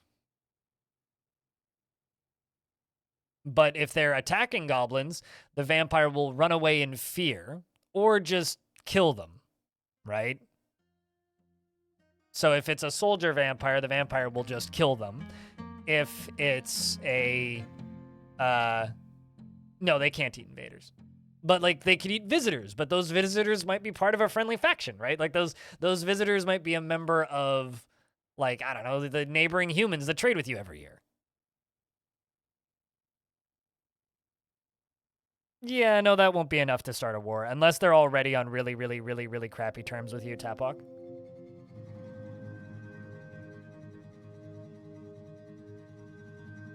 You're probably okay.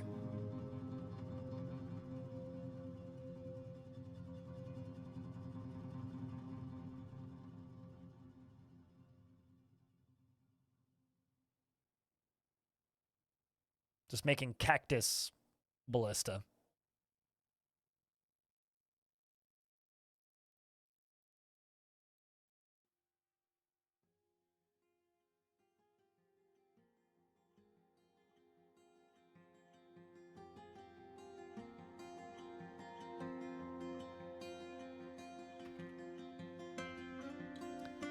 List arrowheads and arrow parts.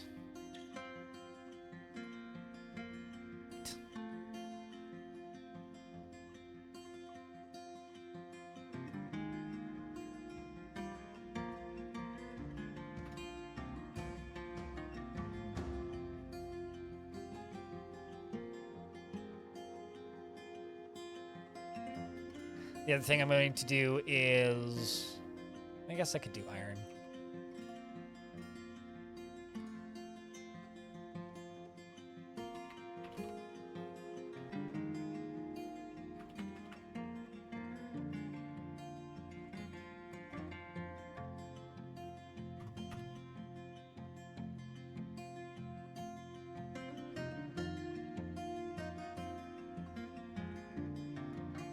To a plane packed bug?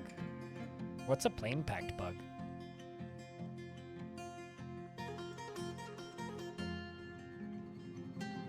Plane packed bug. Triple question mark? What the heck's that mean?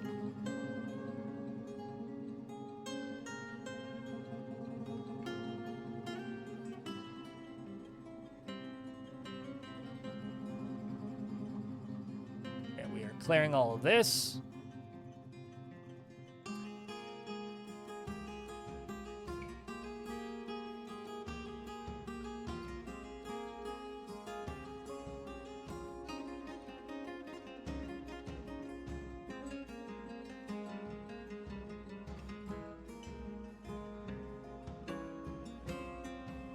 Is that what that's called? I really wonder what causes that. Where they're just like, I need every single item in the entire world.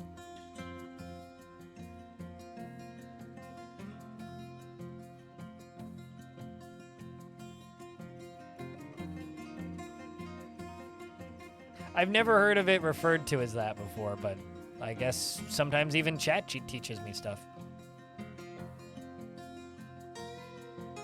It's like, I'm familiar with the bug. I mean, like, I literally have a video of it from like 2 weeks ago in this fort. As like it's an amulet that has like the entire history of this world on it. But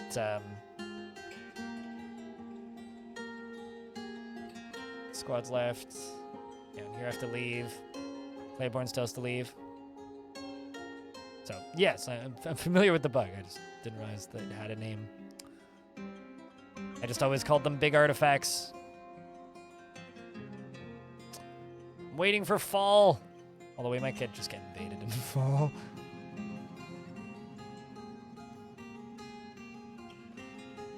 Well, shotgun 1's almost full, so I guess that's a positive.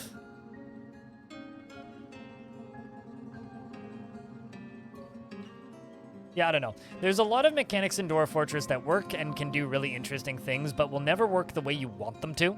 And I think that vampires are one of those where people go, oh, cool, vampires. But it's like, yeah, cool, vampires, but they don't operate the way you want them to. They're pretty heavily designed as like an adversary, right? They're like, you can make them work in a fort, but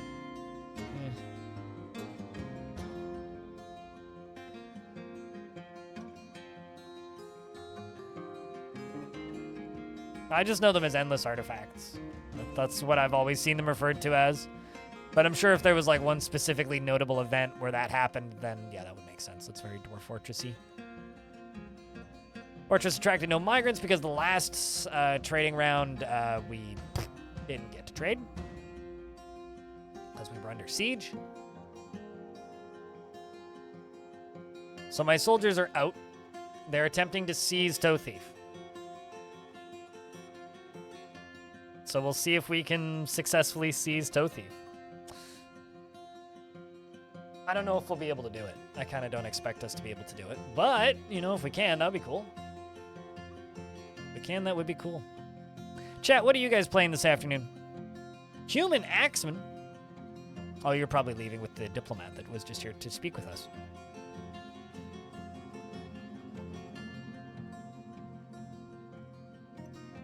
RuneScape 3. Did you ever get over your burnout on Dwarf Fort, or are you still burnt, Sam? Everybody's was playing RuneScape last week because of a double XP, I think. That's a commitment. Microsoft Word sounds very entertaining. Little burnt out? Don't come back if you're burnt out. Tome, once you finish work here, playing Battletech. I'm playing DF Nonstar since it came out on Steam. Playing it like The Sims. What, just like always having it running? Battletech's fun.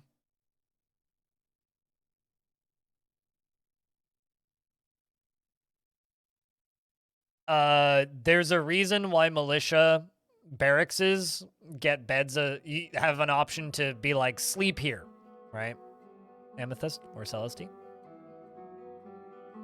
Like, yes, the bedrooms get reassigned when they leave the map. Unless they have a spouse. Then their spouse keeps the bedroom. But yeah, there's a reason why, like, you can assign bedrooms to barracks. It's so that they go back and then they have somewhere to sleep.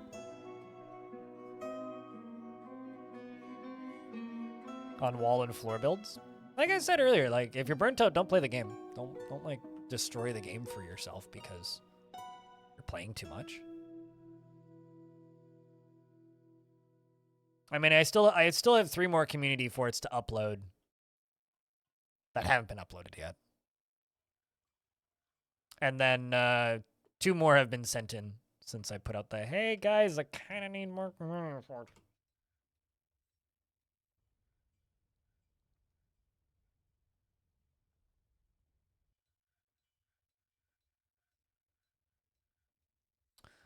All right, let's see how this siege attempt went. We demanded unconditional surrender and proposed by the armored boots, and it was rejected by the square teaks toe thief. Okay, well, so our demand for unconditional surrender didn't go over well. Well, now that we've demanded unconditional assent, we're going to attempt to conquer and occupy. First, I'm going to wait for you to come back. Because you need to be back. Commander has to be on the map, or you can't send them off the map. There, you're on the map. Missions. You, and you. We're going to attempt to conquer and occupy. They said no to being surrendered, so... You know, actually, you don't want mushrooms to bloom. Fun fact. You want their fruits to grow. But you don't want them to bloom. When a mushroom blooms, right, it opens up its spores, and it lets all of the spores out, right? And the cap will then kind of warp like this, and it'll, like, you know, like open up all of its little gills and let all of the spores out. But for, like, cooking or brewing, you don't want them to fully open up before you harvest them. You want to harvest them before they fully open up so they maintain more flavor. Because that's where a lot of the flavor is inside of the gills. And they lose that when they open up. So you actually don't want your mushrooms to bloom. Fully, anyway. But, thank you, Cappy. It's going all right, Nutty. Going all right. And yourself?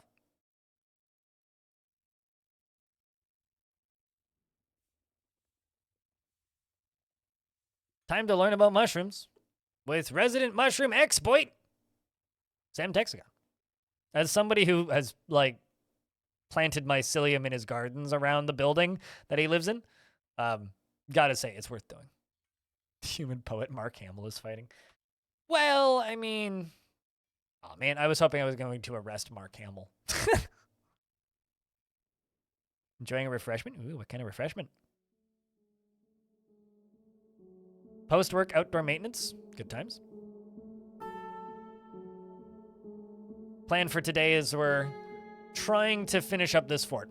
And by finish up this fort, I mean completely finish either occupying or demolishing Toe Thief.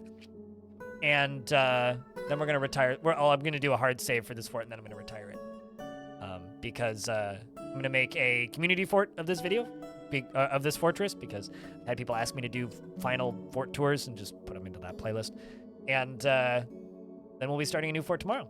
And we're going to be playing System Shock later. And I still haven't received a key. I've had my email up since. So I'm assuming I'm just going to be out $55. Well, Canadian dollars.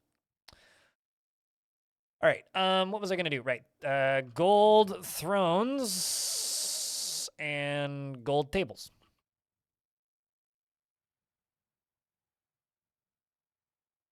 I'm making another tavern area. Let's... Because this area down here is going to be another tavern.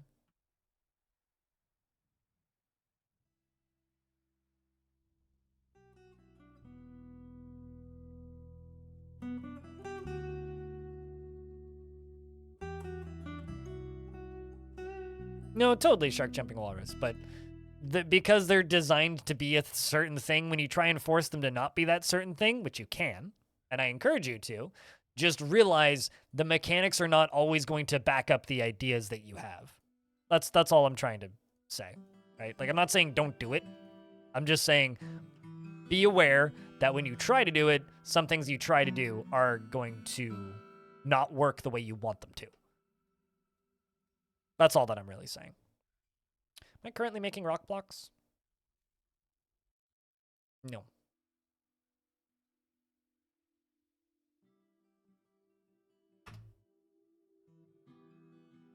Yeah, I've been welcomed to the chat room like 5 times today. Chat room's been very welcoming today. It's quite nice of it.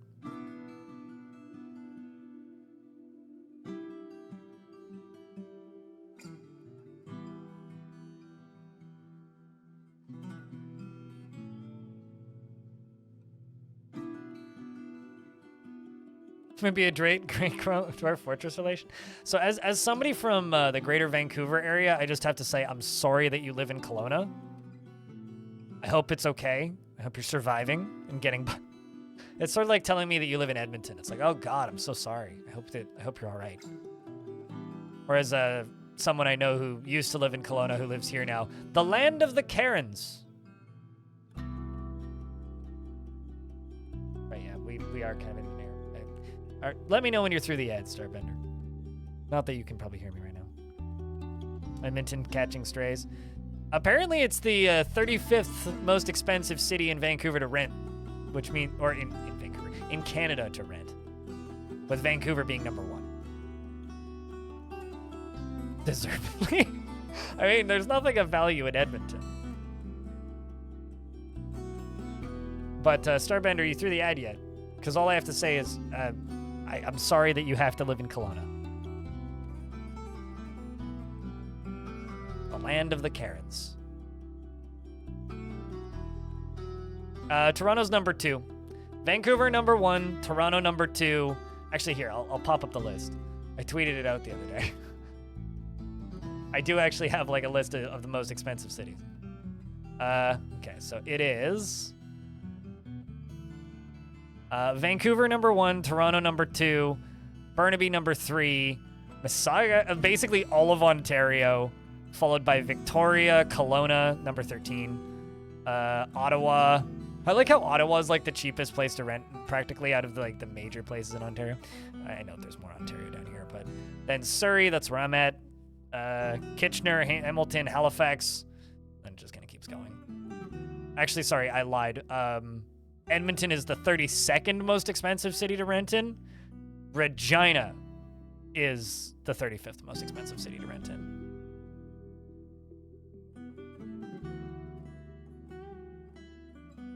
Back when COVID was the biggest deal on Earth, Starbender, everybody here used to joke about the coronavirus not actually being the coronavirus. We used to call it the coronavirus because so many outbreaks happened in Kelowna. Yeah, that was there's some it's calling it playful banter between Vancouver and Kelowna is like not even accurate. There's like some like actual like deep dislike between the two areas.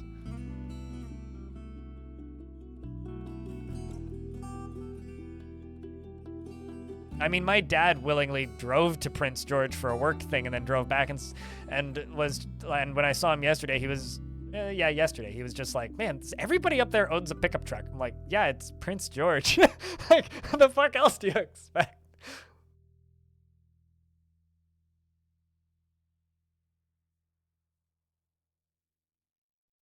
But yeah, no, that being said, Kelowna is a fucking beautiful city.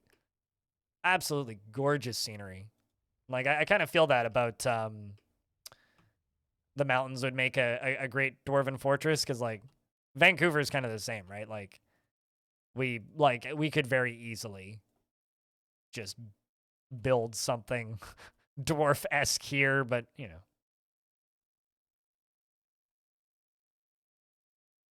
Really nice warm weather, yeah. It's the thing about Kelowna, for those of you who don't know, is it's one of those places where people retire. So you get kind of a lot of obnoxious seniors. which sounds mean, but like it's kind of the truth. It's just like kind of like Parksville out on the island. It's like the whole town like is 60 plus. So that's where you get a lot of odd characters. It's a resort community, yeah, pretty much. Which isn't quite a resort community like Whistler, where it's just all people skiing or mountain biking. It's a resort community and like people retire there. Yeah, hella rich people, yes. Which is where you get all of the really the people you don't want to see at the diner, you know? Like the person you don't want to talk to at the diner is gonna sit next to you. It's the Florida of it's the Florida of BC, that's for sure. In my opinion, the Florida of Canada is Quebec, but that's just because when I say that loudly, people from Quebec get mad, and I find that funny. Not because I actually think that. It's just funny. But no, Florida. Actually, Quebec is more the Texas of Canada, which is actually funny that they out Texas, like Alberta, in a lot of ways.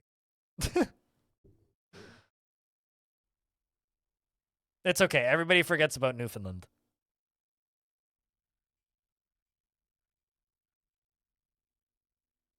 The question is, does it also have Florida Man? No. And the reason is, the only reason Florida has Florida Man is because if you get arrested, it's public domain in Florida, right? So if you're a legal adult and you get arrested, you can just go look and see what people are getting arrested for. Dumb people get arrested for dumb shit everywhere in the world, right? People get arrested for doing stupid shit everywhere all the time. But it's just publicly accessible in Florida.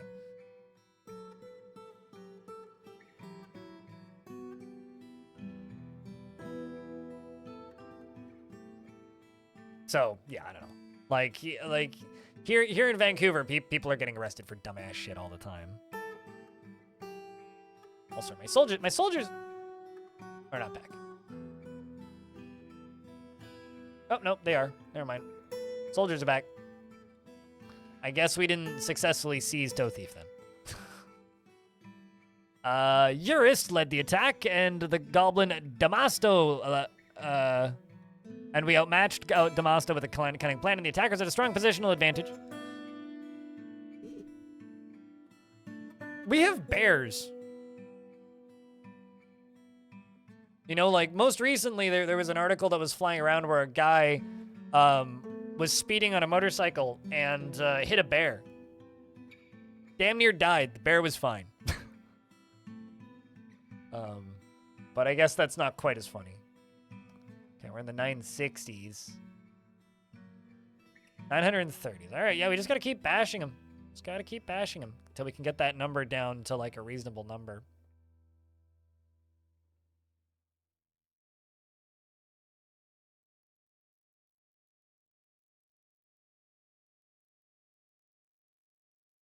Oh, I'm sure. Yeah, someone over there.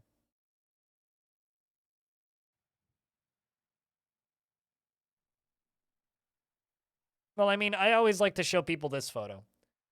This is where I grew up. Actually, this is the driveway from where I grew up. And I just got to inform you that, yes, this photo is really low resolution. I'm sorry. I took it on a flip phone. It's bear. I should use AI to up-res this image.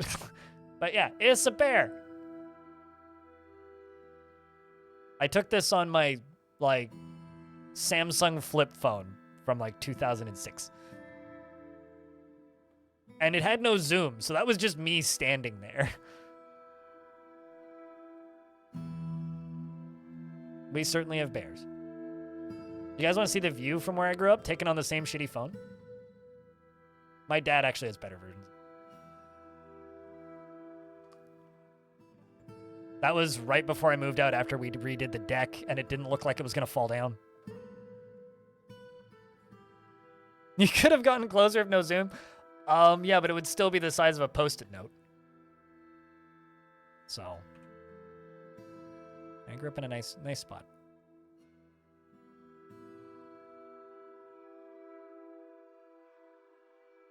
Oh, here's a higher resolution version of that image.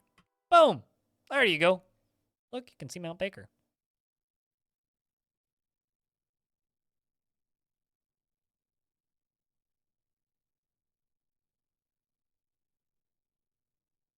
Bears are not godless killing machines. Okay.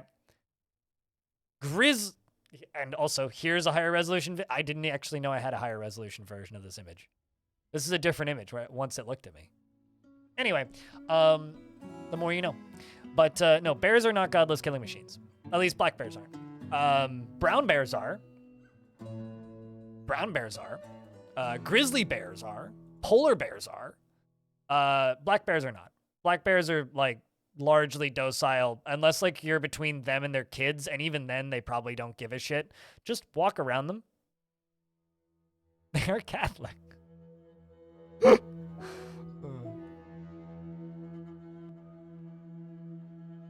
Oh, I don't give a fuck. I haven't lived in that house for 15 years. Also, I live in Surrey, British Columbia, Canada. Come at me. I don't give a shit about GeoGuessr players.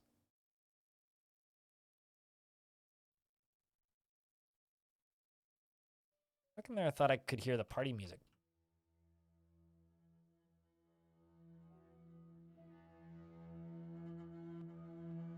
Yeah, bears are just fat. You just gotta give them their space. They're fine.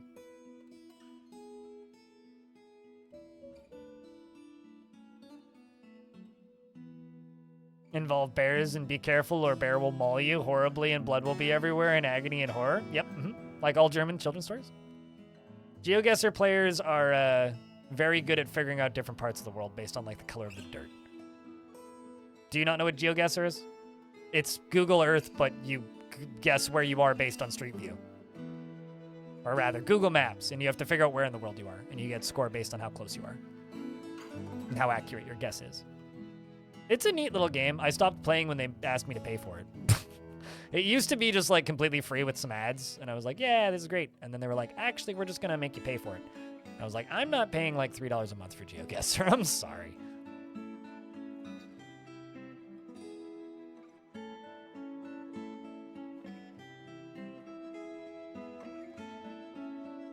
Why, are you in Russia or something? Tapuk? And some uni near Vancouver. UBC? SFU? Ah, yeah, that'll do it. Yeah, that Russian passport ain't so useful these days. I'm kind of sad that my first guess was right. It's just such a stupidly common problem.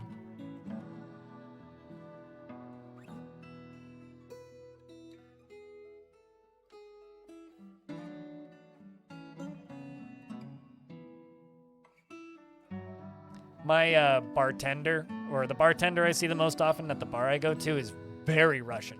And whenever people ask her like to start talking about like the state of Russia, she just leaves. It's very funny.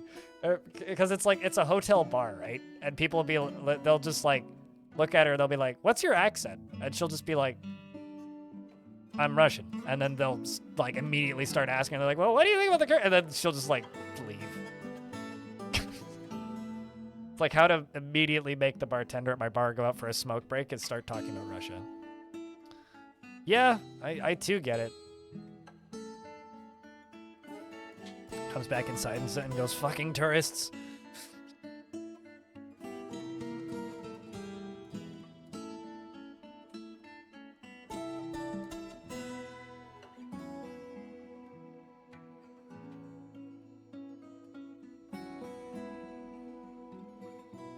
Let me tell you, my opinions on this thing, and that's way more personal to you than it is to me.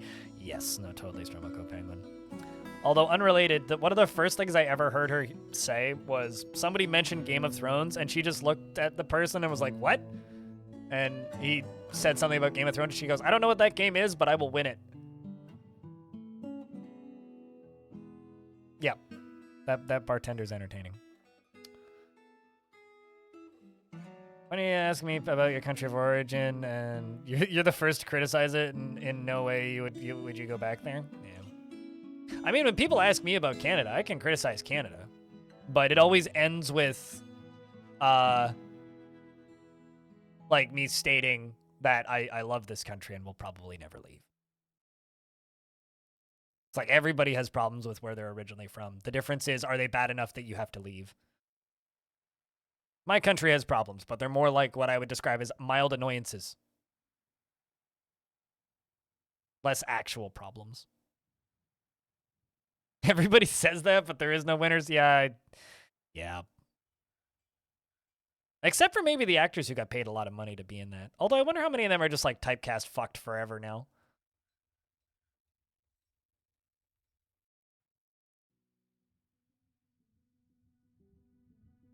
Love the land and the people. Actually, honestly, it's the people that kind of bother me at this point. Okay, let's see if I can get ostriches up in here. This is a pen pasture. I had a bear, but it died of old age the year I got it. And I feel kind of ripped off, to be honest. Would like a refund on that bear.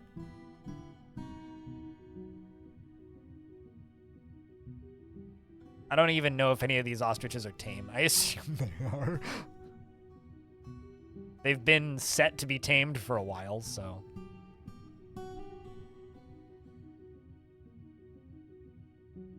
23.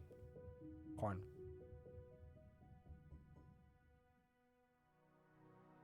Nope, we've returned. Nope, never mind. We haven't left yet.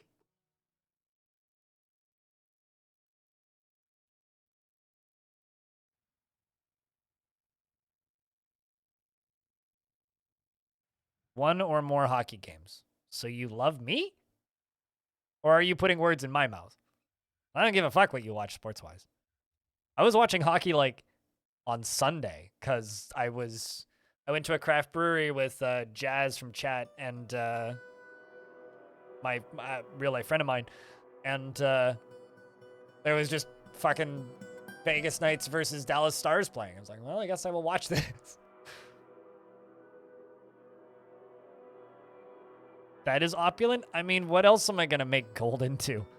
Statues and nest boxes. It's kind of useless aside from that. Gold really has no purpose in Dwarf.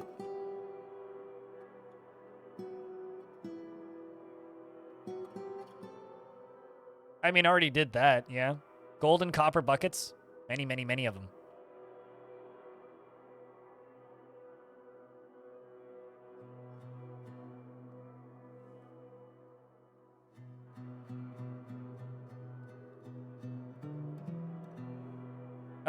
Gold hammers require either A, modding your game, or B, artifacts.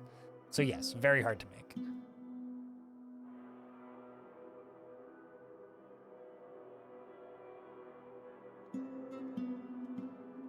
Its purpose is value? Assuming value's a purpose. I don't believe that something having value just for the sake of having value gives it purpose. I'm looking at you, NFT bros. Already did that too, Shark Jumping Walrus, yeah. I have a lot of gold, okay? That's what matters. I have enough gold that it could be like the Wild West back here.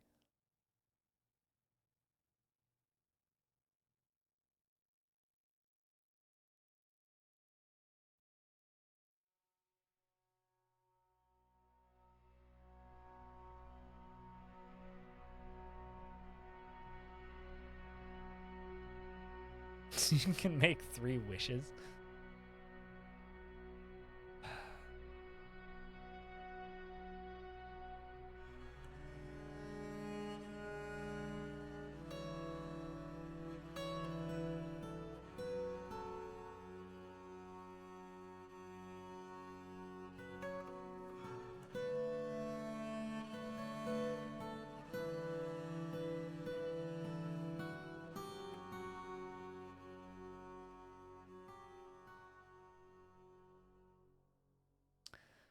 Bragging rights, I have a gold bucket in my well and prison chains and stuff. You know, honestly, so just from a practical standpoint, have any of you guys ever had to like wheel up a manual well with water in the bucket? Because I have. My aunt used to have one, which we would use out for the horses and various other things, but like not for actual drinking water, just for like gardens and such. If that bucket was made of gold, fuck me, gold's heavy. Like, you would not want to have to, like, you'd need some serious arm strength to do that. Like, that would be no small feat. So, like, that would be at least like a size 11 feet, you know? So I don't know about you, but I'm pretty good on the whole gold bucket in the well in real life front. Dwarf Fort, fine. But like real life,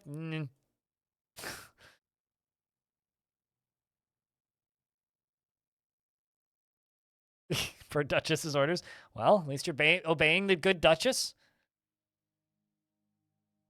I'm sure she will not lead your dwarves astray. Beats lead or uranium. Yeah, but like, you shouldn't be drinking out of lead, uranium, or, well, gold. Gold's probably.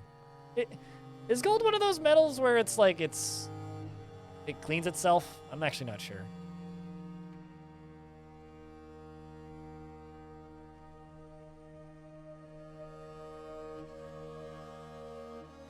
Also used to use old scythe from pre-USSR Russia to cut grass. I used a scythe a couple times to cut grass. My dad had one growing up.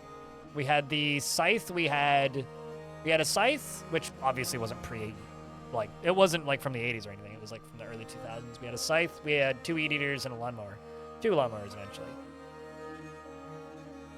But we would use the scythe to take down the really long grass, the weed eaters to remove the rest of it, or just run over it with the lawnmower if we could get it low enough.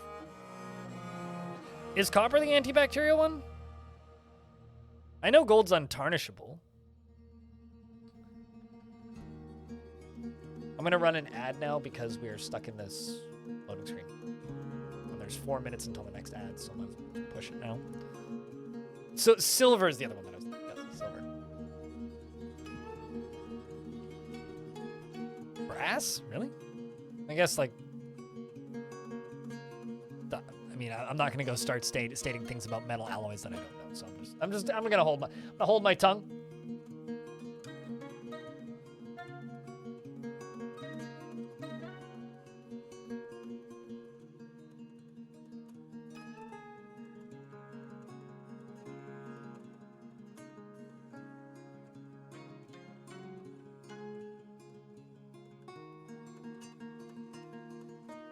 I mean, slugs don't like copper. I was putting copper tape down on my balcony earlier to stop slugs from coming out of the garden and into my pots. Uranium is probably pretty anti-everything, not just bacteria. Like, radioactivity does that, right?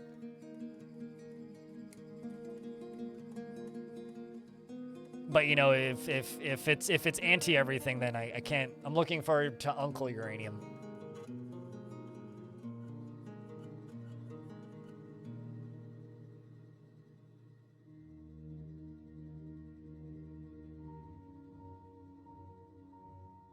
Sunflowers absorb radiation. I used to grow sunflowers. Back at the old house where I grew up. Miss those days.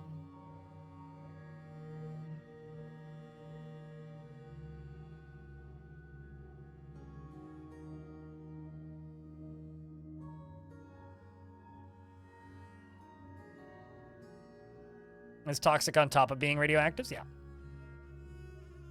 No, that uranium is bad news. That's kind of all of it. Uranium is bad news. Also, System Shock's reviews score is still rising. They're up to 93%.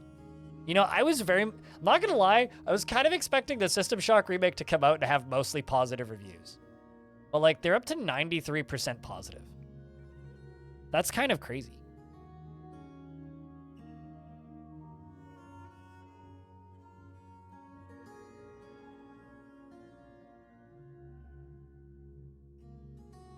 through the ad break now. So we're going to make one final tavern down here. So I'm thinking about just allowing visitors in this one down here, because I've got the 2 taverns up a little further north, right? Like these ones. This one and this one, which I don't allow visitors in. I'm thinking about just letting visitors in this one.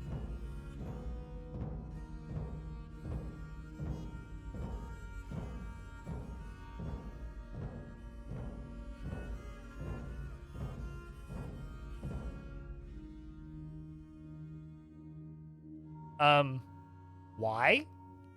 Saber?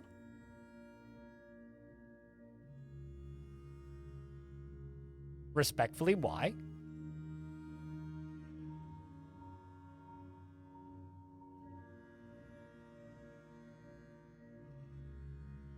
From the hyperdimension? Baron Grimswald, I would assume?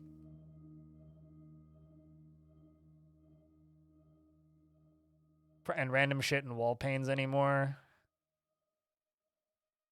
Yeah, it's like every 100 years we realize that all the shit that we're building, Tapok, just like is killing us, so we build something else.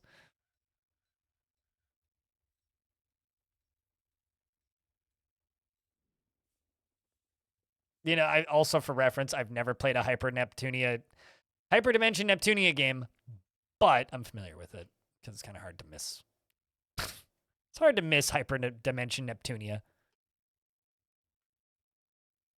Of the game Stardius, I think the developer's kind of a doofus. I streamed one of the very, very, very early builds of it, and Dev showed up in my chat and like refused to stop backseating and like got all uppity at me when I was like, I don't care about min-maxing, and I'm just like, you know, I don't want to play this game again. I'm good. And then did the same thing to one of my teammates when she was streaming it. So I was like, no, you know what? Maybe I just don't want to play. What if I just didn't play this video game? And that's kind of been how I felt about it since. I know Salford Sal likes it. This was before they were published by Paradox, because it was just a Kickstarter game initially, right? And they're published by Paradox Arc, which didn't exist at the time, I don't think. Stardius, which is kind of like, yo guys, it's RimWorld but in space!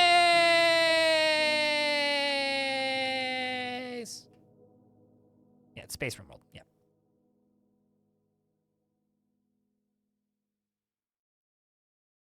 This game. Apparently it's good, you know, people seem to like it, but like, there's something, like, I like the style of game that RimWorld is. I've played a few of the ones where it's like, yo guys, it's RimWorld but in space, and I haven't enjoyed any of them, so I just kind of,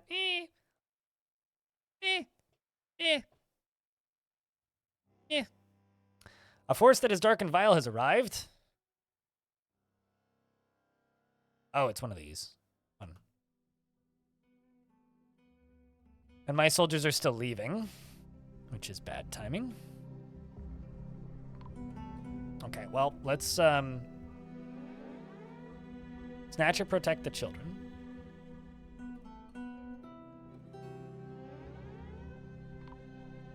Oh, shit. One of my soldiers is still leaving to raise Toe Thief and is going to be a hero. Is fighting with these necromancer creatures. Of course, these thieves are small three-eyed humanoids with a parasquat antenna, a charcoal skin that is sleek and smooth. This night creature was first created by the human necromancer Uthros at Oarstrokes. And by the way, we destroyed Oarstrokes. So this dwarf apparently is fighting all of them by themselves. They are, of course, a spearmaster, and they're hungry. So let's see if their hunger can allow them to scatter a whole siege by themselves. That's 2, that's 3. We're down to 4, I think. 5, 6, 7, and 8? Damn. Done it.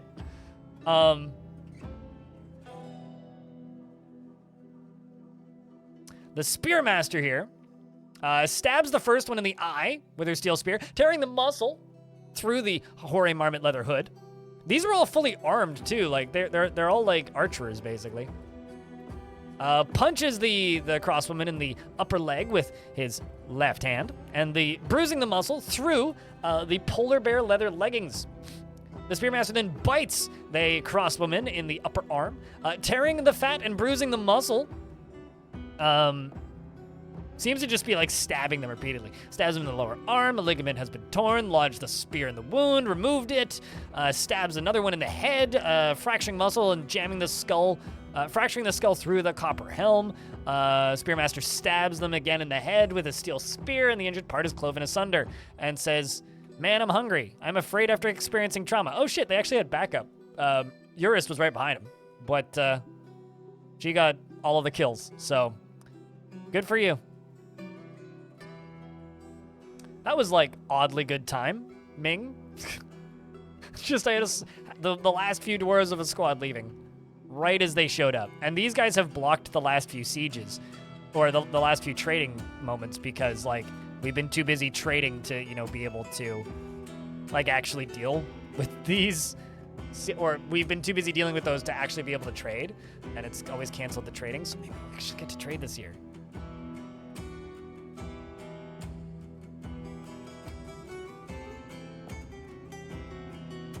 He was like, moving on. Yeah, gotta get off the map. Oh shit, a distraction. Kill it. Are really just horrible death machines? Oh yeah, pretty much. Like, they don't even need adamantine. They're that good. Let's pull the lock and get my dwarves training. And whoever seems to latch onto it is going to get a custom roll for it.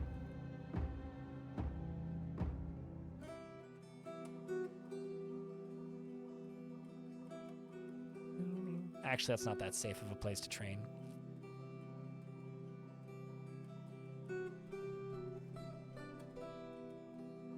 Because they might get shot while going that way. Let's at least get these loaded. Okay, they are all loaded. Yeah, you know what? We'll just not worry about it. It'll be fine. Who needs to train?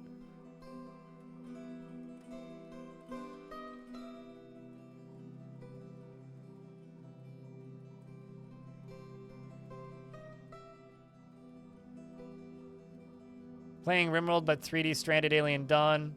Once you're past all the blatant similarities and borrowed ideas, it does a lot of its own things, to be fair. I've heard good things about Stranded. Like, I mean, they all do their own things, right? But, like, I think the problem was I just played so much RimWorld. I don't want to play a game that uses those mechanics ever again. You know?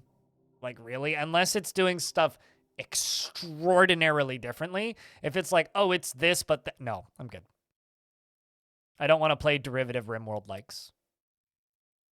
I played like 3,000 hours of RimWorld, some of them heavily modded, and it's like, eh. In this fort, no. I haven't even dug down to the third cavern lair. Just wasn't the goal of this fort.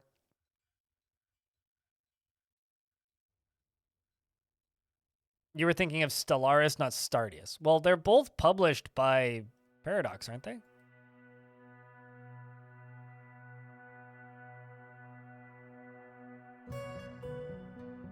Yeah, they are. It's Paradox Arc. It's not developed in-house by Paradox, but it is published by Paradox. But their, like, third-party publisher, Paradox Arc, didn't exist when this was happening, so. But Paradox Arc has had some rough launches. I mean, like, Mechabellum's been doing pretty good for them. They put out Knights of Pen and Paper 3, which is mostly negative. Surviving the Abyss apparently is fine. I know that Across the Obelisk has done real well, but pretty mixed bag them as a publisher.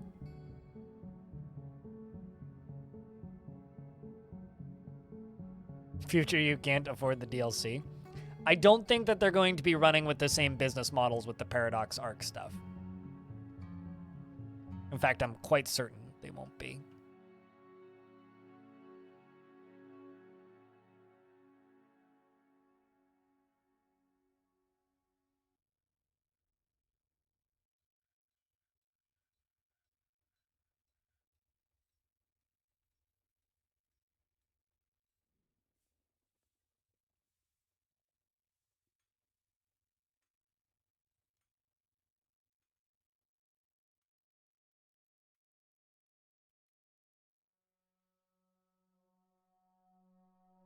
And then down here.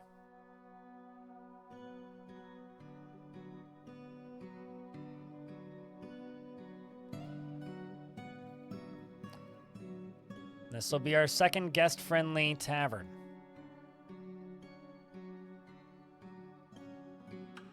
Rough Honeys. Nah.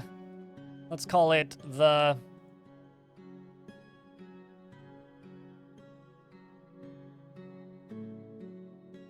The Golden...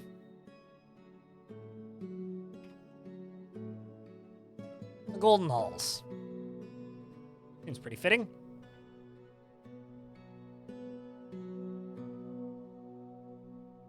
That can cause a civ to start to die, getting outnumbered by enemies, civil war, infighting, everybody going to war with them, goblin uprising, digging too deep too many times, running out of royalty, plenty of things.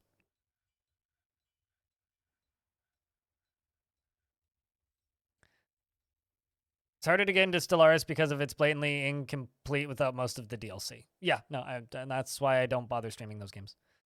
You see, one of my goals as a streamer and as a content creator is to help you guys find games that, you know, you can put that amount of time into with just buying the game once.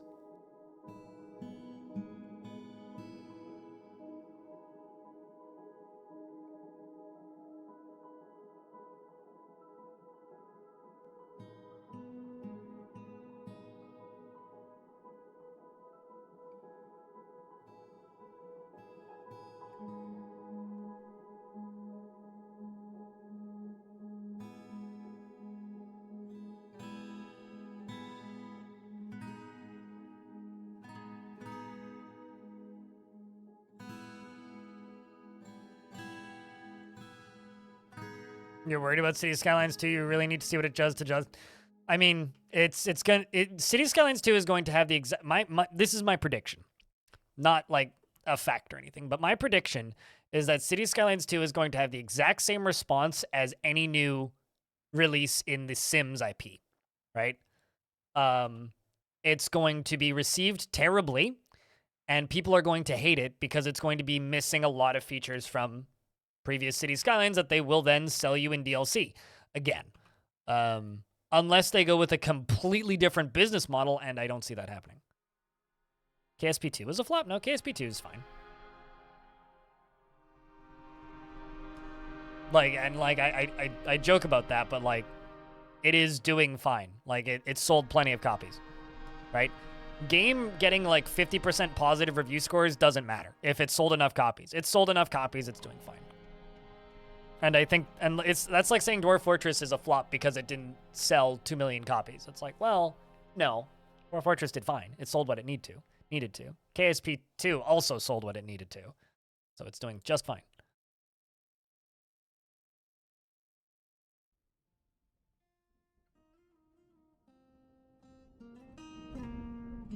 But yeah, no, people always like will call games a flop just because it didn't meet their expectations. It's like, well, no, it's not a flop. It's quite successful, actually.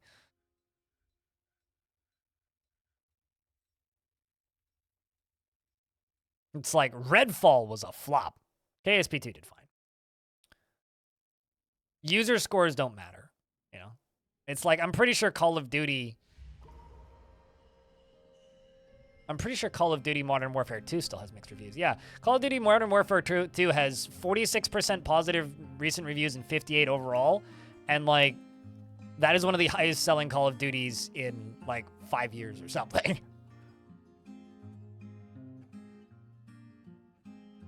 Well, it doesn't matter if they're low early or if they're low continued, right? Because, like, as long as it's sold well enough to do well enough to justify its existence, it's good. Also, we have traders. Yay! We also have an artifact starting. Clother.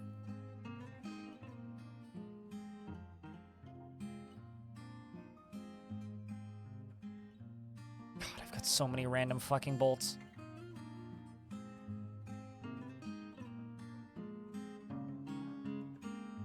I'm literally just going to be selling all of this clothing, regardless of what it is, because I have so much of it. I don't actually think I'm going to be able to sell them all of this stuff, because there's so much of it. And all of this is from these sieges. Look at all this crap. Oh my word.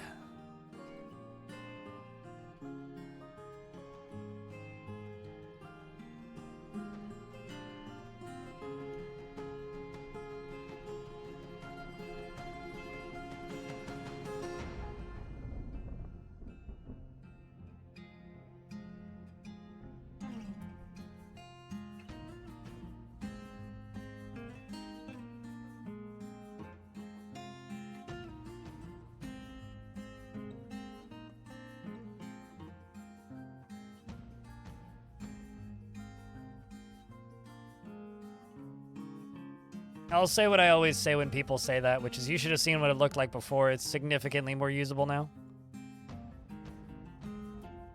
Can't I melt the broken armor? Sure, I am. But I can't melt it fast enough. And they're going to bring more in like half a season, so why bother? Last I checked, I had like 1,100 iron bars. It's like, I'm okay.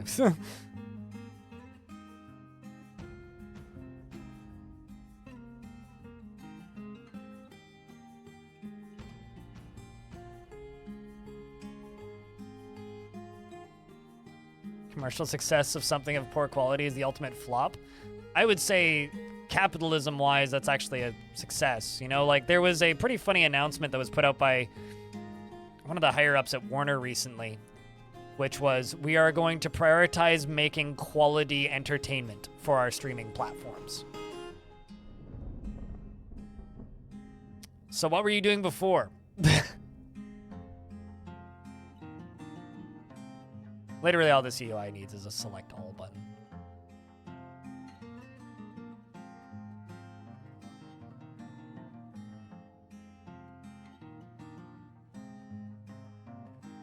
I mean, Diablo Immortal is financially successful.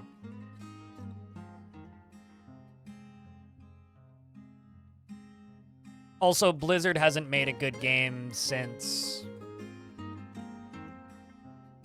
If we want to talk about my actual opinions, I don't think Blizzard has made a good game in the last 20... Well, StarCraft 2 was the last good game that Blizzard made. If you're going to ask me about, like, my opinions and desires and needs in games.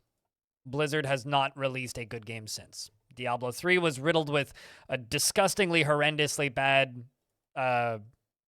real money cash shop initially.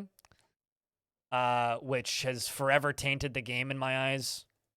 And I don't expect the new Diablo to be much better. Overwatch normalized the use of loot boxes as a monetization platform, which isn't good. So no, Blizzard has been doing their best to ruin the games industry for the past 15 years.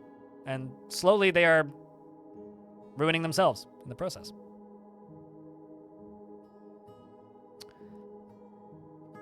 My soldiers have arrived once again. We're down to the 930s still. Still not losing anybody. Just gotta keep attacking them.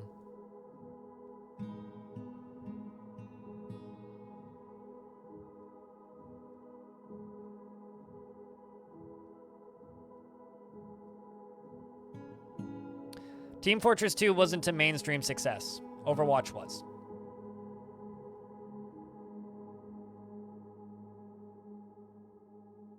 Like, you could say that Counter-Strike was, but I think that Overwatch is more egregious.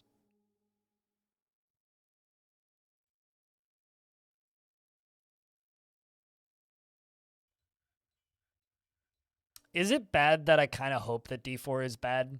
Like, I'm going to be completely honest right now. I kind of want that game to be bad so that Activision Blizzard just dissolves itself, sells off all their studios, and goes and does something else.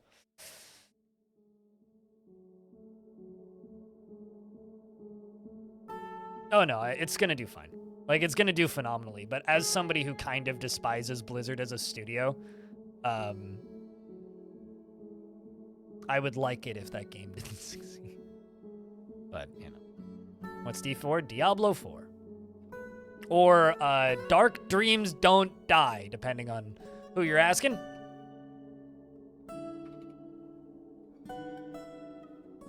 Is it still on? Yeah, it still is on Steam. Dark Dreams Don't Die. Eh. Ugh.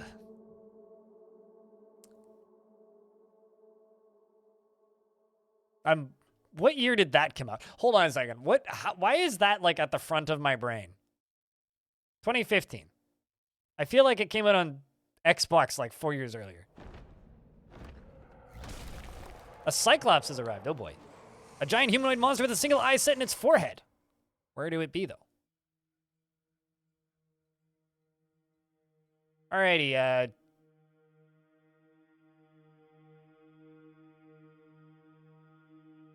do I send True Freak by himself to kill the Cyclops? Kinda want to. Send me in, coach? Okay. It's your chance to be a hero. Cyclops is naked. Has a son.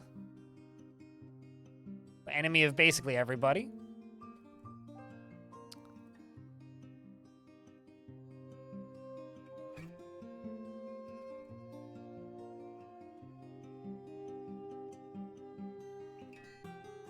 Yeah, no, I hate it too. Sober. Also, I just called you Sober, Saber. How the heck did I do that?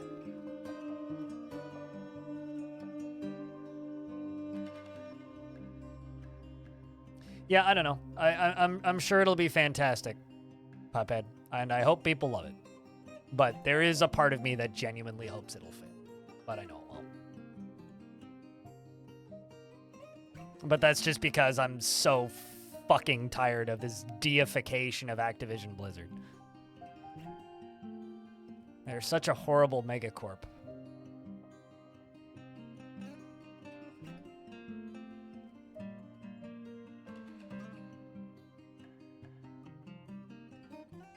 That have done largely more damage than good to the games industry since StarCraft, quite literally.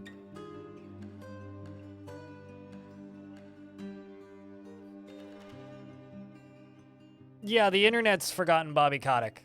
Yeah, and I have, as long as Bobby Kotick is in charge of Activision Blizzard, this is gonna be my opinion on that entire studio and the games that they make. Is congratulations, you're almost directly supporting people that harbor sex offenders, if you are okay with supporting that studio. Oh shit, one of my Spearmasters ran into it. Sorry, True Freak, you don't get a chance.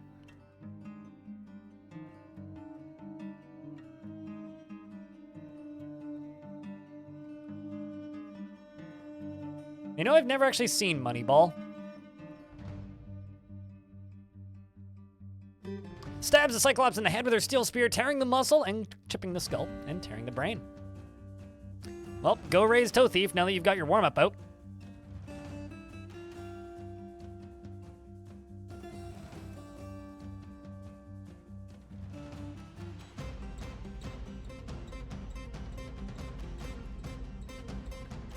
Yes. You are correct, Wanderlust. Didn't Elon Musk bribe somebody with a horse to cover up a sexual assault? Or am I, like, making that up?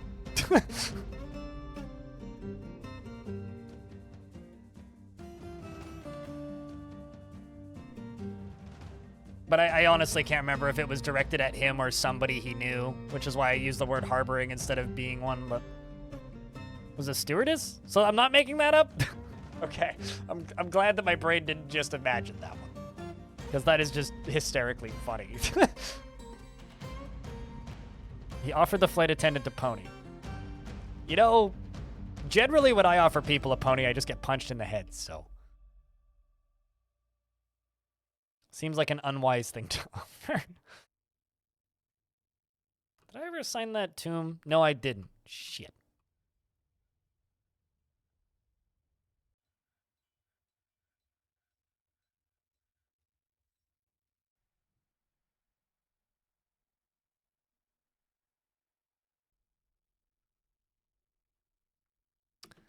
And I need to do this while paused and then not unpause it.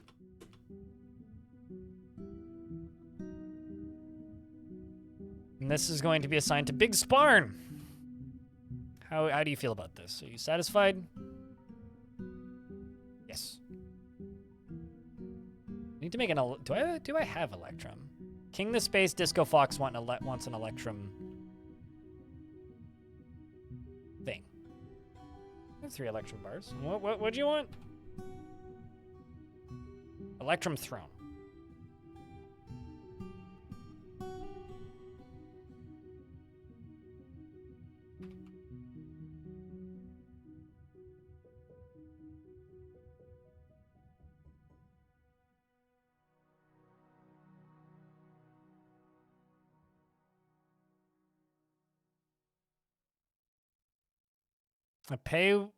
Pony was to pay for someone else's. Okay, you know what? I'm sorry I brought up the pony thing. Clearly, there's a lot of dirt on that. And you know what? I'm gonna move on with my life. Where did I put that dwarf's dining room?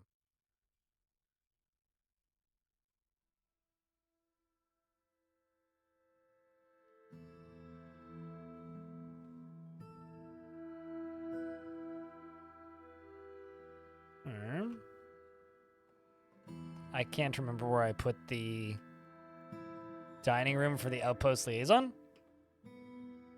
I need to find that.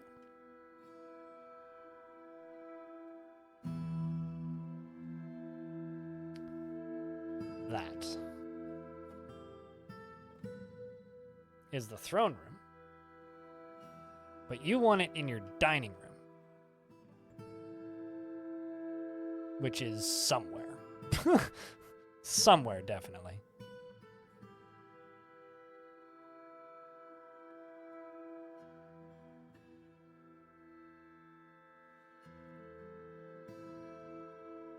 Can you really?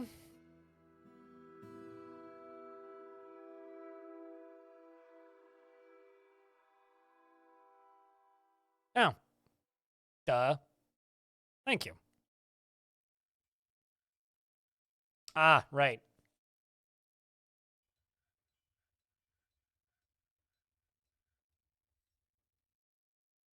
So I just need to put an Electrum Throne right there.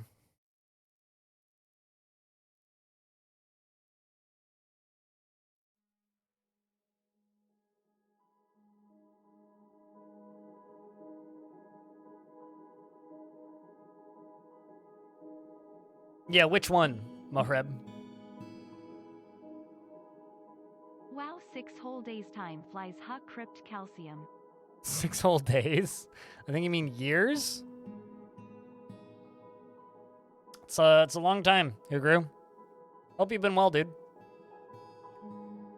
Hope you've been well. Thanks for keeping that sub alive. Oh, by the way, Huguru, on Saturday is my birthday, and we're going to be streaming Roller Coaster Tycoon. Just a heads up. If you want nostalgia.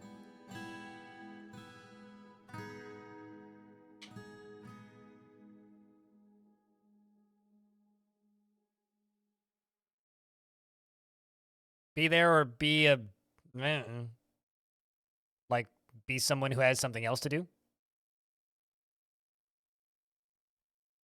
I mean, so for full clarity's sake, this channel got its start streaming Roller Coaster Tycoon, specifically Open Roller Coaster Tycoon. So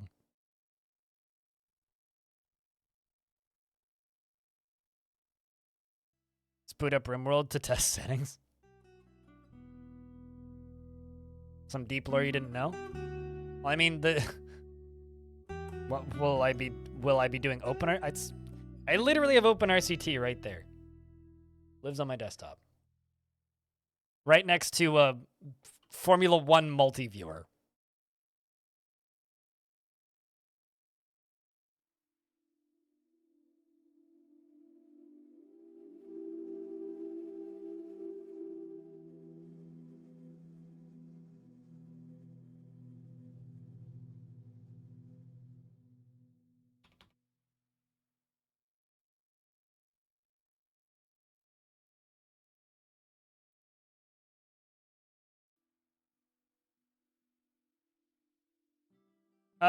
Probably.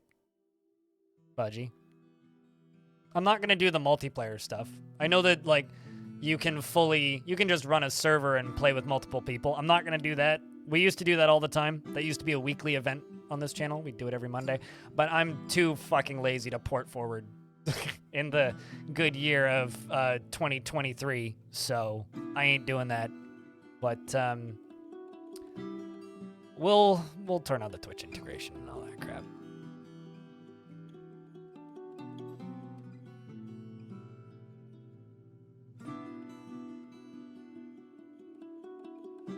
You want the thing is, Moreb, right? You know what's really easy to do when you have a lot of money? Make things like that go away. Right? Like, you're practically above the law when you have that much money, right? And it's just another reason to not worship billionaires. Just don't do it.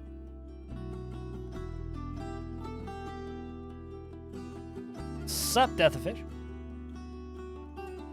Anything noteworthy? Who grew? I mean, speaking of finally getting around, I get to play System Shock later today, which I'm very excited about. It's just a bunch of IOUs. Well, it gives you the ability to get a bunch of IOUs for sure.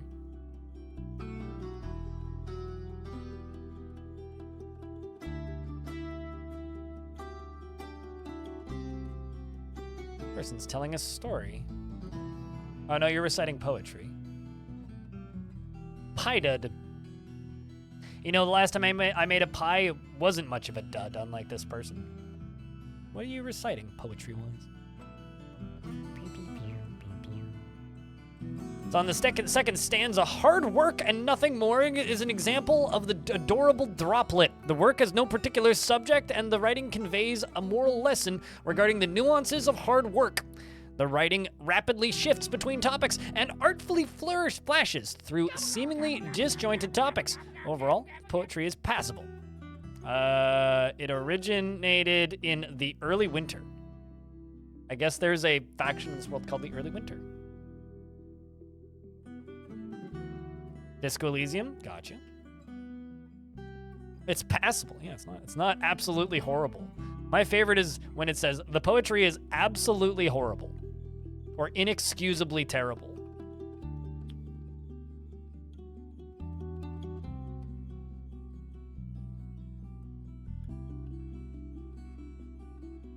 Oh, the frames are so good right now. What the hell? Never mind.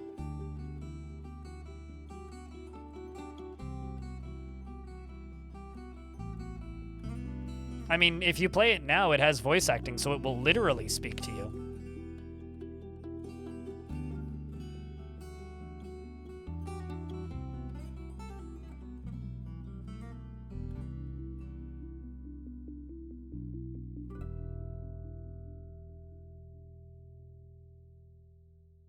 Managed to walk over 63 miles this week. It's good to hear you're going outside. So then it literally did speak to you.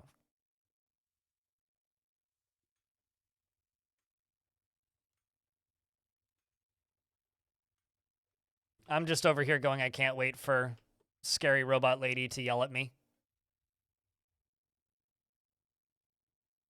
932 goblins. Are they actually breeding faster than I can kill them? Because I swear that the number goes up every other time I attack them.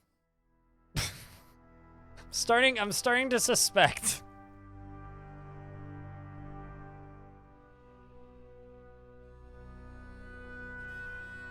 Did they ever sort out the weird legal issues? I know that people make games just put out a video about Disco Elysium and like the legal issues surrounding, so I need to go watch that, but really kind of put a weird cloud over that game.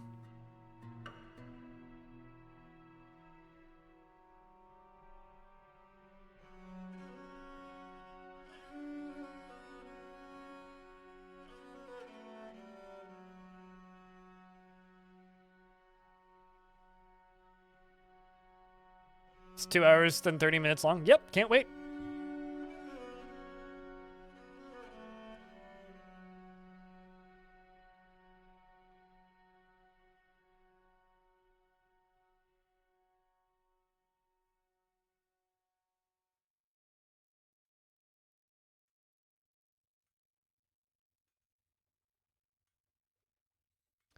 There is a spooky necromancer poet hiding behind a statue in this tavern.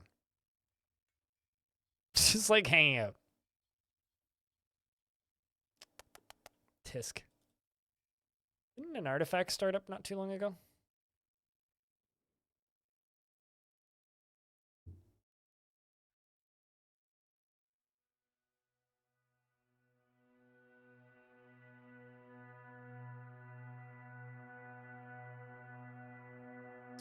Need skeletons or anything? Forest? Oh, it might be forest. Rough gems and cut gems. Stacked cloth. KKK. Worry. Yeah, you probably need me to chop down a tree. Skeletons. Chop down a tree and butcher a beak dog.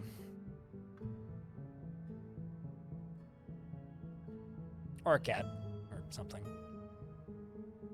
We'll do 2 ibexes. And let's see if we need wood. Nope, we're good on wood, so. Slay 2 ibexes and that'll do her. I've got all my trained ostriches over here. And I'm going to forbid these ostrich eggs. We can get some baby ostriches. I actually haven't seen baby ostriches yet, so we'll get to see some baby ostriches.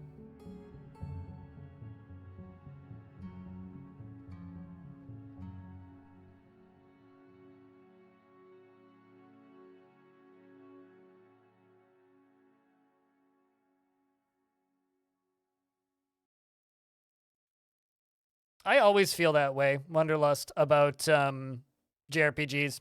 Like, I actually really like playing JRPGs. I really like them for like 6 to 7 hours, and then I never want to play them again. It's like, there's a new Disgaea out soon, and I'm like, ooh, that would be a fun, like, in-bed game. Like, I would just, like, theoretically, if I had, like, a Steam Deck or something, I would just sit in bed and play that. But then I was like, I know in my heart that if I actually did buy that game and started playing it off stream, which is how I would do it, I would play it for like 15 hours and then be like, you know what I could do? I could play a other game that is less repetitive, that's more enjoyable, with more interesting writing and probably just as good characters, that's like a 10th of the length. It's like I would rather just play any CRPG over a JRPG because it's like I'd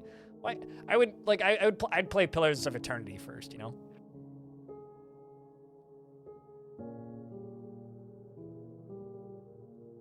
This guy is demon with Gurren Lagann boobs in the cute Satan penguins. I mean, there's a lot of tits in Disgaea. Disgaea is like, it's the SRPG where you go into your weapons and your weapons are all dungeons and then you beat the dungeons in your weapons to make better weapons.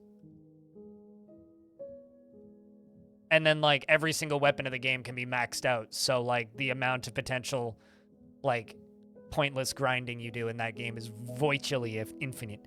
Like I remember, I know a guy who 100%ed the last Disgaea that was released. I think it was Disgaea 5? I don't know. But he 100%ed the last one. It was like 700 hours or something. His number go up, but anime? Yes. And SRPG. Why does this make sense to you, my brain? Well, it's just like when you talk about feeding items to other items to make better items. It's like, once you play enough video games, it just makes sense after a while. Cheese for everyone! Makes sense, not cheese. Come on. I buy all of the bars that they brought. All of the books. The scrolls. And the cheese.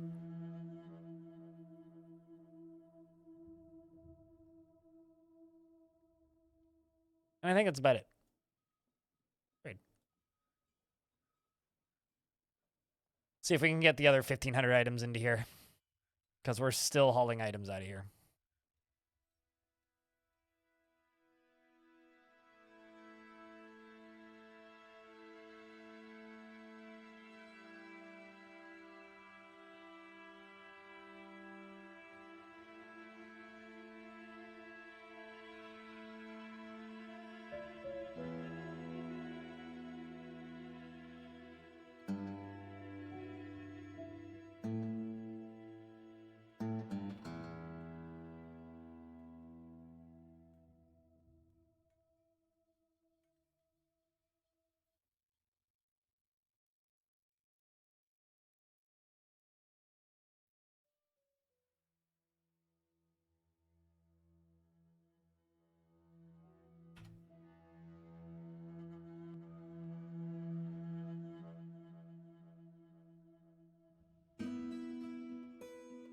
Do I play strategy games?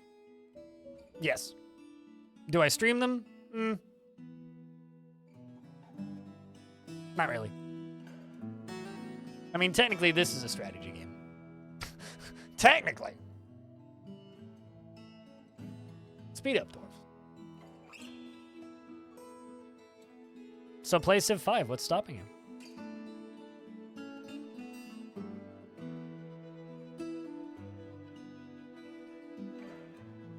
I technically did win Strategy Game of the Year. Yeah, Butler's Medley is correct. No, it's a hobby. Pophead. Although, actually, no, this can't be a hobby grade game because nobody has drawn porn of it. Well, actually, that's not true. Somebody probably has. You know what? Actually, don't go looking for that, and please don't send it to me.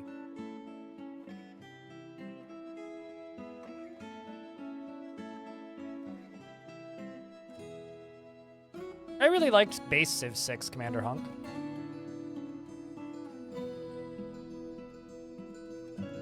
It's an old Battleborn thing. What's his fuck? The guy who Gearbox weird person left a USB stick full of porn in medieval times. What was his name? Randy Pitchford. Yes, that lad. When Battleborn came. Not, Battleborn. Yes, that was the name of that video game. When that game came out, he was like, man, it's our new hobby grade game, Battleborn. People are drawing a lot of pornography of these characters. He's like all over Twitter. It's like, lovely. I mean, I literally had somebody send in a request for Tarn during one of my interviews once where he was like, where this person was just like, have you ever considered adding adult content into the game? I would really like to have combat logs, but for dwarves, woohooing, like in The Sims. Which, I didn't ask that question, I deleted it, but I laughed pretty hard. What's even better is, they attached a username, so I know who it was. But I would like to partake in reading Dwarf Fortress-style sex. Just go ask ChatGPT to write you fan fiction. Beard play. Oh no, just stop right there, Diamond. Get out. The actual shame is like only muskox works. Ibex and muskox. Well, I've got a stupidly large amount of clothing I need to get rid of. And a lot of it is like stuff I can't even use. Or like stuff my doors won't use because it's too low quality. So I think I'm just going to do this. Time for the Great Fortress Cleanup.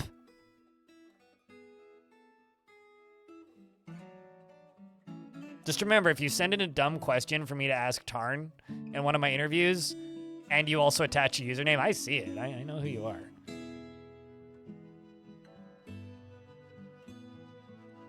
I'm also not going to out you because I'm not a bad person, but I will make fun of you quietly in my mind whenever I see you in my chat.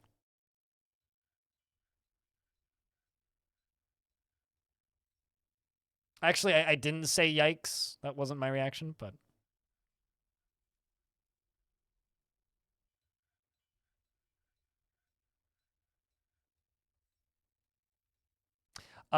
we were just talking about hobby grade games narrative, and then I mentioned, well, DF can't be a hobby grade game because there's no porn of it, and then I was like, wait, no, that probably exists. And then I reconfirmed that, yeah, no, it definitely probably exists because there was one time somebody sent in a feature request to one of my interviews with Zach and Tarn where they were like, hey, what if you added some adult content into Dwarf Fortress and had combat logs, but for, let's just say, sweet lovemaking was a request that they asked for. They also then elaborated and said, or perhaps you could open the game up for modding some more so we could add it ourselves. Sex with Dwarf Forts, yes. No, my reaction was pretty much just fucking Lamau.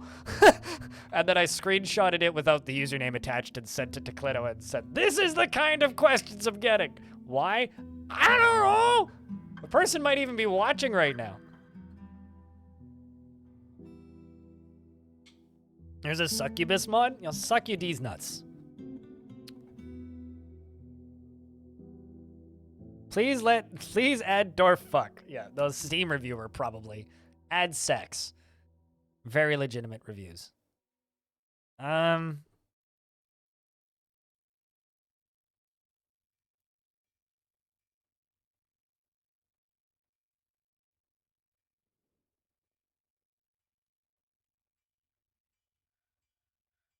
I've got way too many shoes in this fort. It's actually a problem.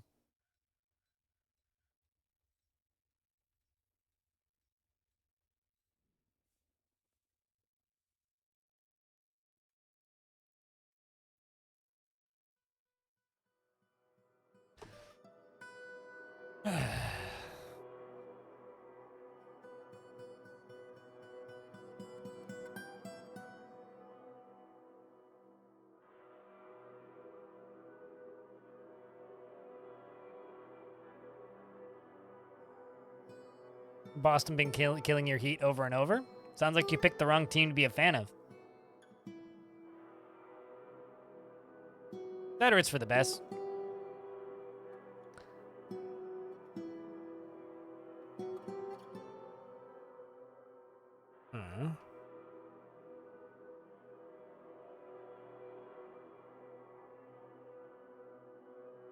There's too many jobs for these poor dwarves to be doing.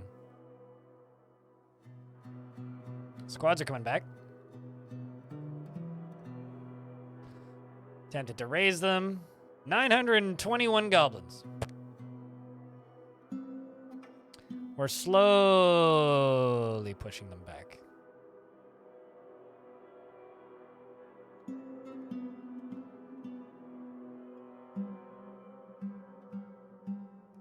You immediately have flashbacks to Fallout 4. I'm sorry.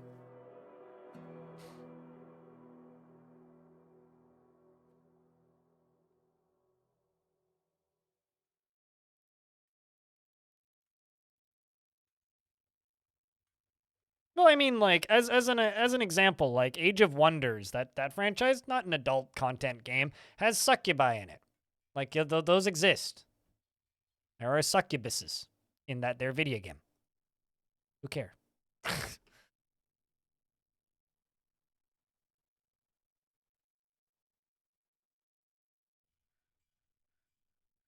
I sure don't.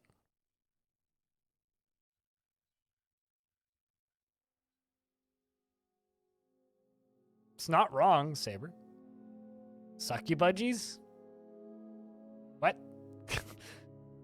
That your Halloween costume?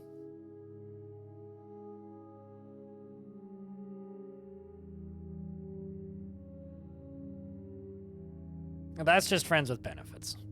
Please.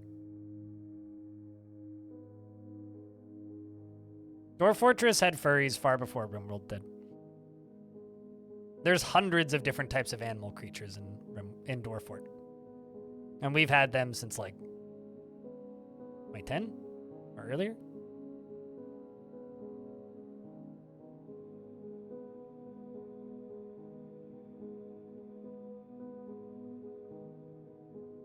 We're literally just barreling all of this yak cheese currently.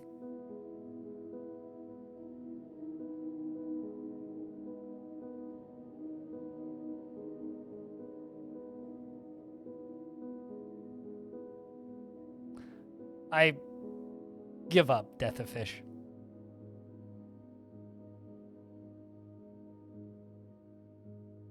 Legends mode? No, but Dwarf Fortress does have procedurally generated demons, which can sometimes seem very much like succubi. But in vanilla Dwarf Fortress, there are no succubus. But like you can have like a demon god of lust that takes the format of a lady, which is basically that.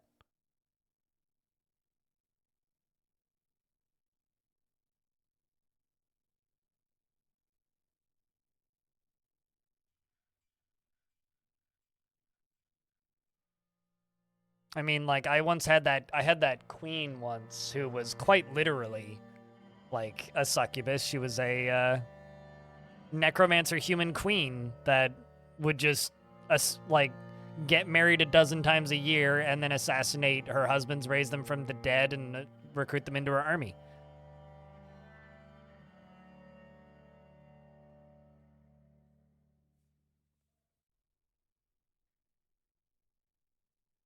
What's up, Snova Dovo?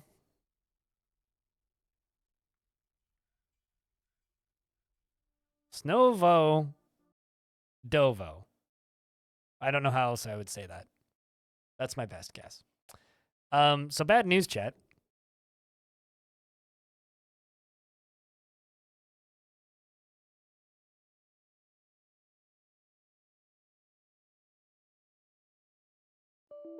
We lost a season, right?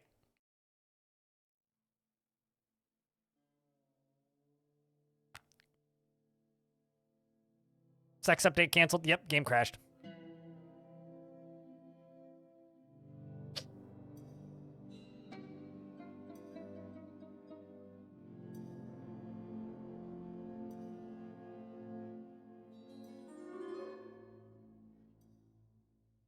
Also bad news, I still haven't gotten key for, Man, I have to rebuild this whole fucking thing? Gosh. Did I install DFHack? I've had DFHack installed for the last 8 months.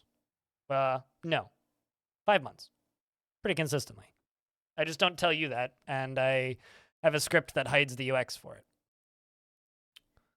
I use DFHack, I just don't use DFHack while I'm playing. People don't believe me, but it's true.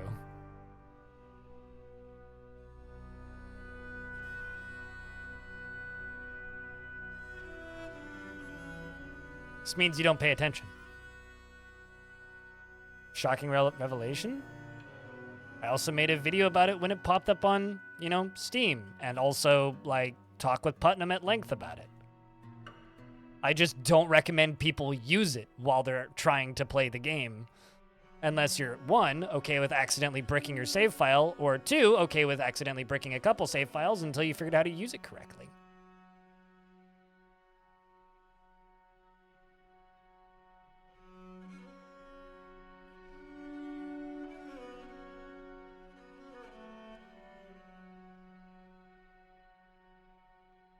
I'm just kind of annoyed that just crashed because the season was about to end, and now I've got stuff I gotta remake.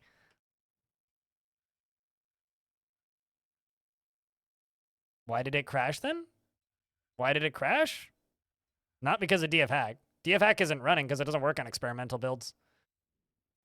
That's DFHack going, I don't work! Ah! That's the doody-doo. But why did it crash? Fuck if I know. It wasn't anything I did. The game just kind of crashed. If I had to bet, my bet would be on Toe Thief. But I don't know. There's nothing I did.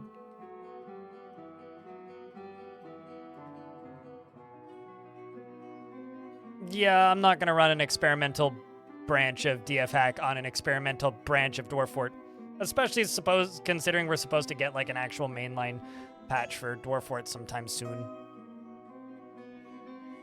That's like the experimental branch for that is for DFHack testers, which I certainly am not. Like, I will use DFHack to, like, figure out some weird problems with my own saves occasionally from time to time, but that's about it. I don't actually use any of its features. Because it just ruins the game. All right, let's make this into Le Tavern.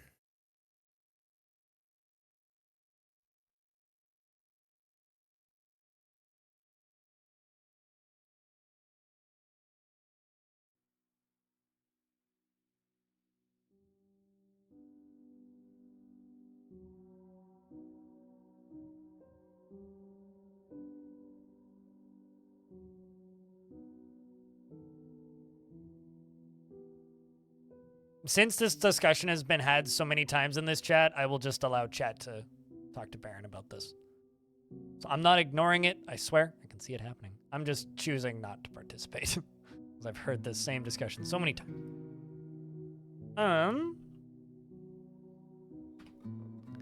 The Golden Halls is what I called it.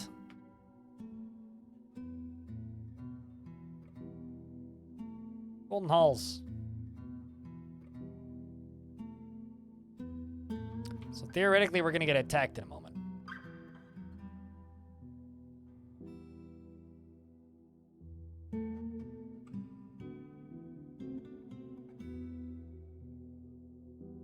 Use it to make herbalists only collect specific plants? Okay. Everybody has things that they use, and they're always like, I use it for this, I use it for this. Cool. I don't need that. I don't consider that useful. And I don't like having a giant cheat console open and available to me at all times. Makes it way too easy and tempting to cheat. And I'm somebody who's easily tempted into cheating in games. And if I know that I can save a bunch of time or skip something by cheating, I'm the kind of person where I probably will. So games are more enjoyable for me if I don't have that, you know, carrot hanging there.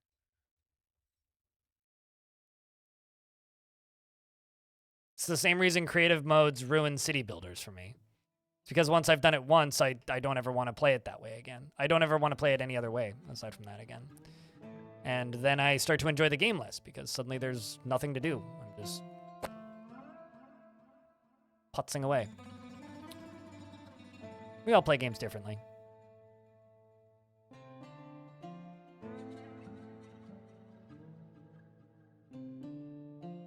Why don't you just smooth your walls with your dwarves? On Major Nerd. Like, just let your dwarves get some happiness out of smoothing the walls. They like doing that job.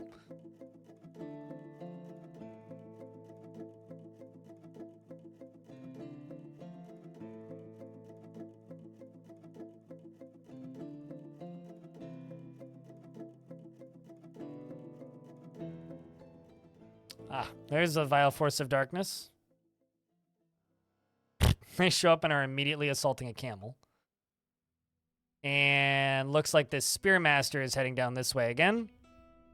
See if we do just as well this time as we did the last time. Two of them pile on. And completely obliterate the same siege in the same spot. Cool. Good for you, dwarves. It's like history repeats itself. Except this time it was Shortast and Moral instead of Urist. Here they are. Yep, pretty much. What kind of experiments are they? They have squat antenna, they're humanoid, 3 eyes, and that's about it. They're pretty uninteresting. They came from I already killed the exact same siege, so I'm just trying to catch back up to where I was. But they came from Orestrokes, which is a tower that we killed earlier on in this playthrough. Mostly iron, some steel. Achilles. They're mostly wearing iron. I think most of them have steel spears. The swords and spears are steel. I don't know about the axes because I didn't make any of those. I made some silver warhammers. But it's mostly just whatever they grab, so it's mostly iron. Which is totally fine. Okay, I already did that. This is getting constructed now. You might get another chance at the Cyclops. I'm pretty sure that was before the save. The Cyclops was before... I think that was end of summer, wasn't it?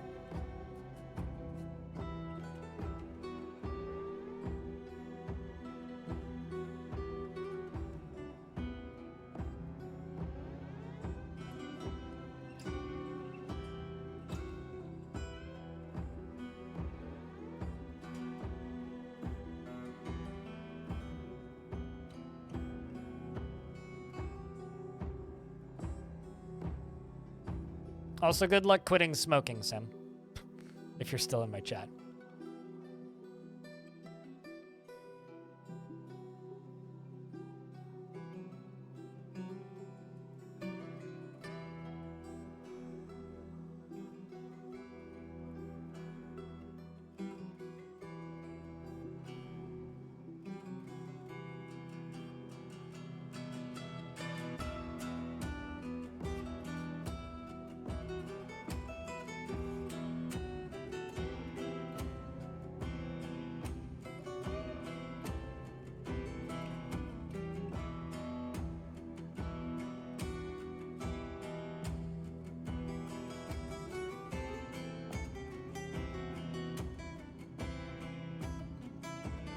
You remember it being after the Vile Force, but you're also cleaning the house while watching, so yeah, I don't know. There's been a lot of Vile Forces.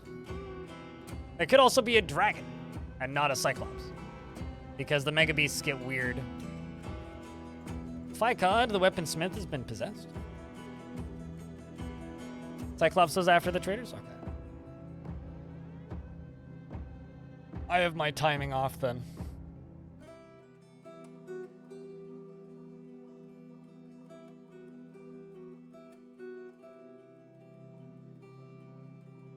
We'll see when we see it, Nutty. Dragons look pretty scary. Dragons burn down drawbridges, so yeah, they can be very scary.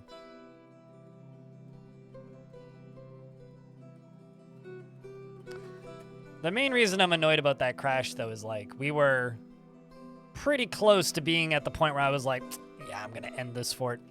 But now we're not close to that again. So let's keep at it.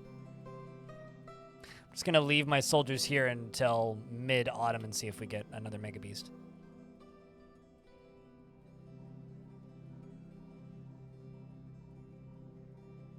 We're all just sitting on ready, which is what I want them to be.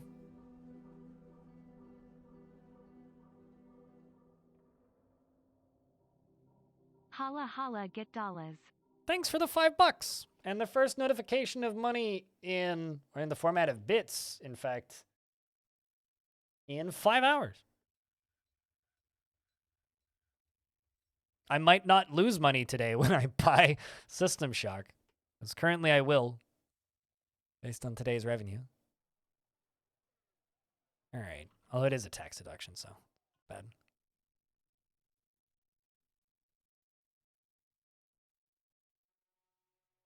Diorite blocks there. 2 diorite walls there, which will pretty much finish up this entryway.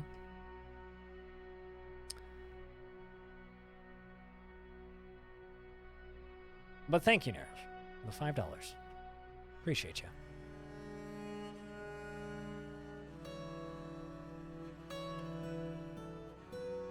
Also, speaking of $5, chat, I need to ask you guys a question.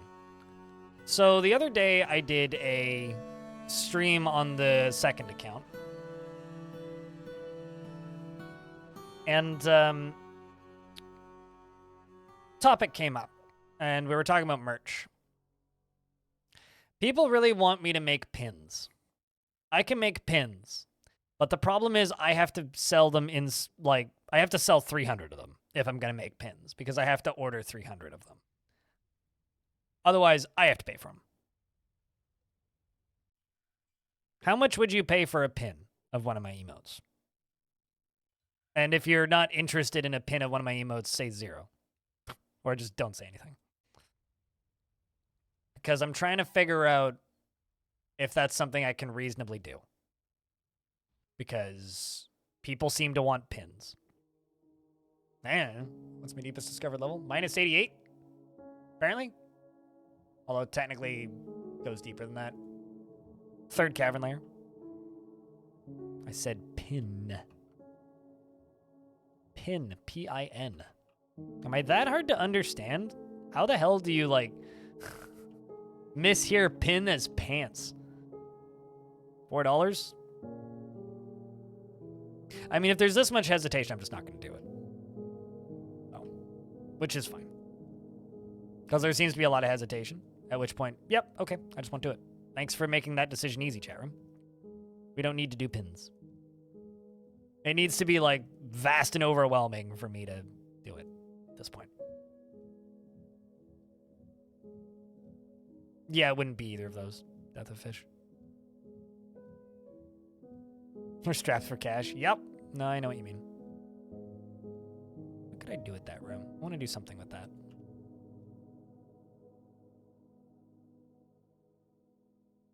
Say $15. I would not sell 300 at $15. But no, it wouldn't be a set. It would just be a singular pin.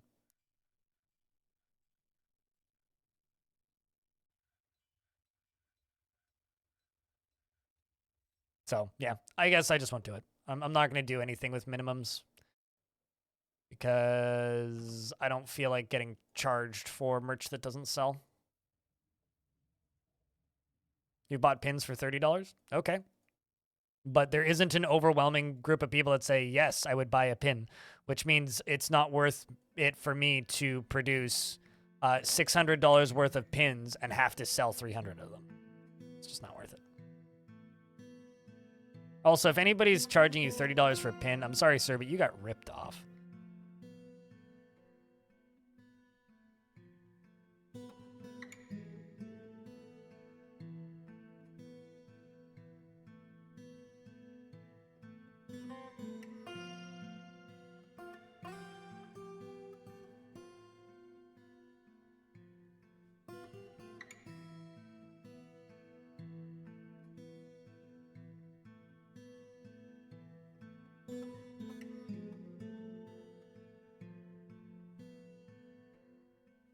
Fish fans are nuts about their pins.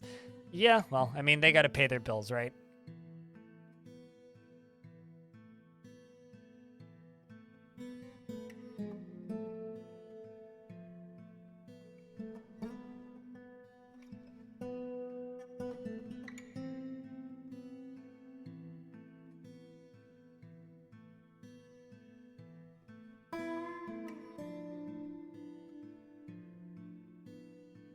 Yeah. Well, I mean, you guys have made my mind up here. It was something I was thinking about over the weekend, and it was something that people kept asking for that I'd never really thought about doing on my own volition.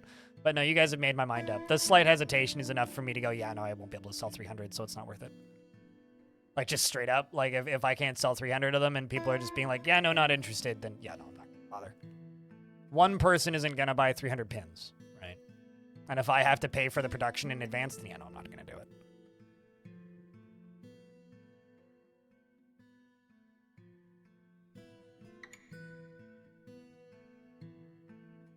Whereas the mugs, it's just, they just make them to order, so it doesn't matter.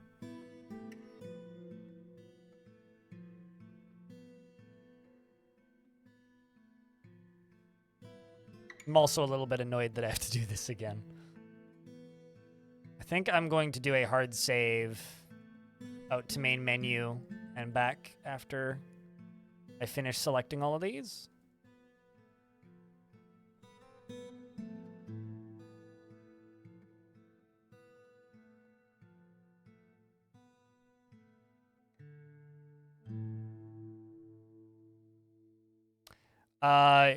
I don't understand what part of that you think would be easier. And also, why in the fuck would I sell the license to my emotes? Also, who in the world would be interested in it? Like, there's no way that like it just wouldn't be like financially viable in any way, shape, or form. And no, I'm not going to sell the license to my emotes. It's hysterical that you think that would be easier.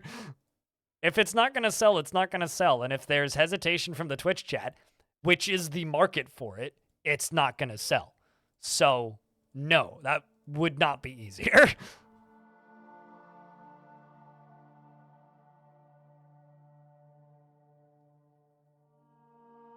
My mind is made up. I'm not doing it. It's literally that flat. It's not happening.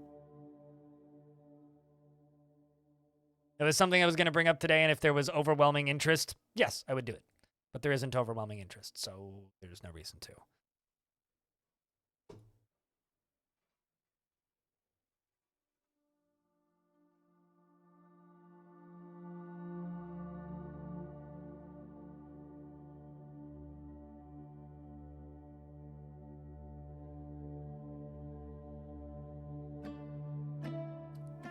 Once again, I propose my humble idea. You could order 300 pins, blank back, and draw chat emotes on them with a white marker, allowing you to have multiple designs. Okay, so then I would have to ship them globally, right? So, Layagushka, here's why this is a horrifically stupid idea.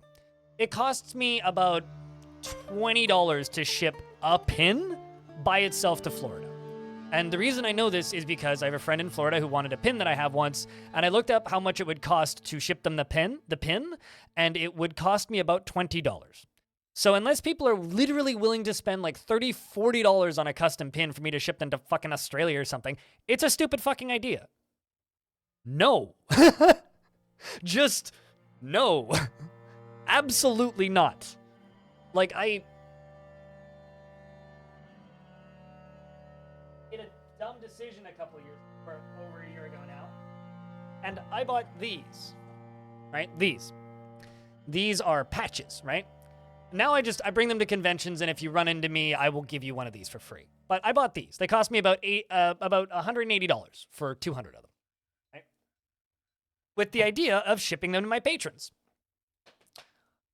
And then when I took one down to the post office to figure out how much it would cost to ship them internationally, it would cost about $12 to ship them to the US. Most of the states in the US would cost about $12, right? Most of Europe would cost $18 to $20. For places in Asia, even more. So, no. I'm not lashing out on you. I'm just explaining why this is a bad idea and why no, I'm not going to do pins. It's got nothing to do with my merch company. If I'm the person shipping it, which is what would happen if it's not something the merch company produces, you're suggesting I ship it. That's what you're asking. You're asking me to ship it. Nothing. You're totally fine, Linux. You're asking me to ship it. So you're suggesting this. It's got nothing to do with my merch company, right? Make your own fucking pins. I ain't making you guys pins. So. I'm just frustrated that we're still talking about this, I guess. Well, it's not going to get me more viewers, and it ain't going to make me money, so where's the idea? How would pins get me more viewers? What? Hey, there's a Cyclops again.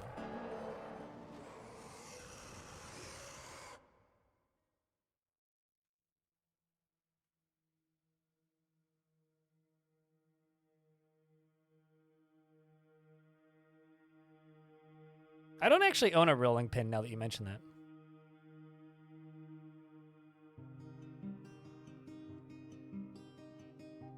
That being said, if you make pins of my emotes and try selling them, I will come after you. I'd scold you loudly, because I'm not going to actually go after you legally, because that would be weird. But I will scold you and ask you to stop.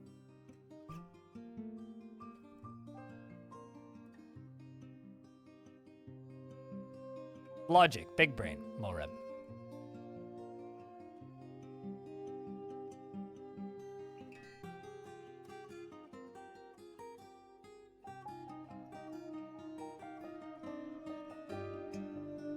We'll then go next, Felix.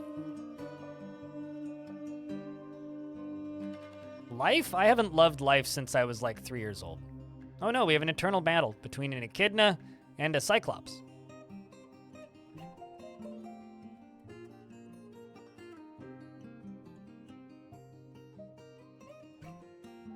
Although I think the Cyclops might actually win this. Unlike the,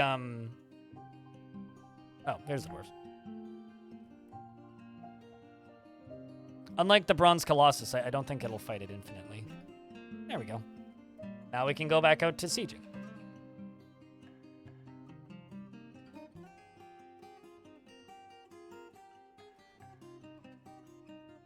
But I think the reality is Lyagushka, you need to not think that I'm attacking you over something like this. Apparently, I'm not allowed to have discussions with people without them thinking that I'm attacking them. It's like, that's not what I'm doing. I'm literally just talking. Just let me talk.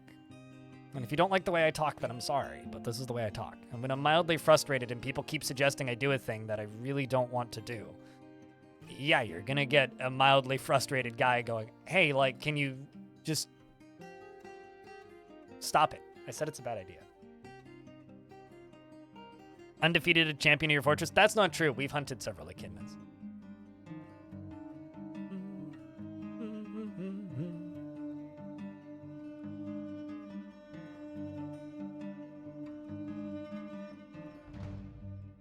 For wagons at the trading depot? What, like pulling up alongside? Yeah, it's one of my favorite changes that they made to the trading depot.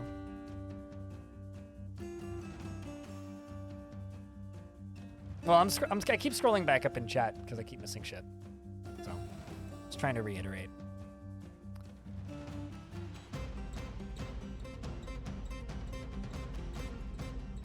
If the slightest disagreement is seen as an attack, sadly. You know, if people didn't think that slight disagreements were an attack, I think I would have 3 times the view count. Because I disagree with people all the time. It's like a hobby.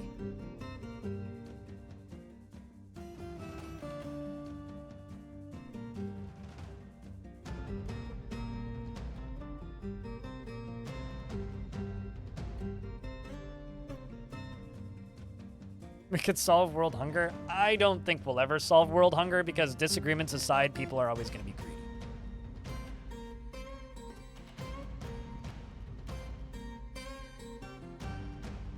I demand to parlay with the board of directors and I would like to see your manager. Well, fortunately, if you would like to see my manager, chat, I got you. Hold on. Hi, I'm blind. I'm the manager. I run this stream. How can I help you? Oh, you'd like to speak with my manager? Yeah, hold on.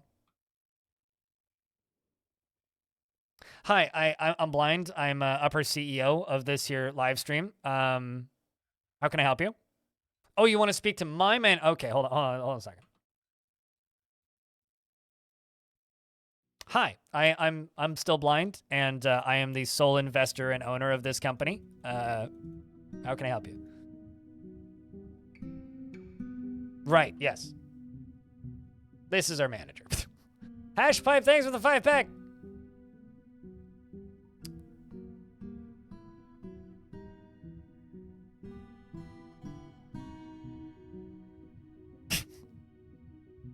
Thanks for the $10, Silver Shadow.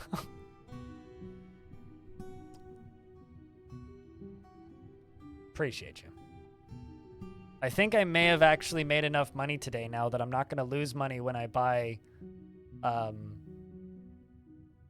what's it called?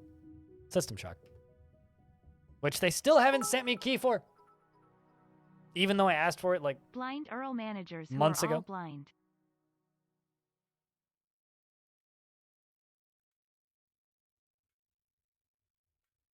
This is it's a rat, not an iguana. Hey, it's a rat. Not an iguana. You thought that was an iguana? You must have weird looking iguanas where you're from.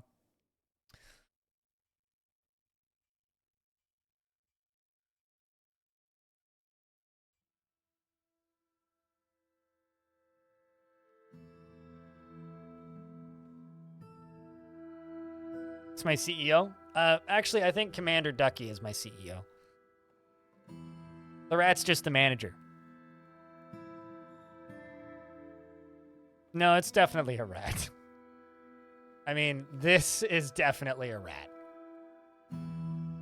I've played the realistic documentary of what happens when you don't clean your sewers, Plague Tale: Innocence, and I've seen there's at least 2 rats in that game.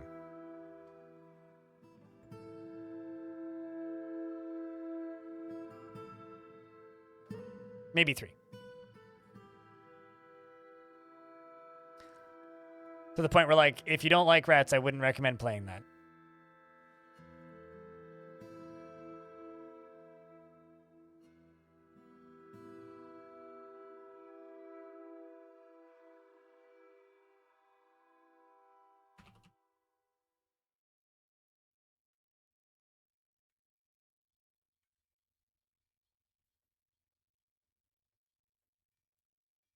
Are the ducks? Shh.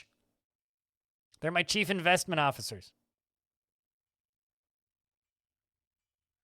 Especially Baby Duck. Boss Baby Duck is forced to be reckoned with, I'm telling you. And it's a shame they can't get sips of water from the mist. That would be OP if it cured their thirst.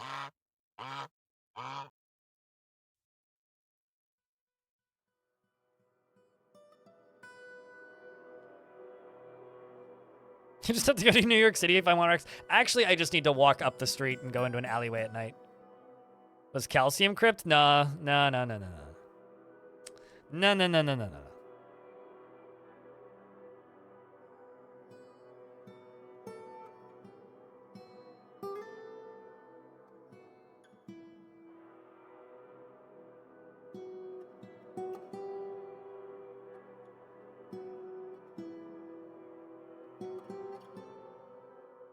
Calcium Crypt is HR. That's actually much more accurate, yeah.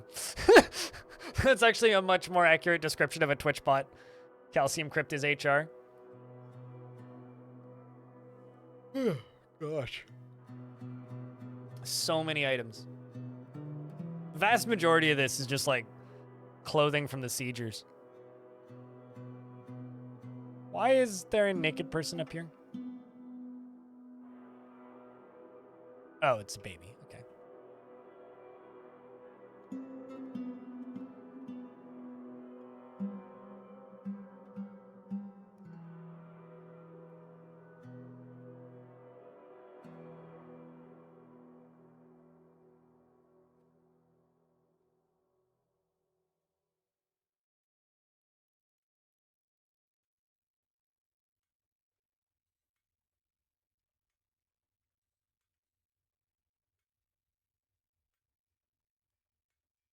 Still no baby dwarf sprites, yeah, which is kind of weird.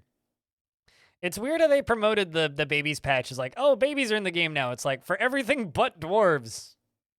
Question mark. It's very odd. Lanix, thanks for converting that Prime to a Tier 1 subscription. Cheers, friend.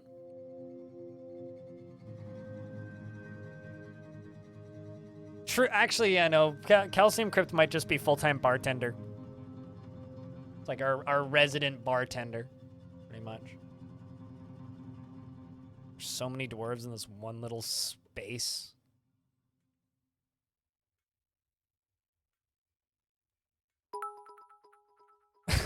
Diaper fetish. Love your stream, my dude. I don't think they're gonna have doing your diapers thing on every week. Well, cheers, Lanix. I mean, I've been doing this thing every week for almost 10 years. It would be stupid of me to stop now, right? Zoomzang, what up? Yeah, I don't think that's a concern in regards to diapers. Considering dwarves don't poop, I don't think we have much to worry about in that regard.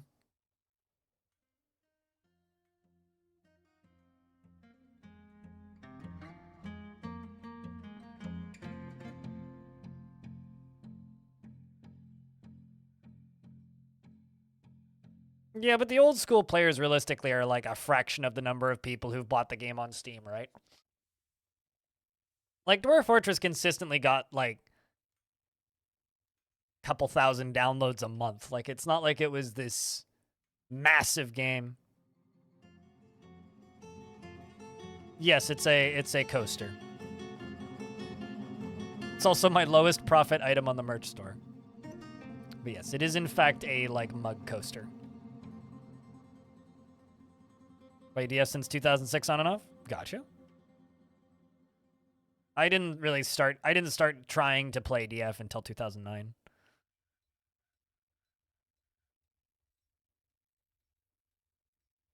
Because a friend of mine told me to. Your glasses slide around on them? You're tempting me to take it off sale.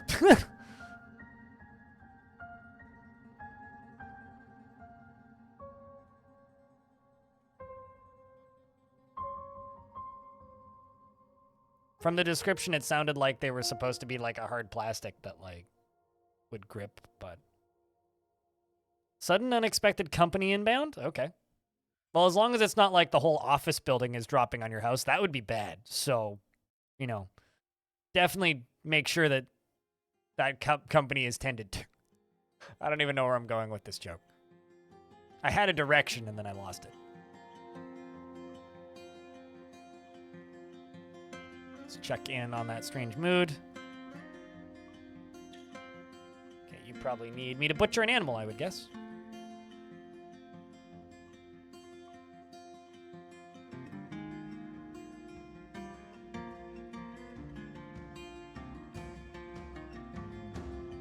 Oh, no. Okay. Well, best of luck, True Freak. Gotta do what you gotta do. The company is ambushing you, pretty much.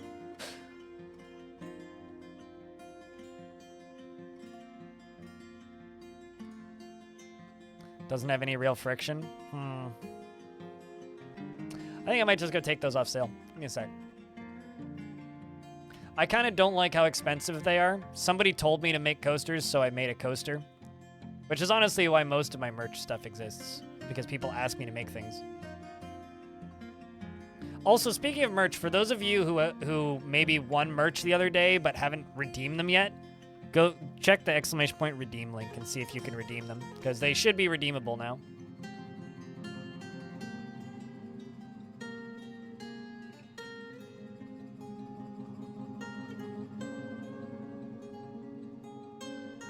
Which is this command if you won something previously.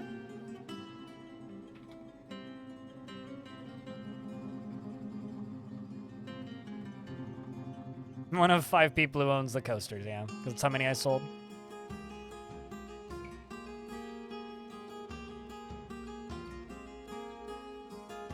Nice to get a notice that your ex is getting married by being invited as a backup company? By a distant friend of hers. Are you gonna show up? Because I'm not gonna lie, if I got invited to my ex's wedding, I sure as fucking hell would show up. Just to, like, drink, mostly. I absolutely would. Like 1,000%. I would show up, I'd bring my vape, I'd be stoned out of my goddamn mind, and I'd hang out with a few friends that my ex knows. That I'm still sort of mutuals with. Oh no, True Freak's in prison. What did you do? Oops, I must have forgotten to make something. Loudly clear. Pretty much! Yes, exactly. Oh, did I ever make that Electrum throne? I don't even fucking know. Let's see. Did I make an Electrum throne? No.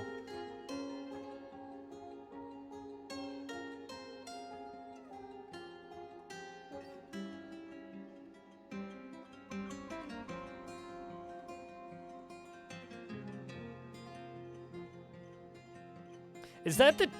Hold on. That is the t-shirt. Wow. Thank you very much for checking out a Gremlin or Goblin for Mayor t-shirt. I still can't quite, like, fully wrap my brain around that. ! Enter if you want a chance to win a t-shirt, chat.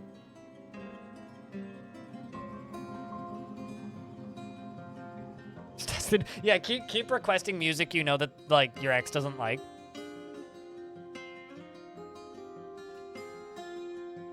Unless it's, like, stupidly expensive to go. But even then, like, you'd go and, like, you'd be the person, like, completely booby-trapping their car with glitter or something.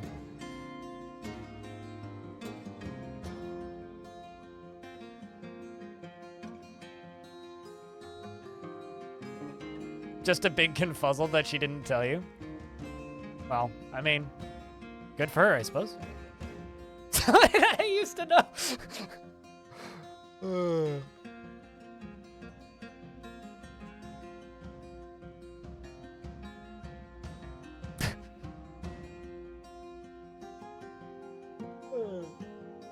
Maybe a bit too on the nose. Have you never, are you telling me you've never put glitter into somebody's air conditioning at a wedding? Because I've absolutely done that. Hashpipe, congratulations. You won a Goblin for Mayor t-shirt. Click on that link to redeem it, and hopefully it works, unlike the last time we did a bunch of giveaways.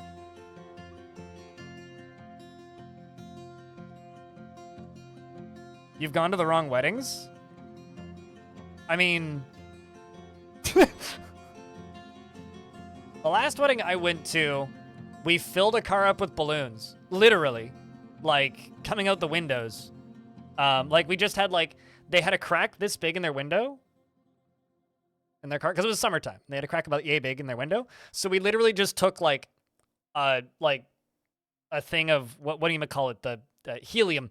And just popped balloons through the window. Filled the balloon up. Tied it off. Pushed it in. Popped the balloon in. Filled it up. Tied it off. Pushed it. So when they opened the windows up, all the balloons floated away.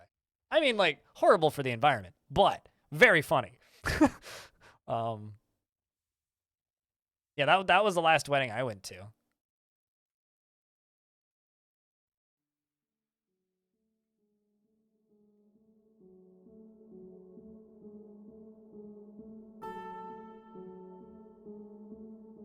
Although now that I think about it, they were parked in underground parking, so I actually don't know what would happen to all those balloons afterwards. So no, I guess they wouldn't have all flown away because it was in the underground parking. So I guess horrible for the cleaning person for that underground parking in that golf course. I would assume. Now that I'm actually thinking about it, because it was a number of years ago. This is like 2009, 2010 or something. Janitor's worst nightmare? Yeah. I don't know. They've 100% seen. True. Yeah. No. It's not like it was bodily fluids. That was always what I dreaded when I worked as in that kind of industry was bodily fluids. It's like, oh no, there's bodily fluids on the ground. Great. I really like the look of this rock salt bookcase. It looks nice. Let's trade. Doop. Done. Yay! Well, I mean, don't thank me. Thank MB Audio, who gifted the shirt. Ash pipe. Can maybe get a few more items traded.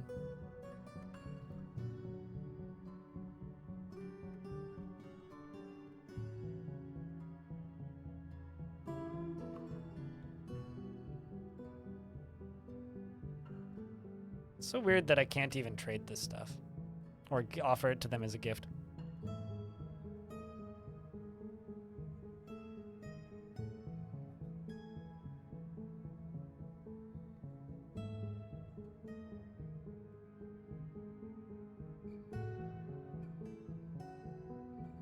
Naming a pet dog bodily fluids? Naming a pet dog body would be very funny. Although body kind of sounds like a name for an animal. I don't know.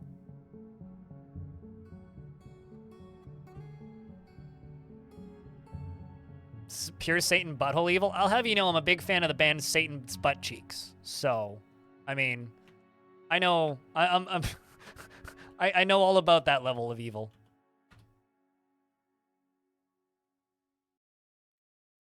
Body to doggy. Yeah, there you go. See, it works.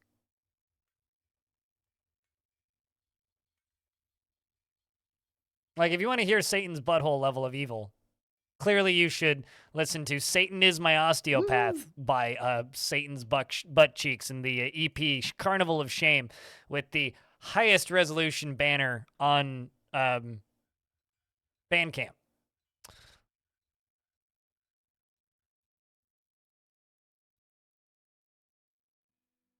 So, what, Satan's butt, or Satan is My Osteopath, or Satan's Butt Cheeks?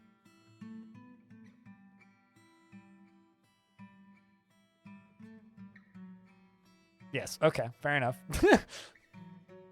Maybe a parody of them. I actually don't know if they throw glitter at their shows. I don't even know if they do shows, and I'm not actually certain that they're a real band, so. Yeah, well, we're finally done with trading.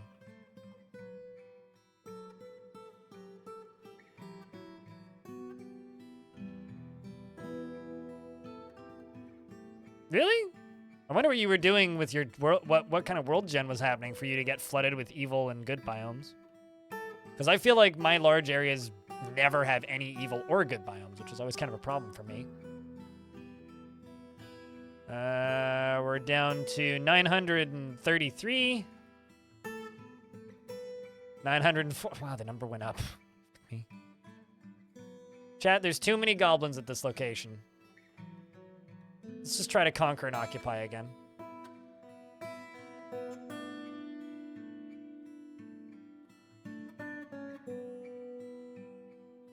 Yeah, no, like, you can turn those numbers up and down, like Mored said. Enjoy your lurks.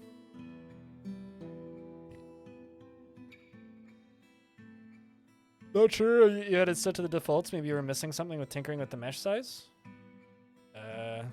I don't know. I mean, I like, cause this is my large world, right? Like, that's an evil region, right?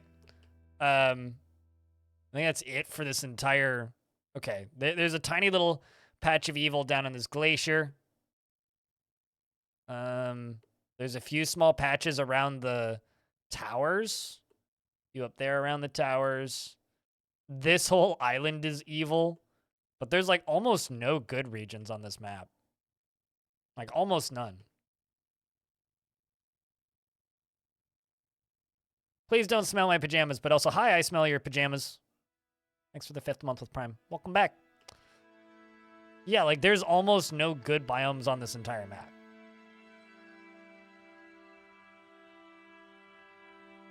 I think there's like a good lake in there somewhere, but it's like you can't see it. It's underneath everything. The Oceans of Lamenting. The Dead Water. The Gulf of Glens. You know, I just realized that this ocean being called the Dead Water is a kind of an ominous as fuck name, and I kind of like it.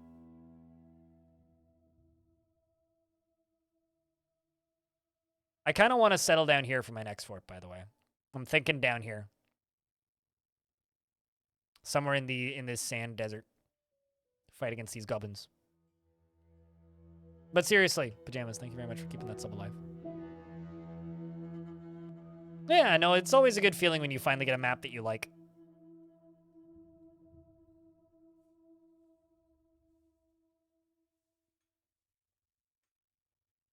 Oh, so what you're saying is you had like a dwarven variation of 300, except it was 20 versus 200.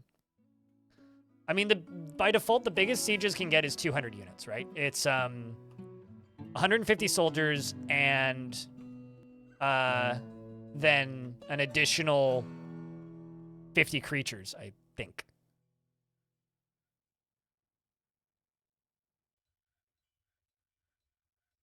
I mean, you're starting a new world, you're too picky. I mean, I could easily spend multiple days of live streaming just staring at that, but...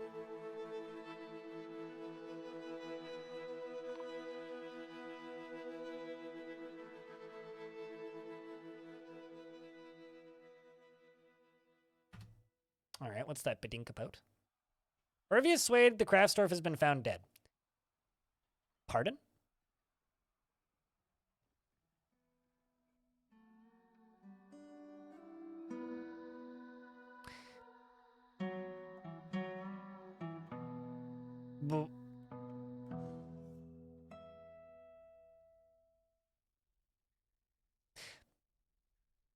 Didn't feel anything after seeing Limul die, but you didn't kill him. Did you kill him? No. Did we take so long trading that you starved to death? My God, man. That's my bet right now. I think that's what happened. I mean, this dwarf or this dwarf would have been witnesses, so there's no way in hell they would both be like no kills. So if somebody killed them, although there is a warhammer right there and a pair of pants. Who owns this? Who owns the warhammer? Who owns the pair of pants? I was like, maybe we beat him? Oh, did we hammer him to death? Oh, that'll do it. The hammer bashes the Craftsdwarf in the upper left arm with the silver warhammer, bruising the muzzle and the pigtail cloak. The hammer bashes the Craftsdwarf in the neck, the silver warhammer bruising the muscle and tearing the upper spine's nervous tissue. The force pulls the left ankle. Died of wounds. Got it. Fell and hit his head on the hammer. Yes. It's clearly what happened. Silver warhammer. Yep. Mystery solved. Well, I mean... Sure.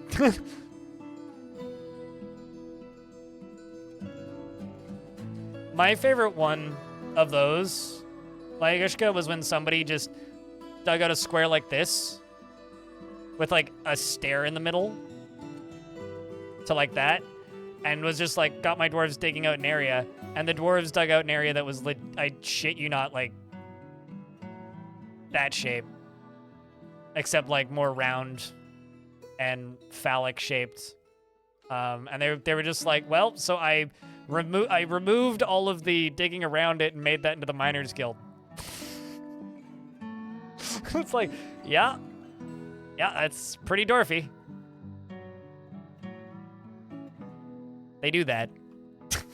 Like, literally, they dug there was like 8 of them, and they dug a perfect dick shape. It's like, I think my dwarves are mocking me. That's, I think, the name of it.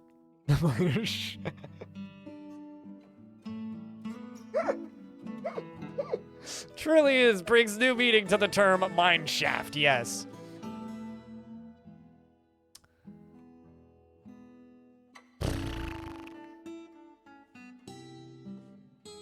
Thanks, I hate it.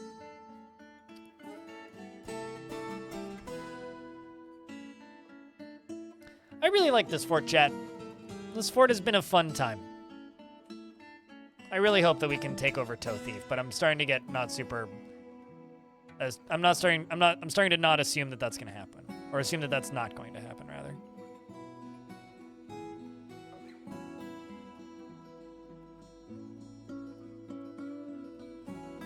Big and old fort. I mean, we've pretty much completed everything we need to do. You know, we've got siege industry, we've got glass industry, we've got a full metalsmithing industry. All of our, you know, the throne rooms, plenty of bedrooms for everybody in the standard chaotic, stupid style. You know, we got our automated trash removal. We've got very effective defenses. Like, very effective defenses. I got a minecart that I can forbid. That's loaded. You know, we've got basically everything that we could possibly need in this here fort. Really. Tanillo? What's Nillo? And we got domesticated beak dogs. Yeah. Baby. These yet? Nope, not yet. Are you? Okay, no, you're just training stray ostrich hen. That's all you're doing. We managed to have baby beak dogs for a bit. We have a vampire on the walls. Oh, to military? I'm not gonna do that. Mostly because I like my named dwarves, and I don't really like just throwing dwarves at the wall. I think that'll be continued goal of this faction / other forts. But this here fort's pretty much done.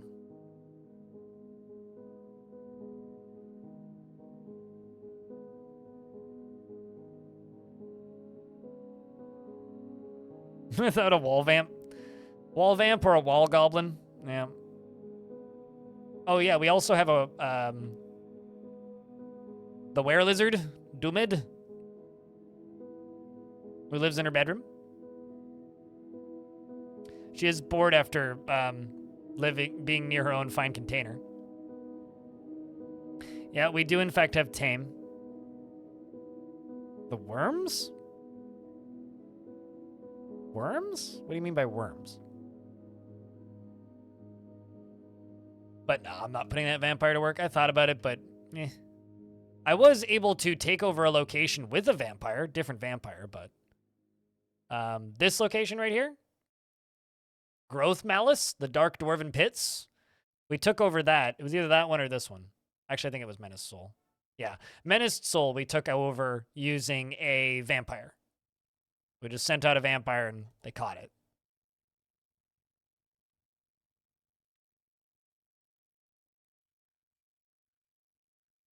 Yeah, we have 2 noodles. We have ramen and grub.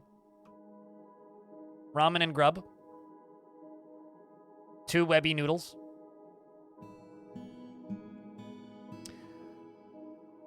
But I think once they come back, I'm going to do the hard save and then we'll do the final look over. And we will start a new fort tomorrow.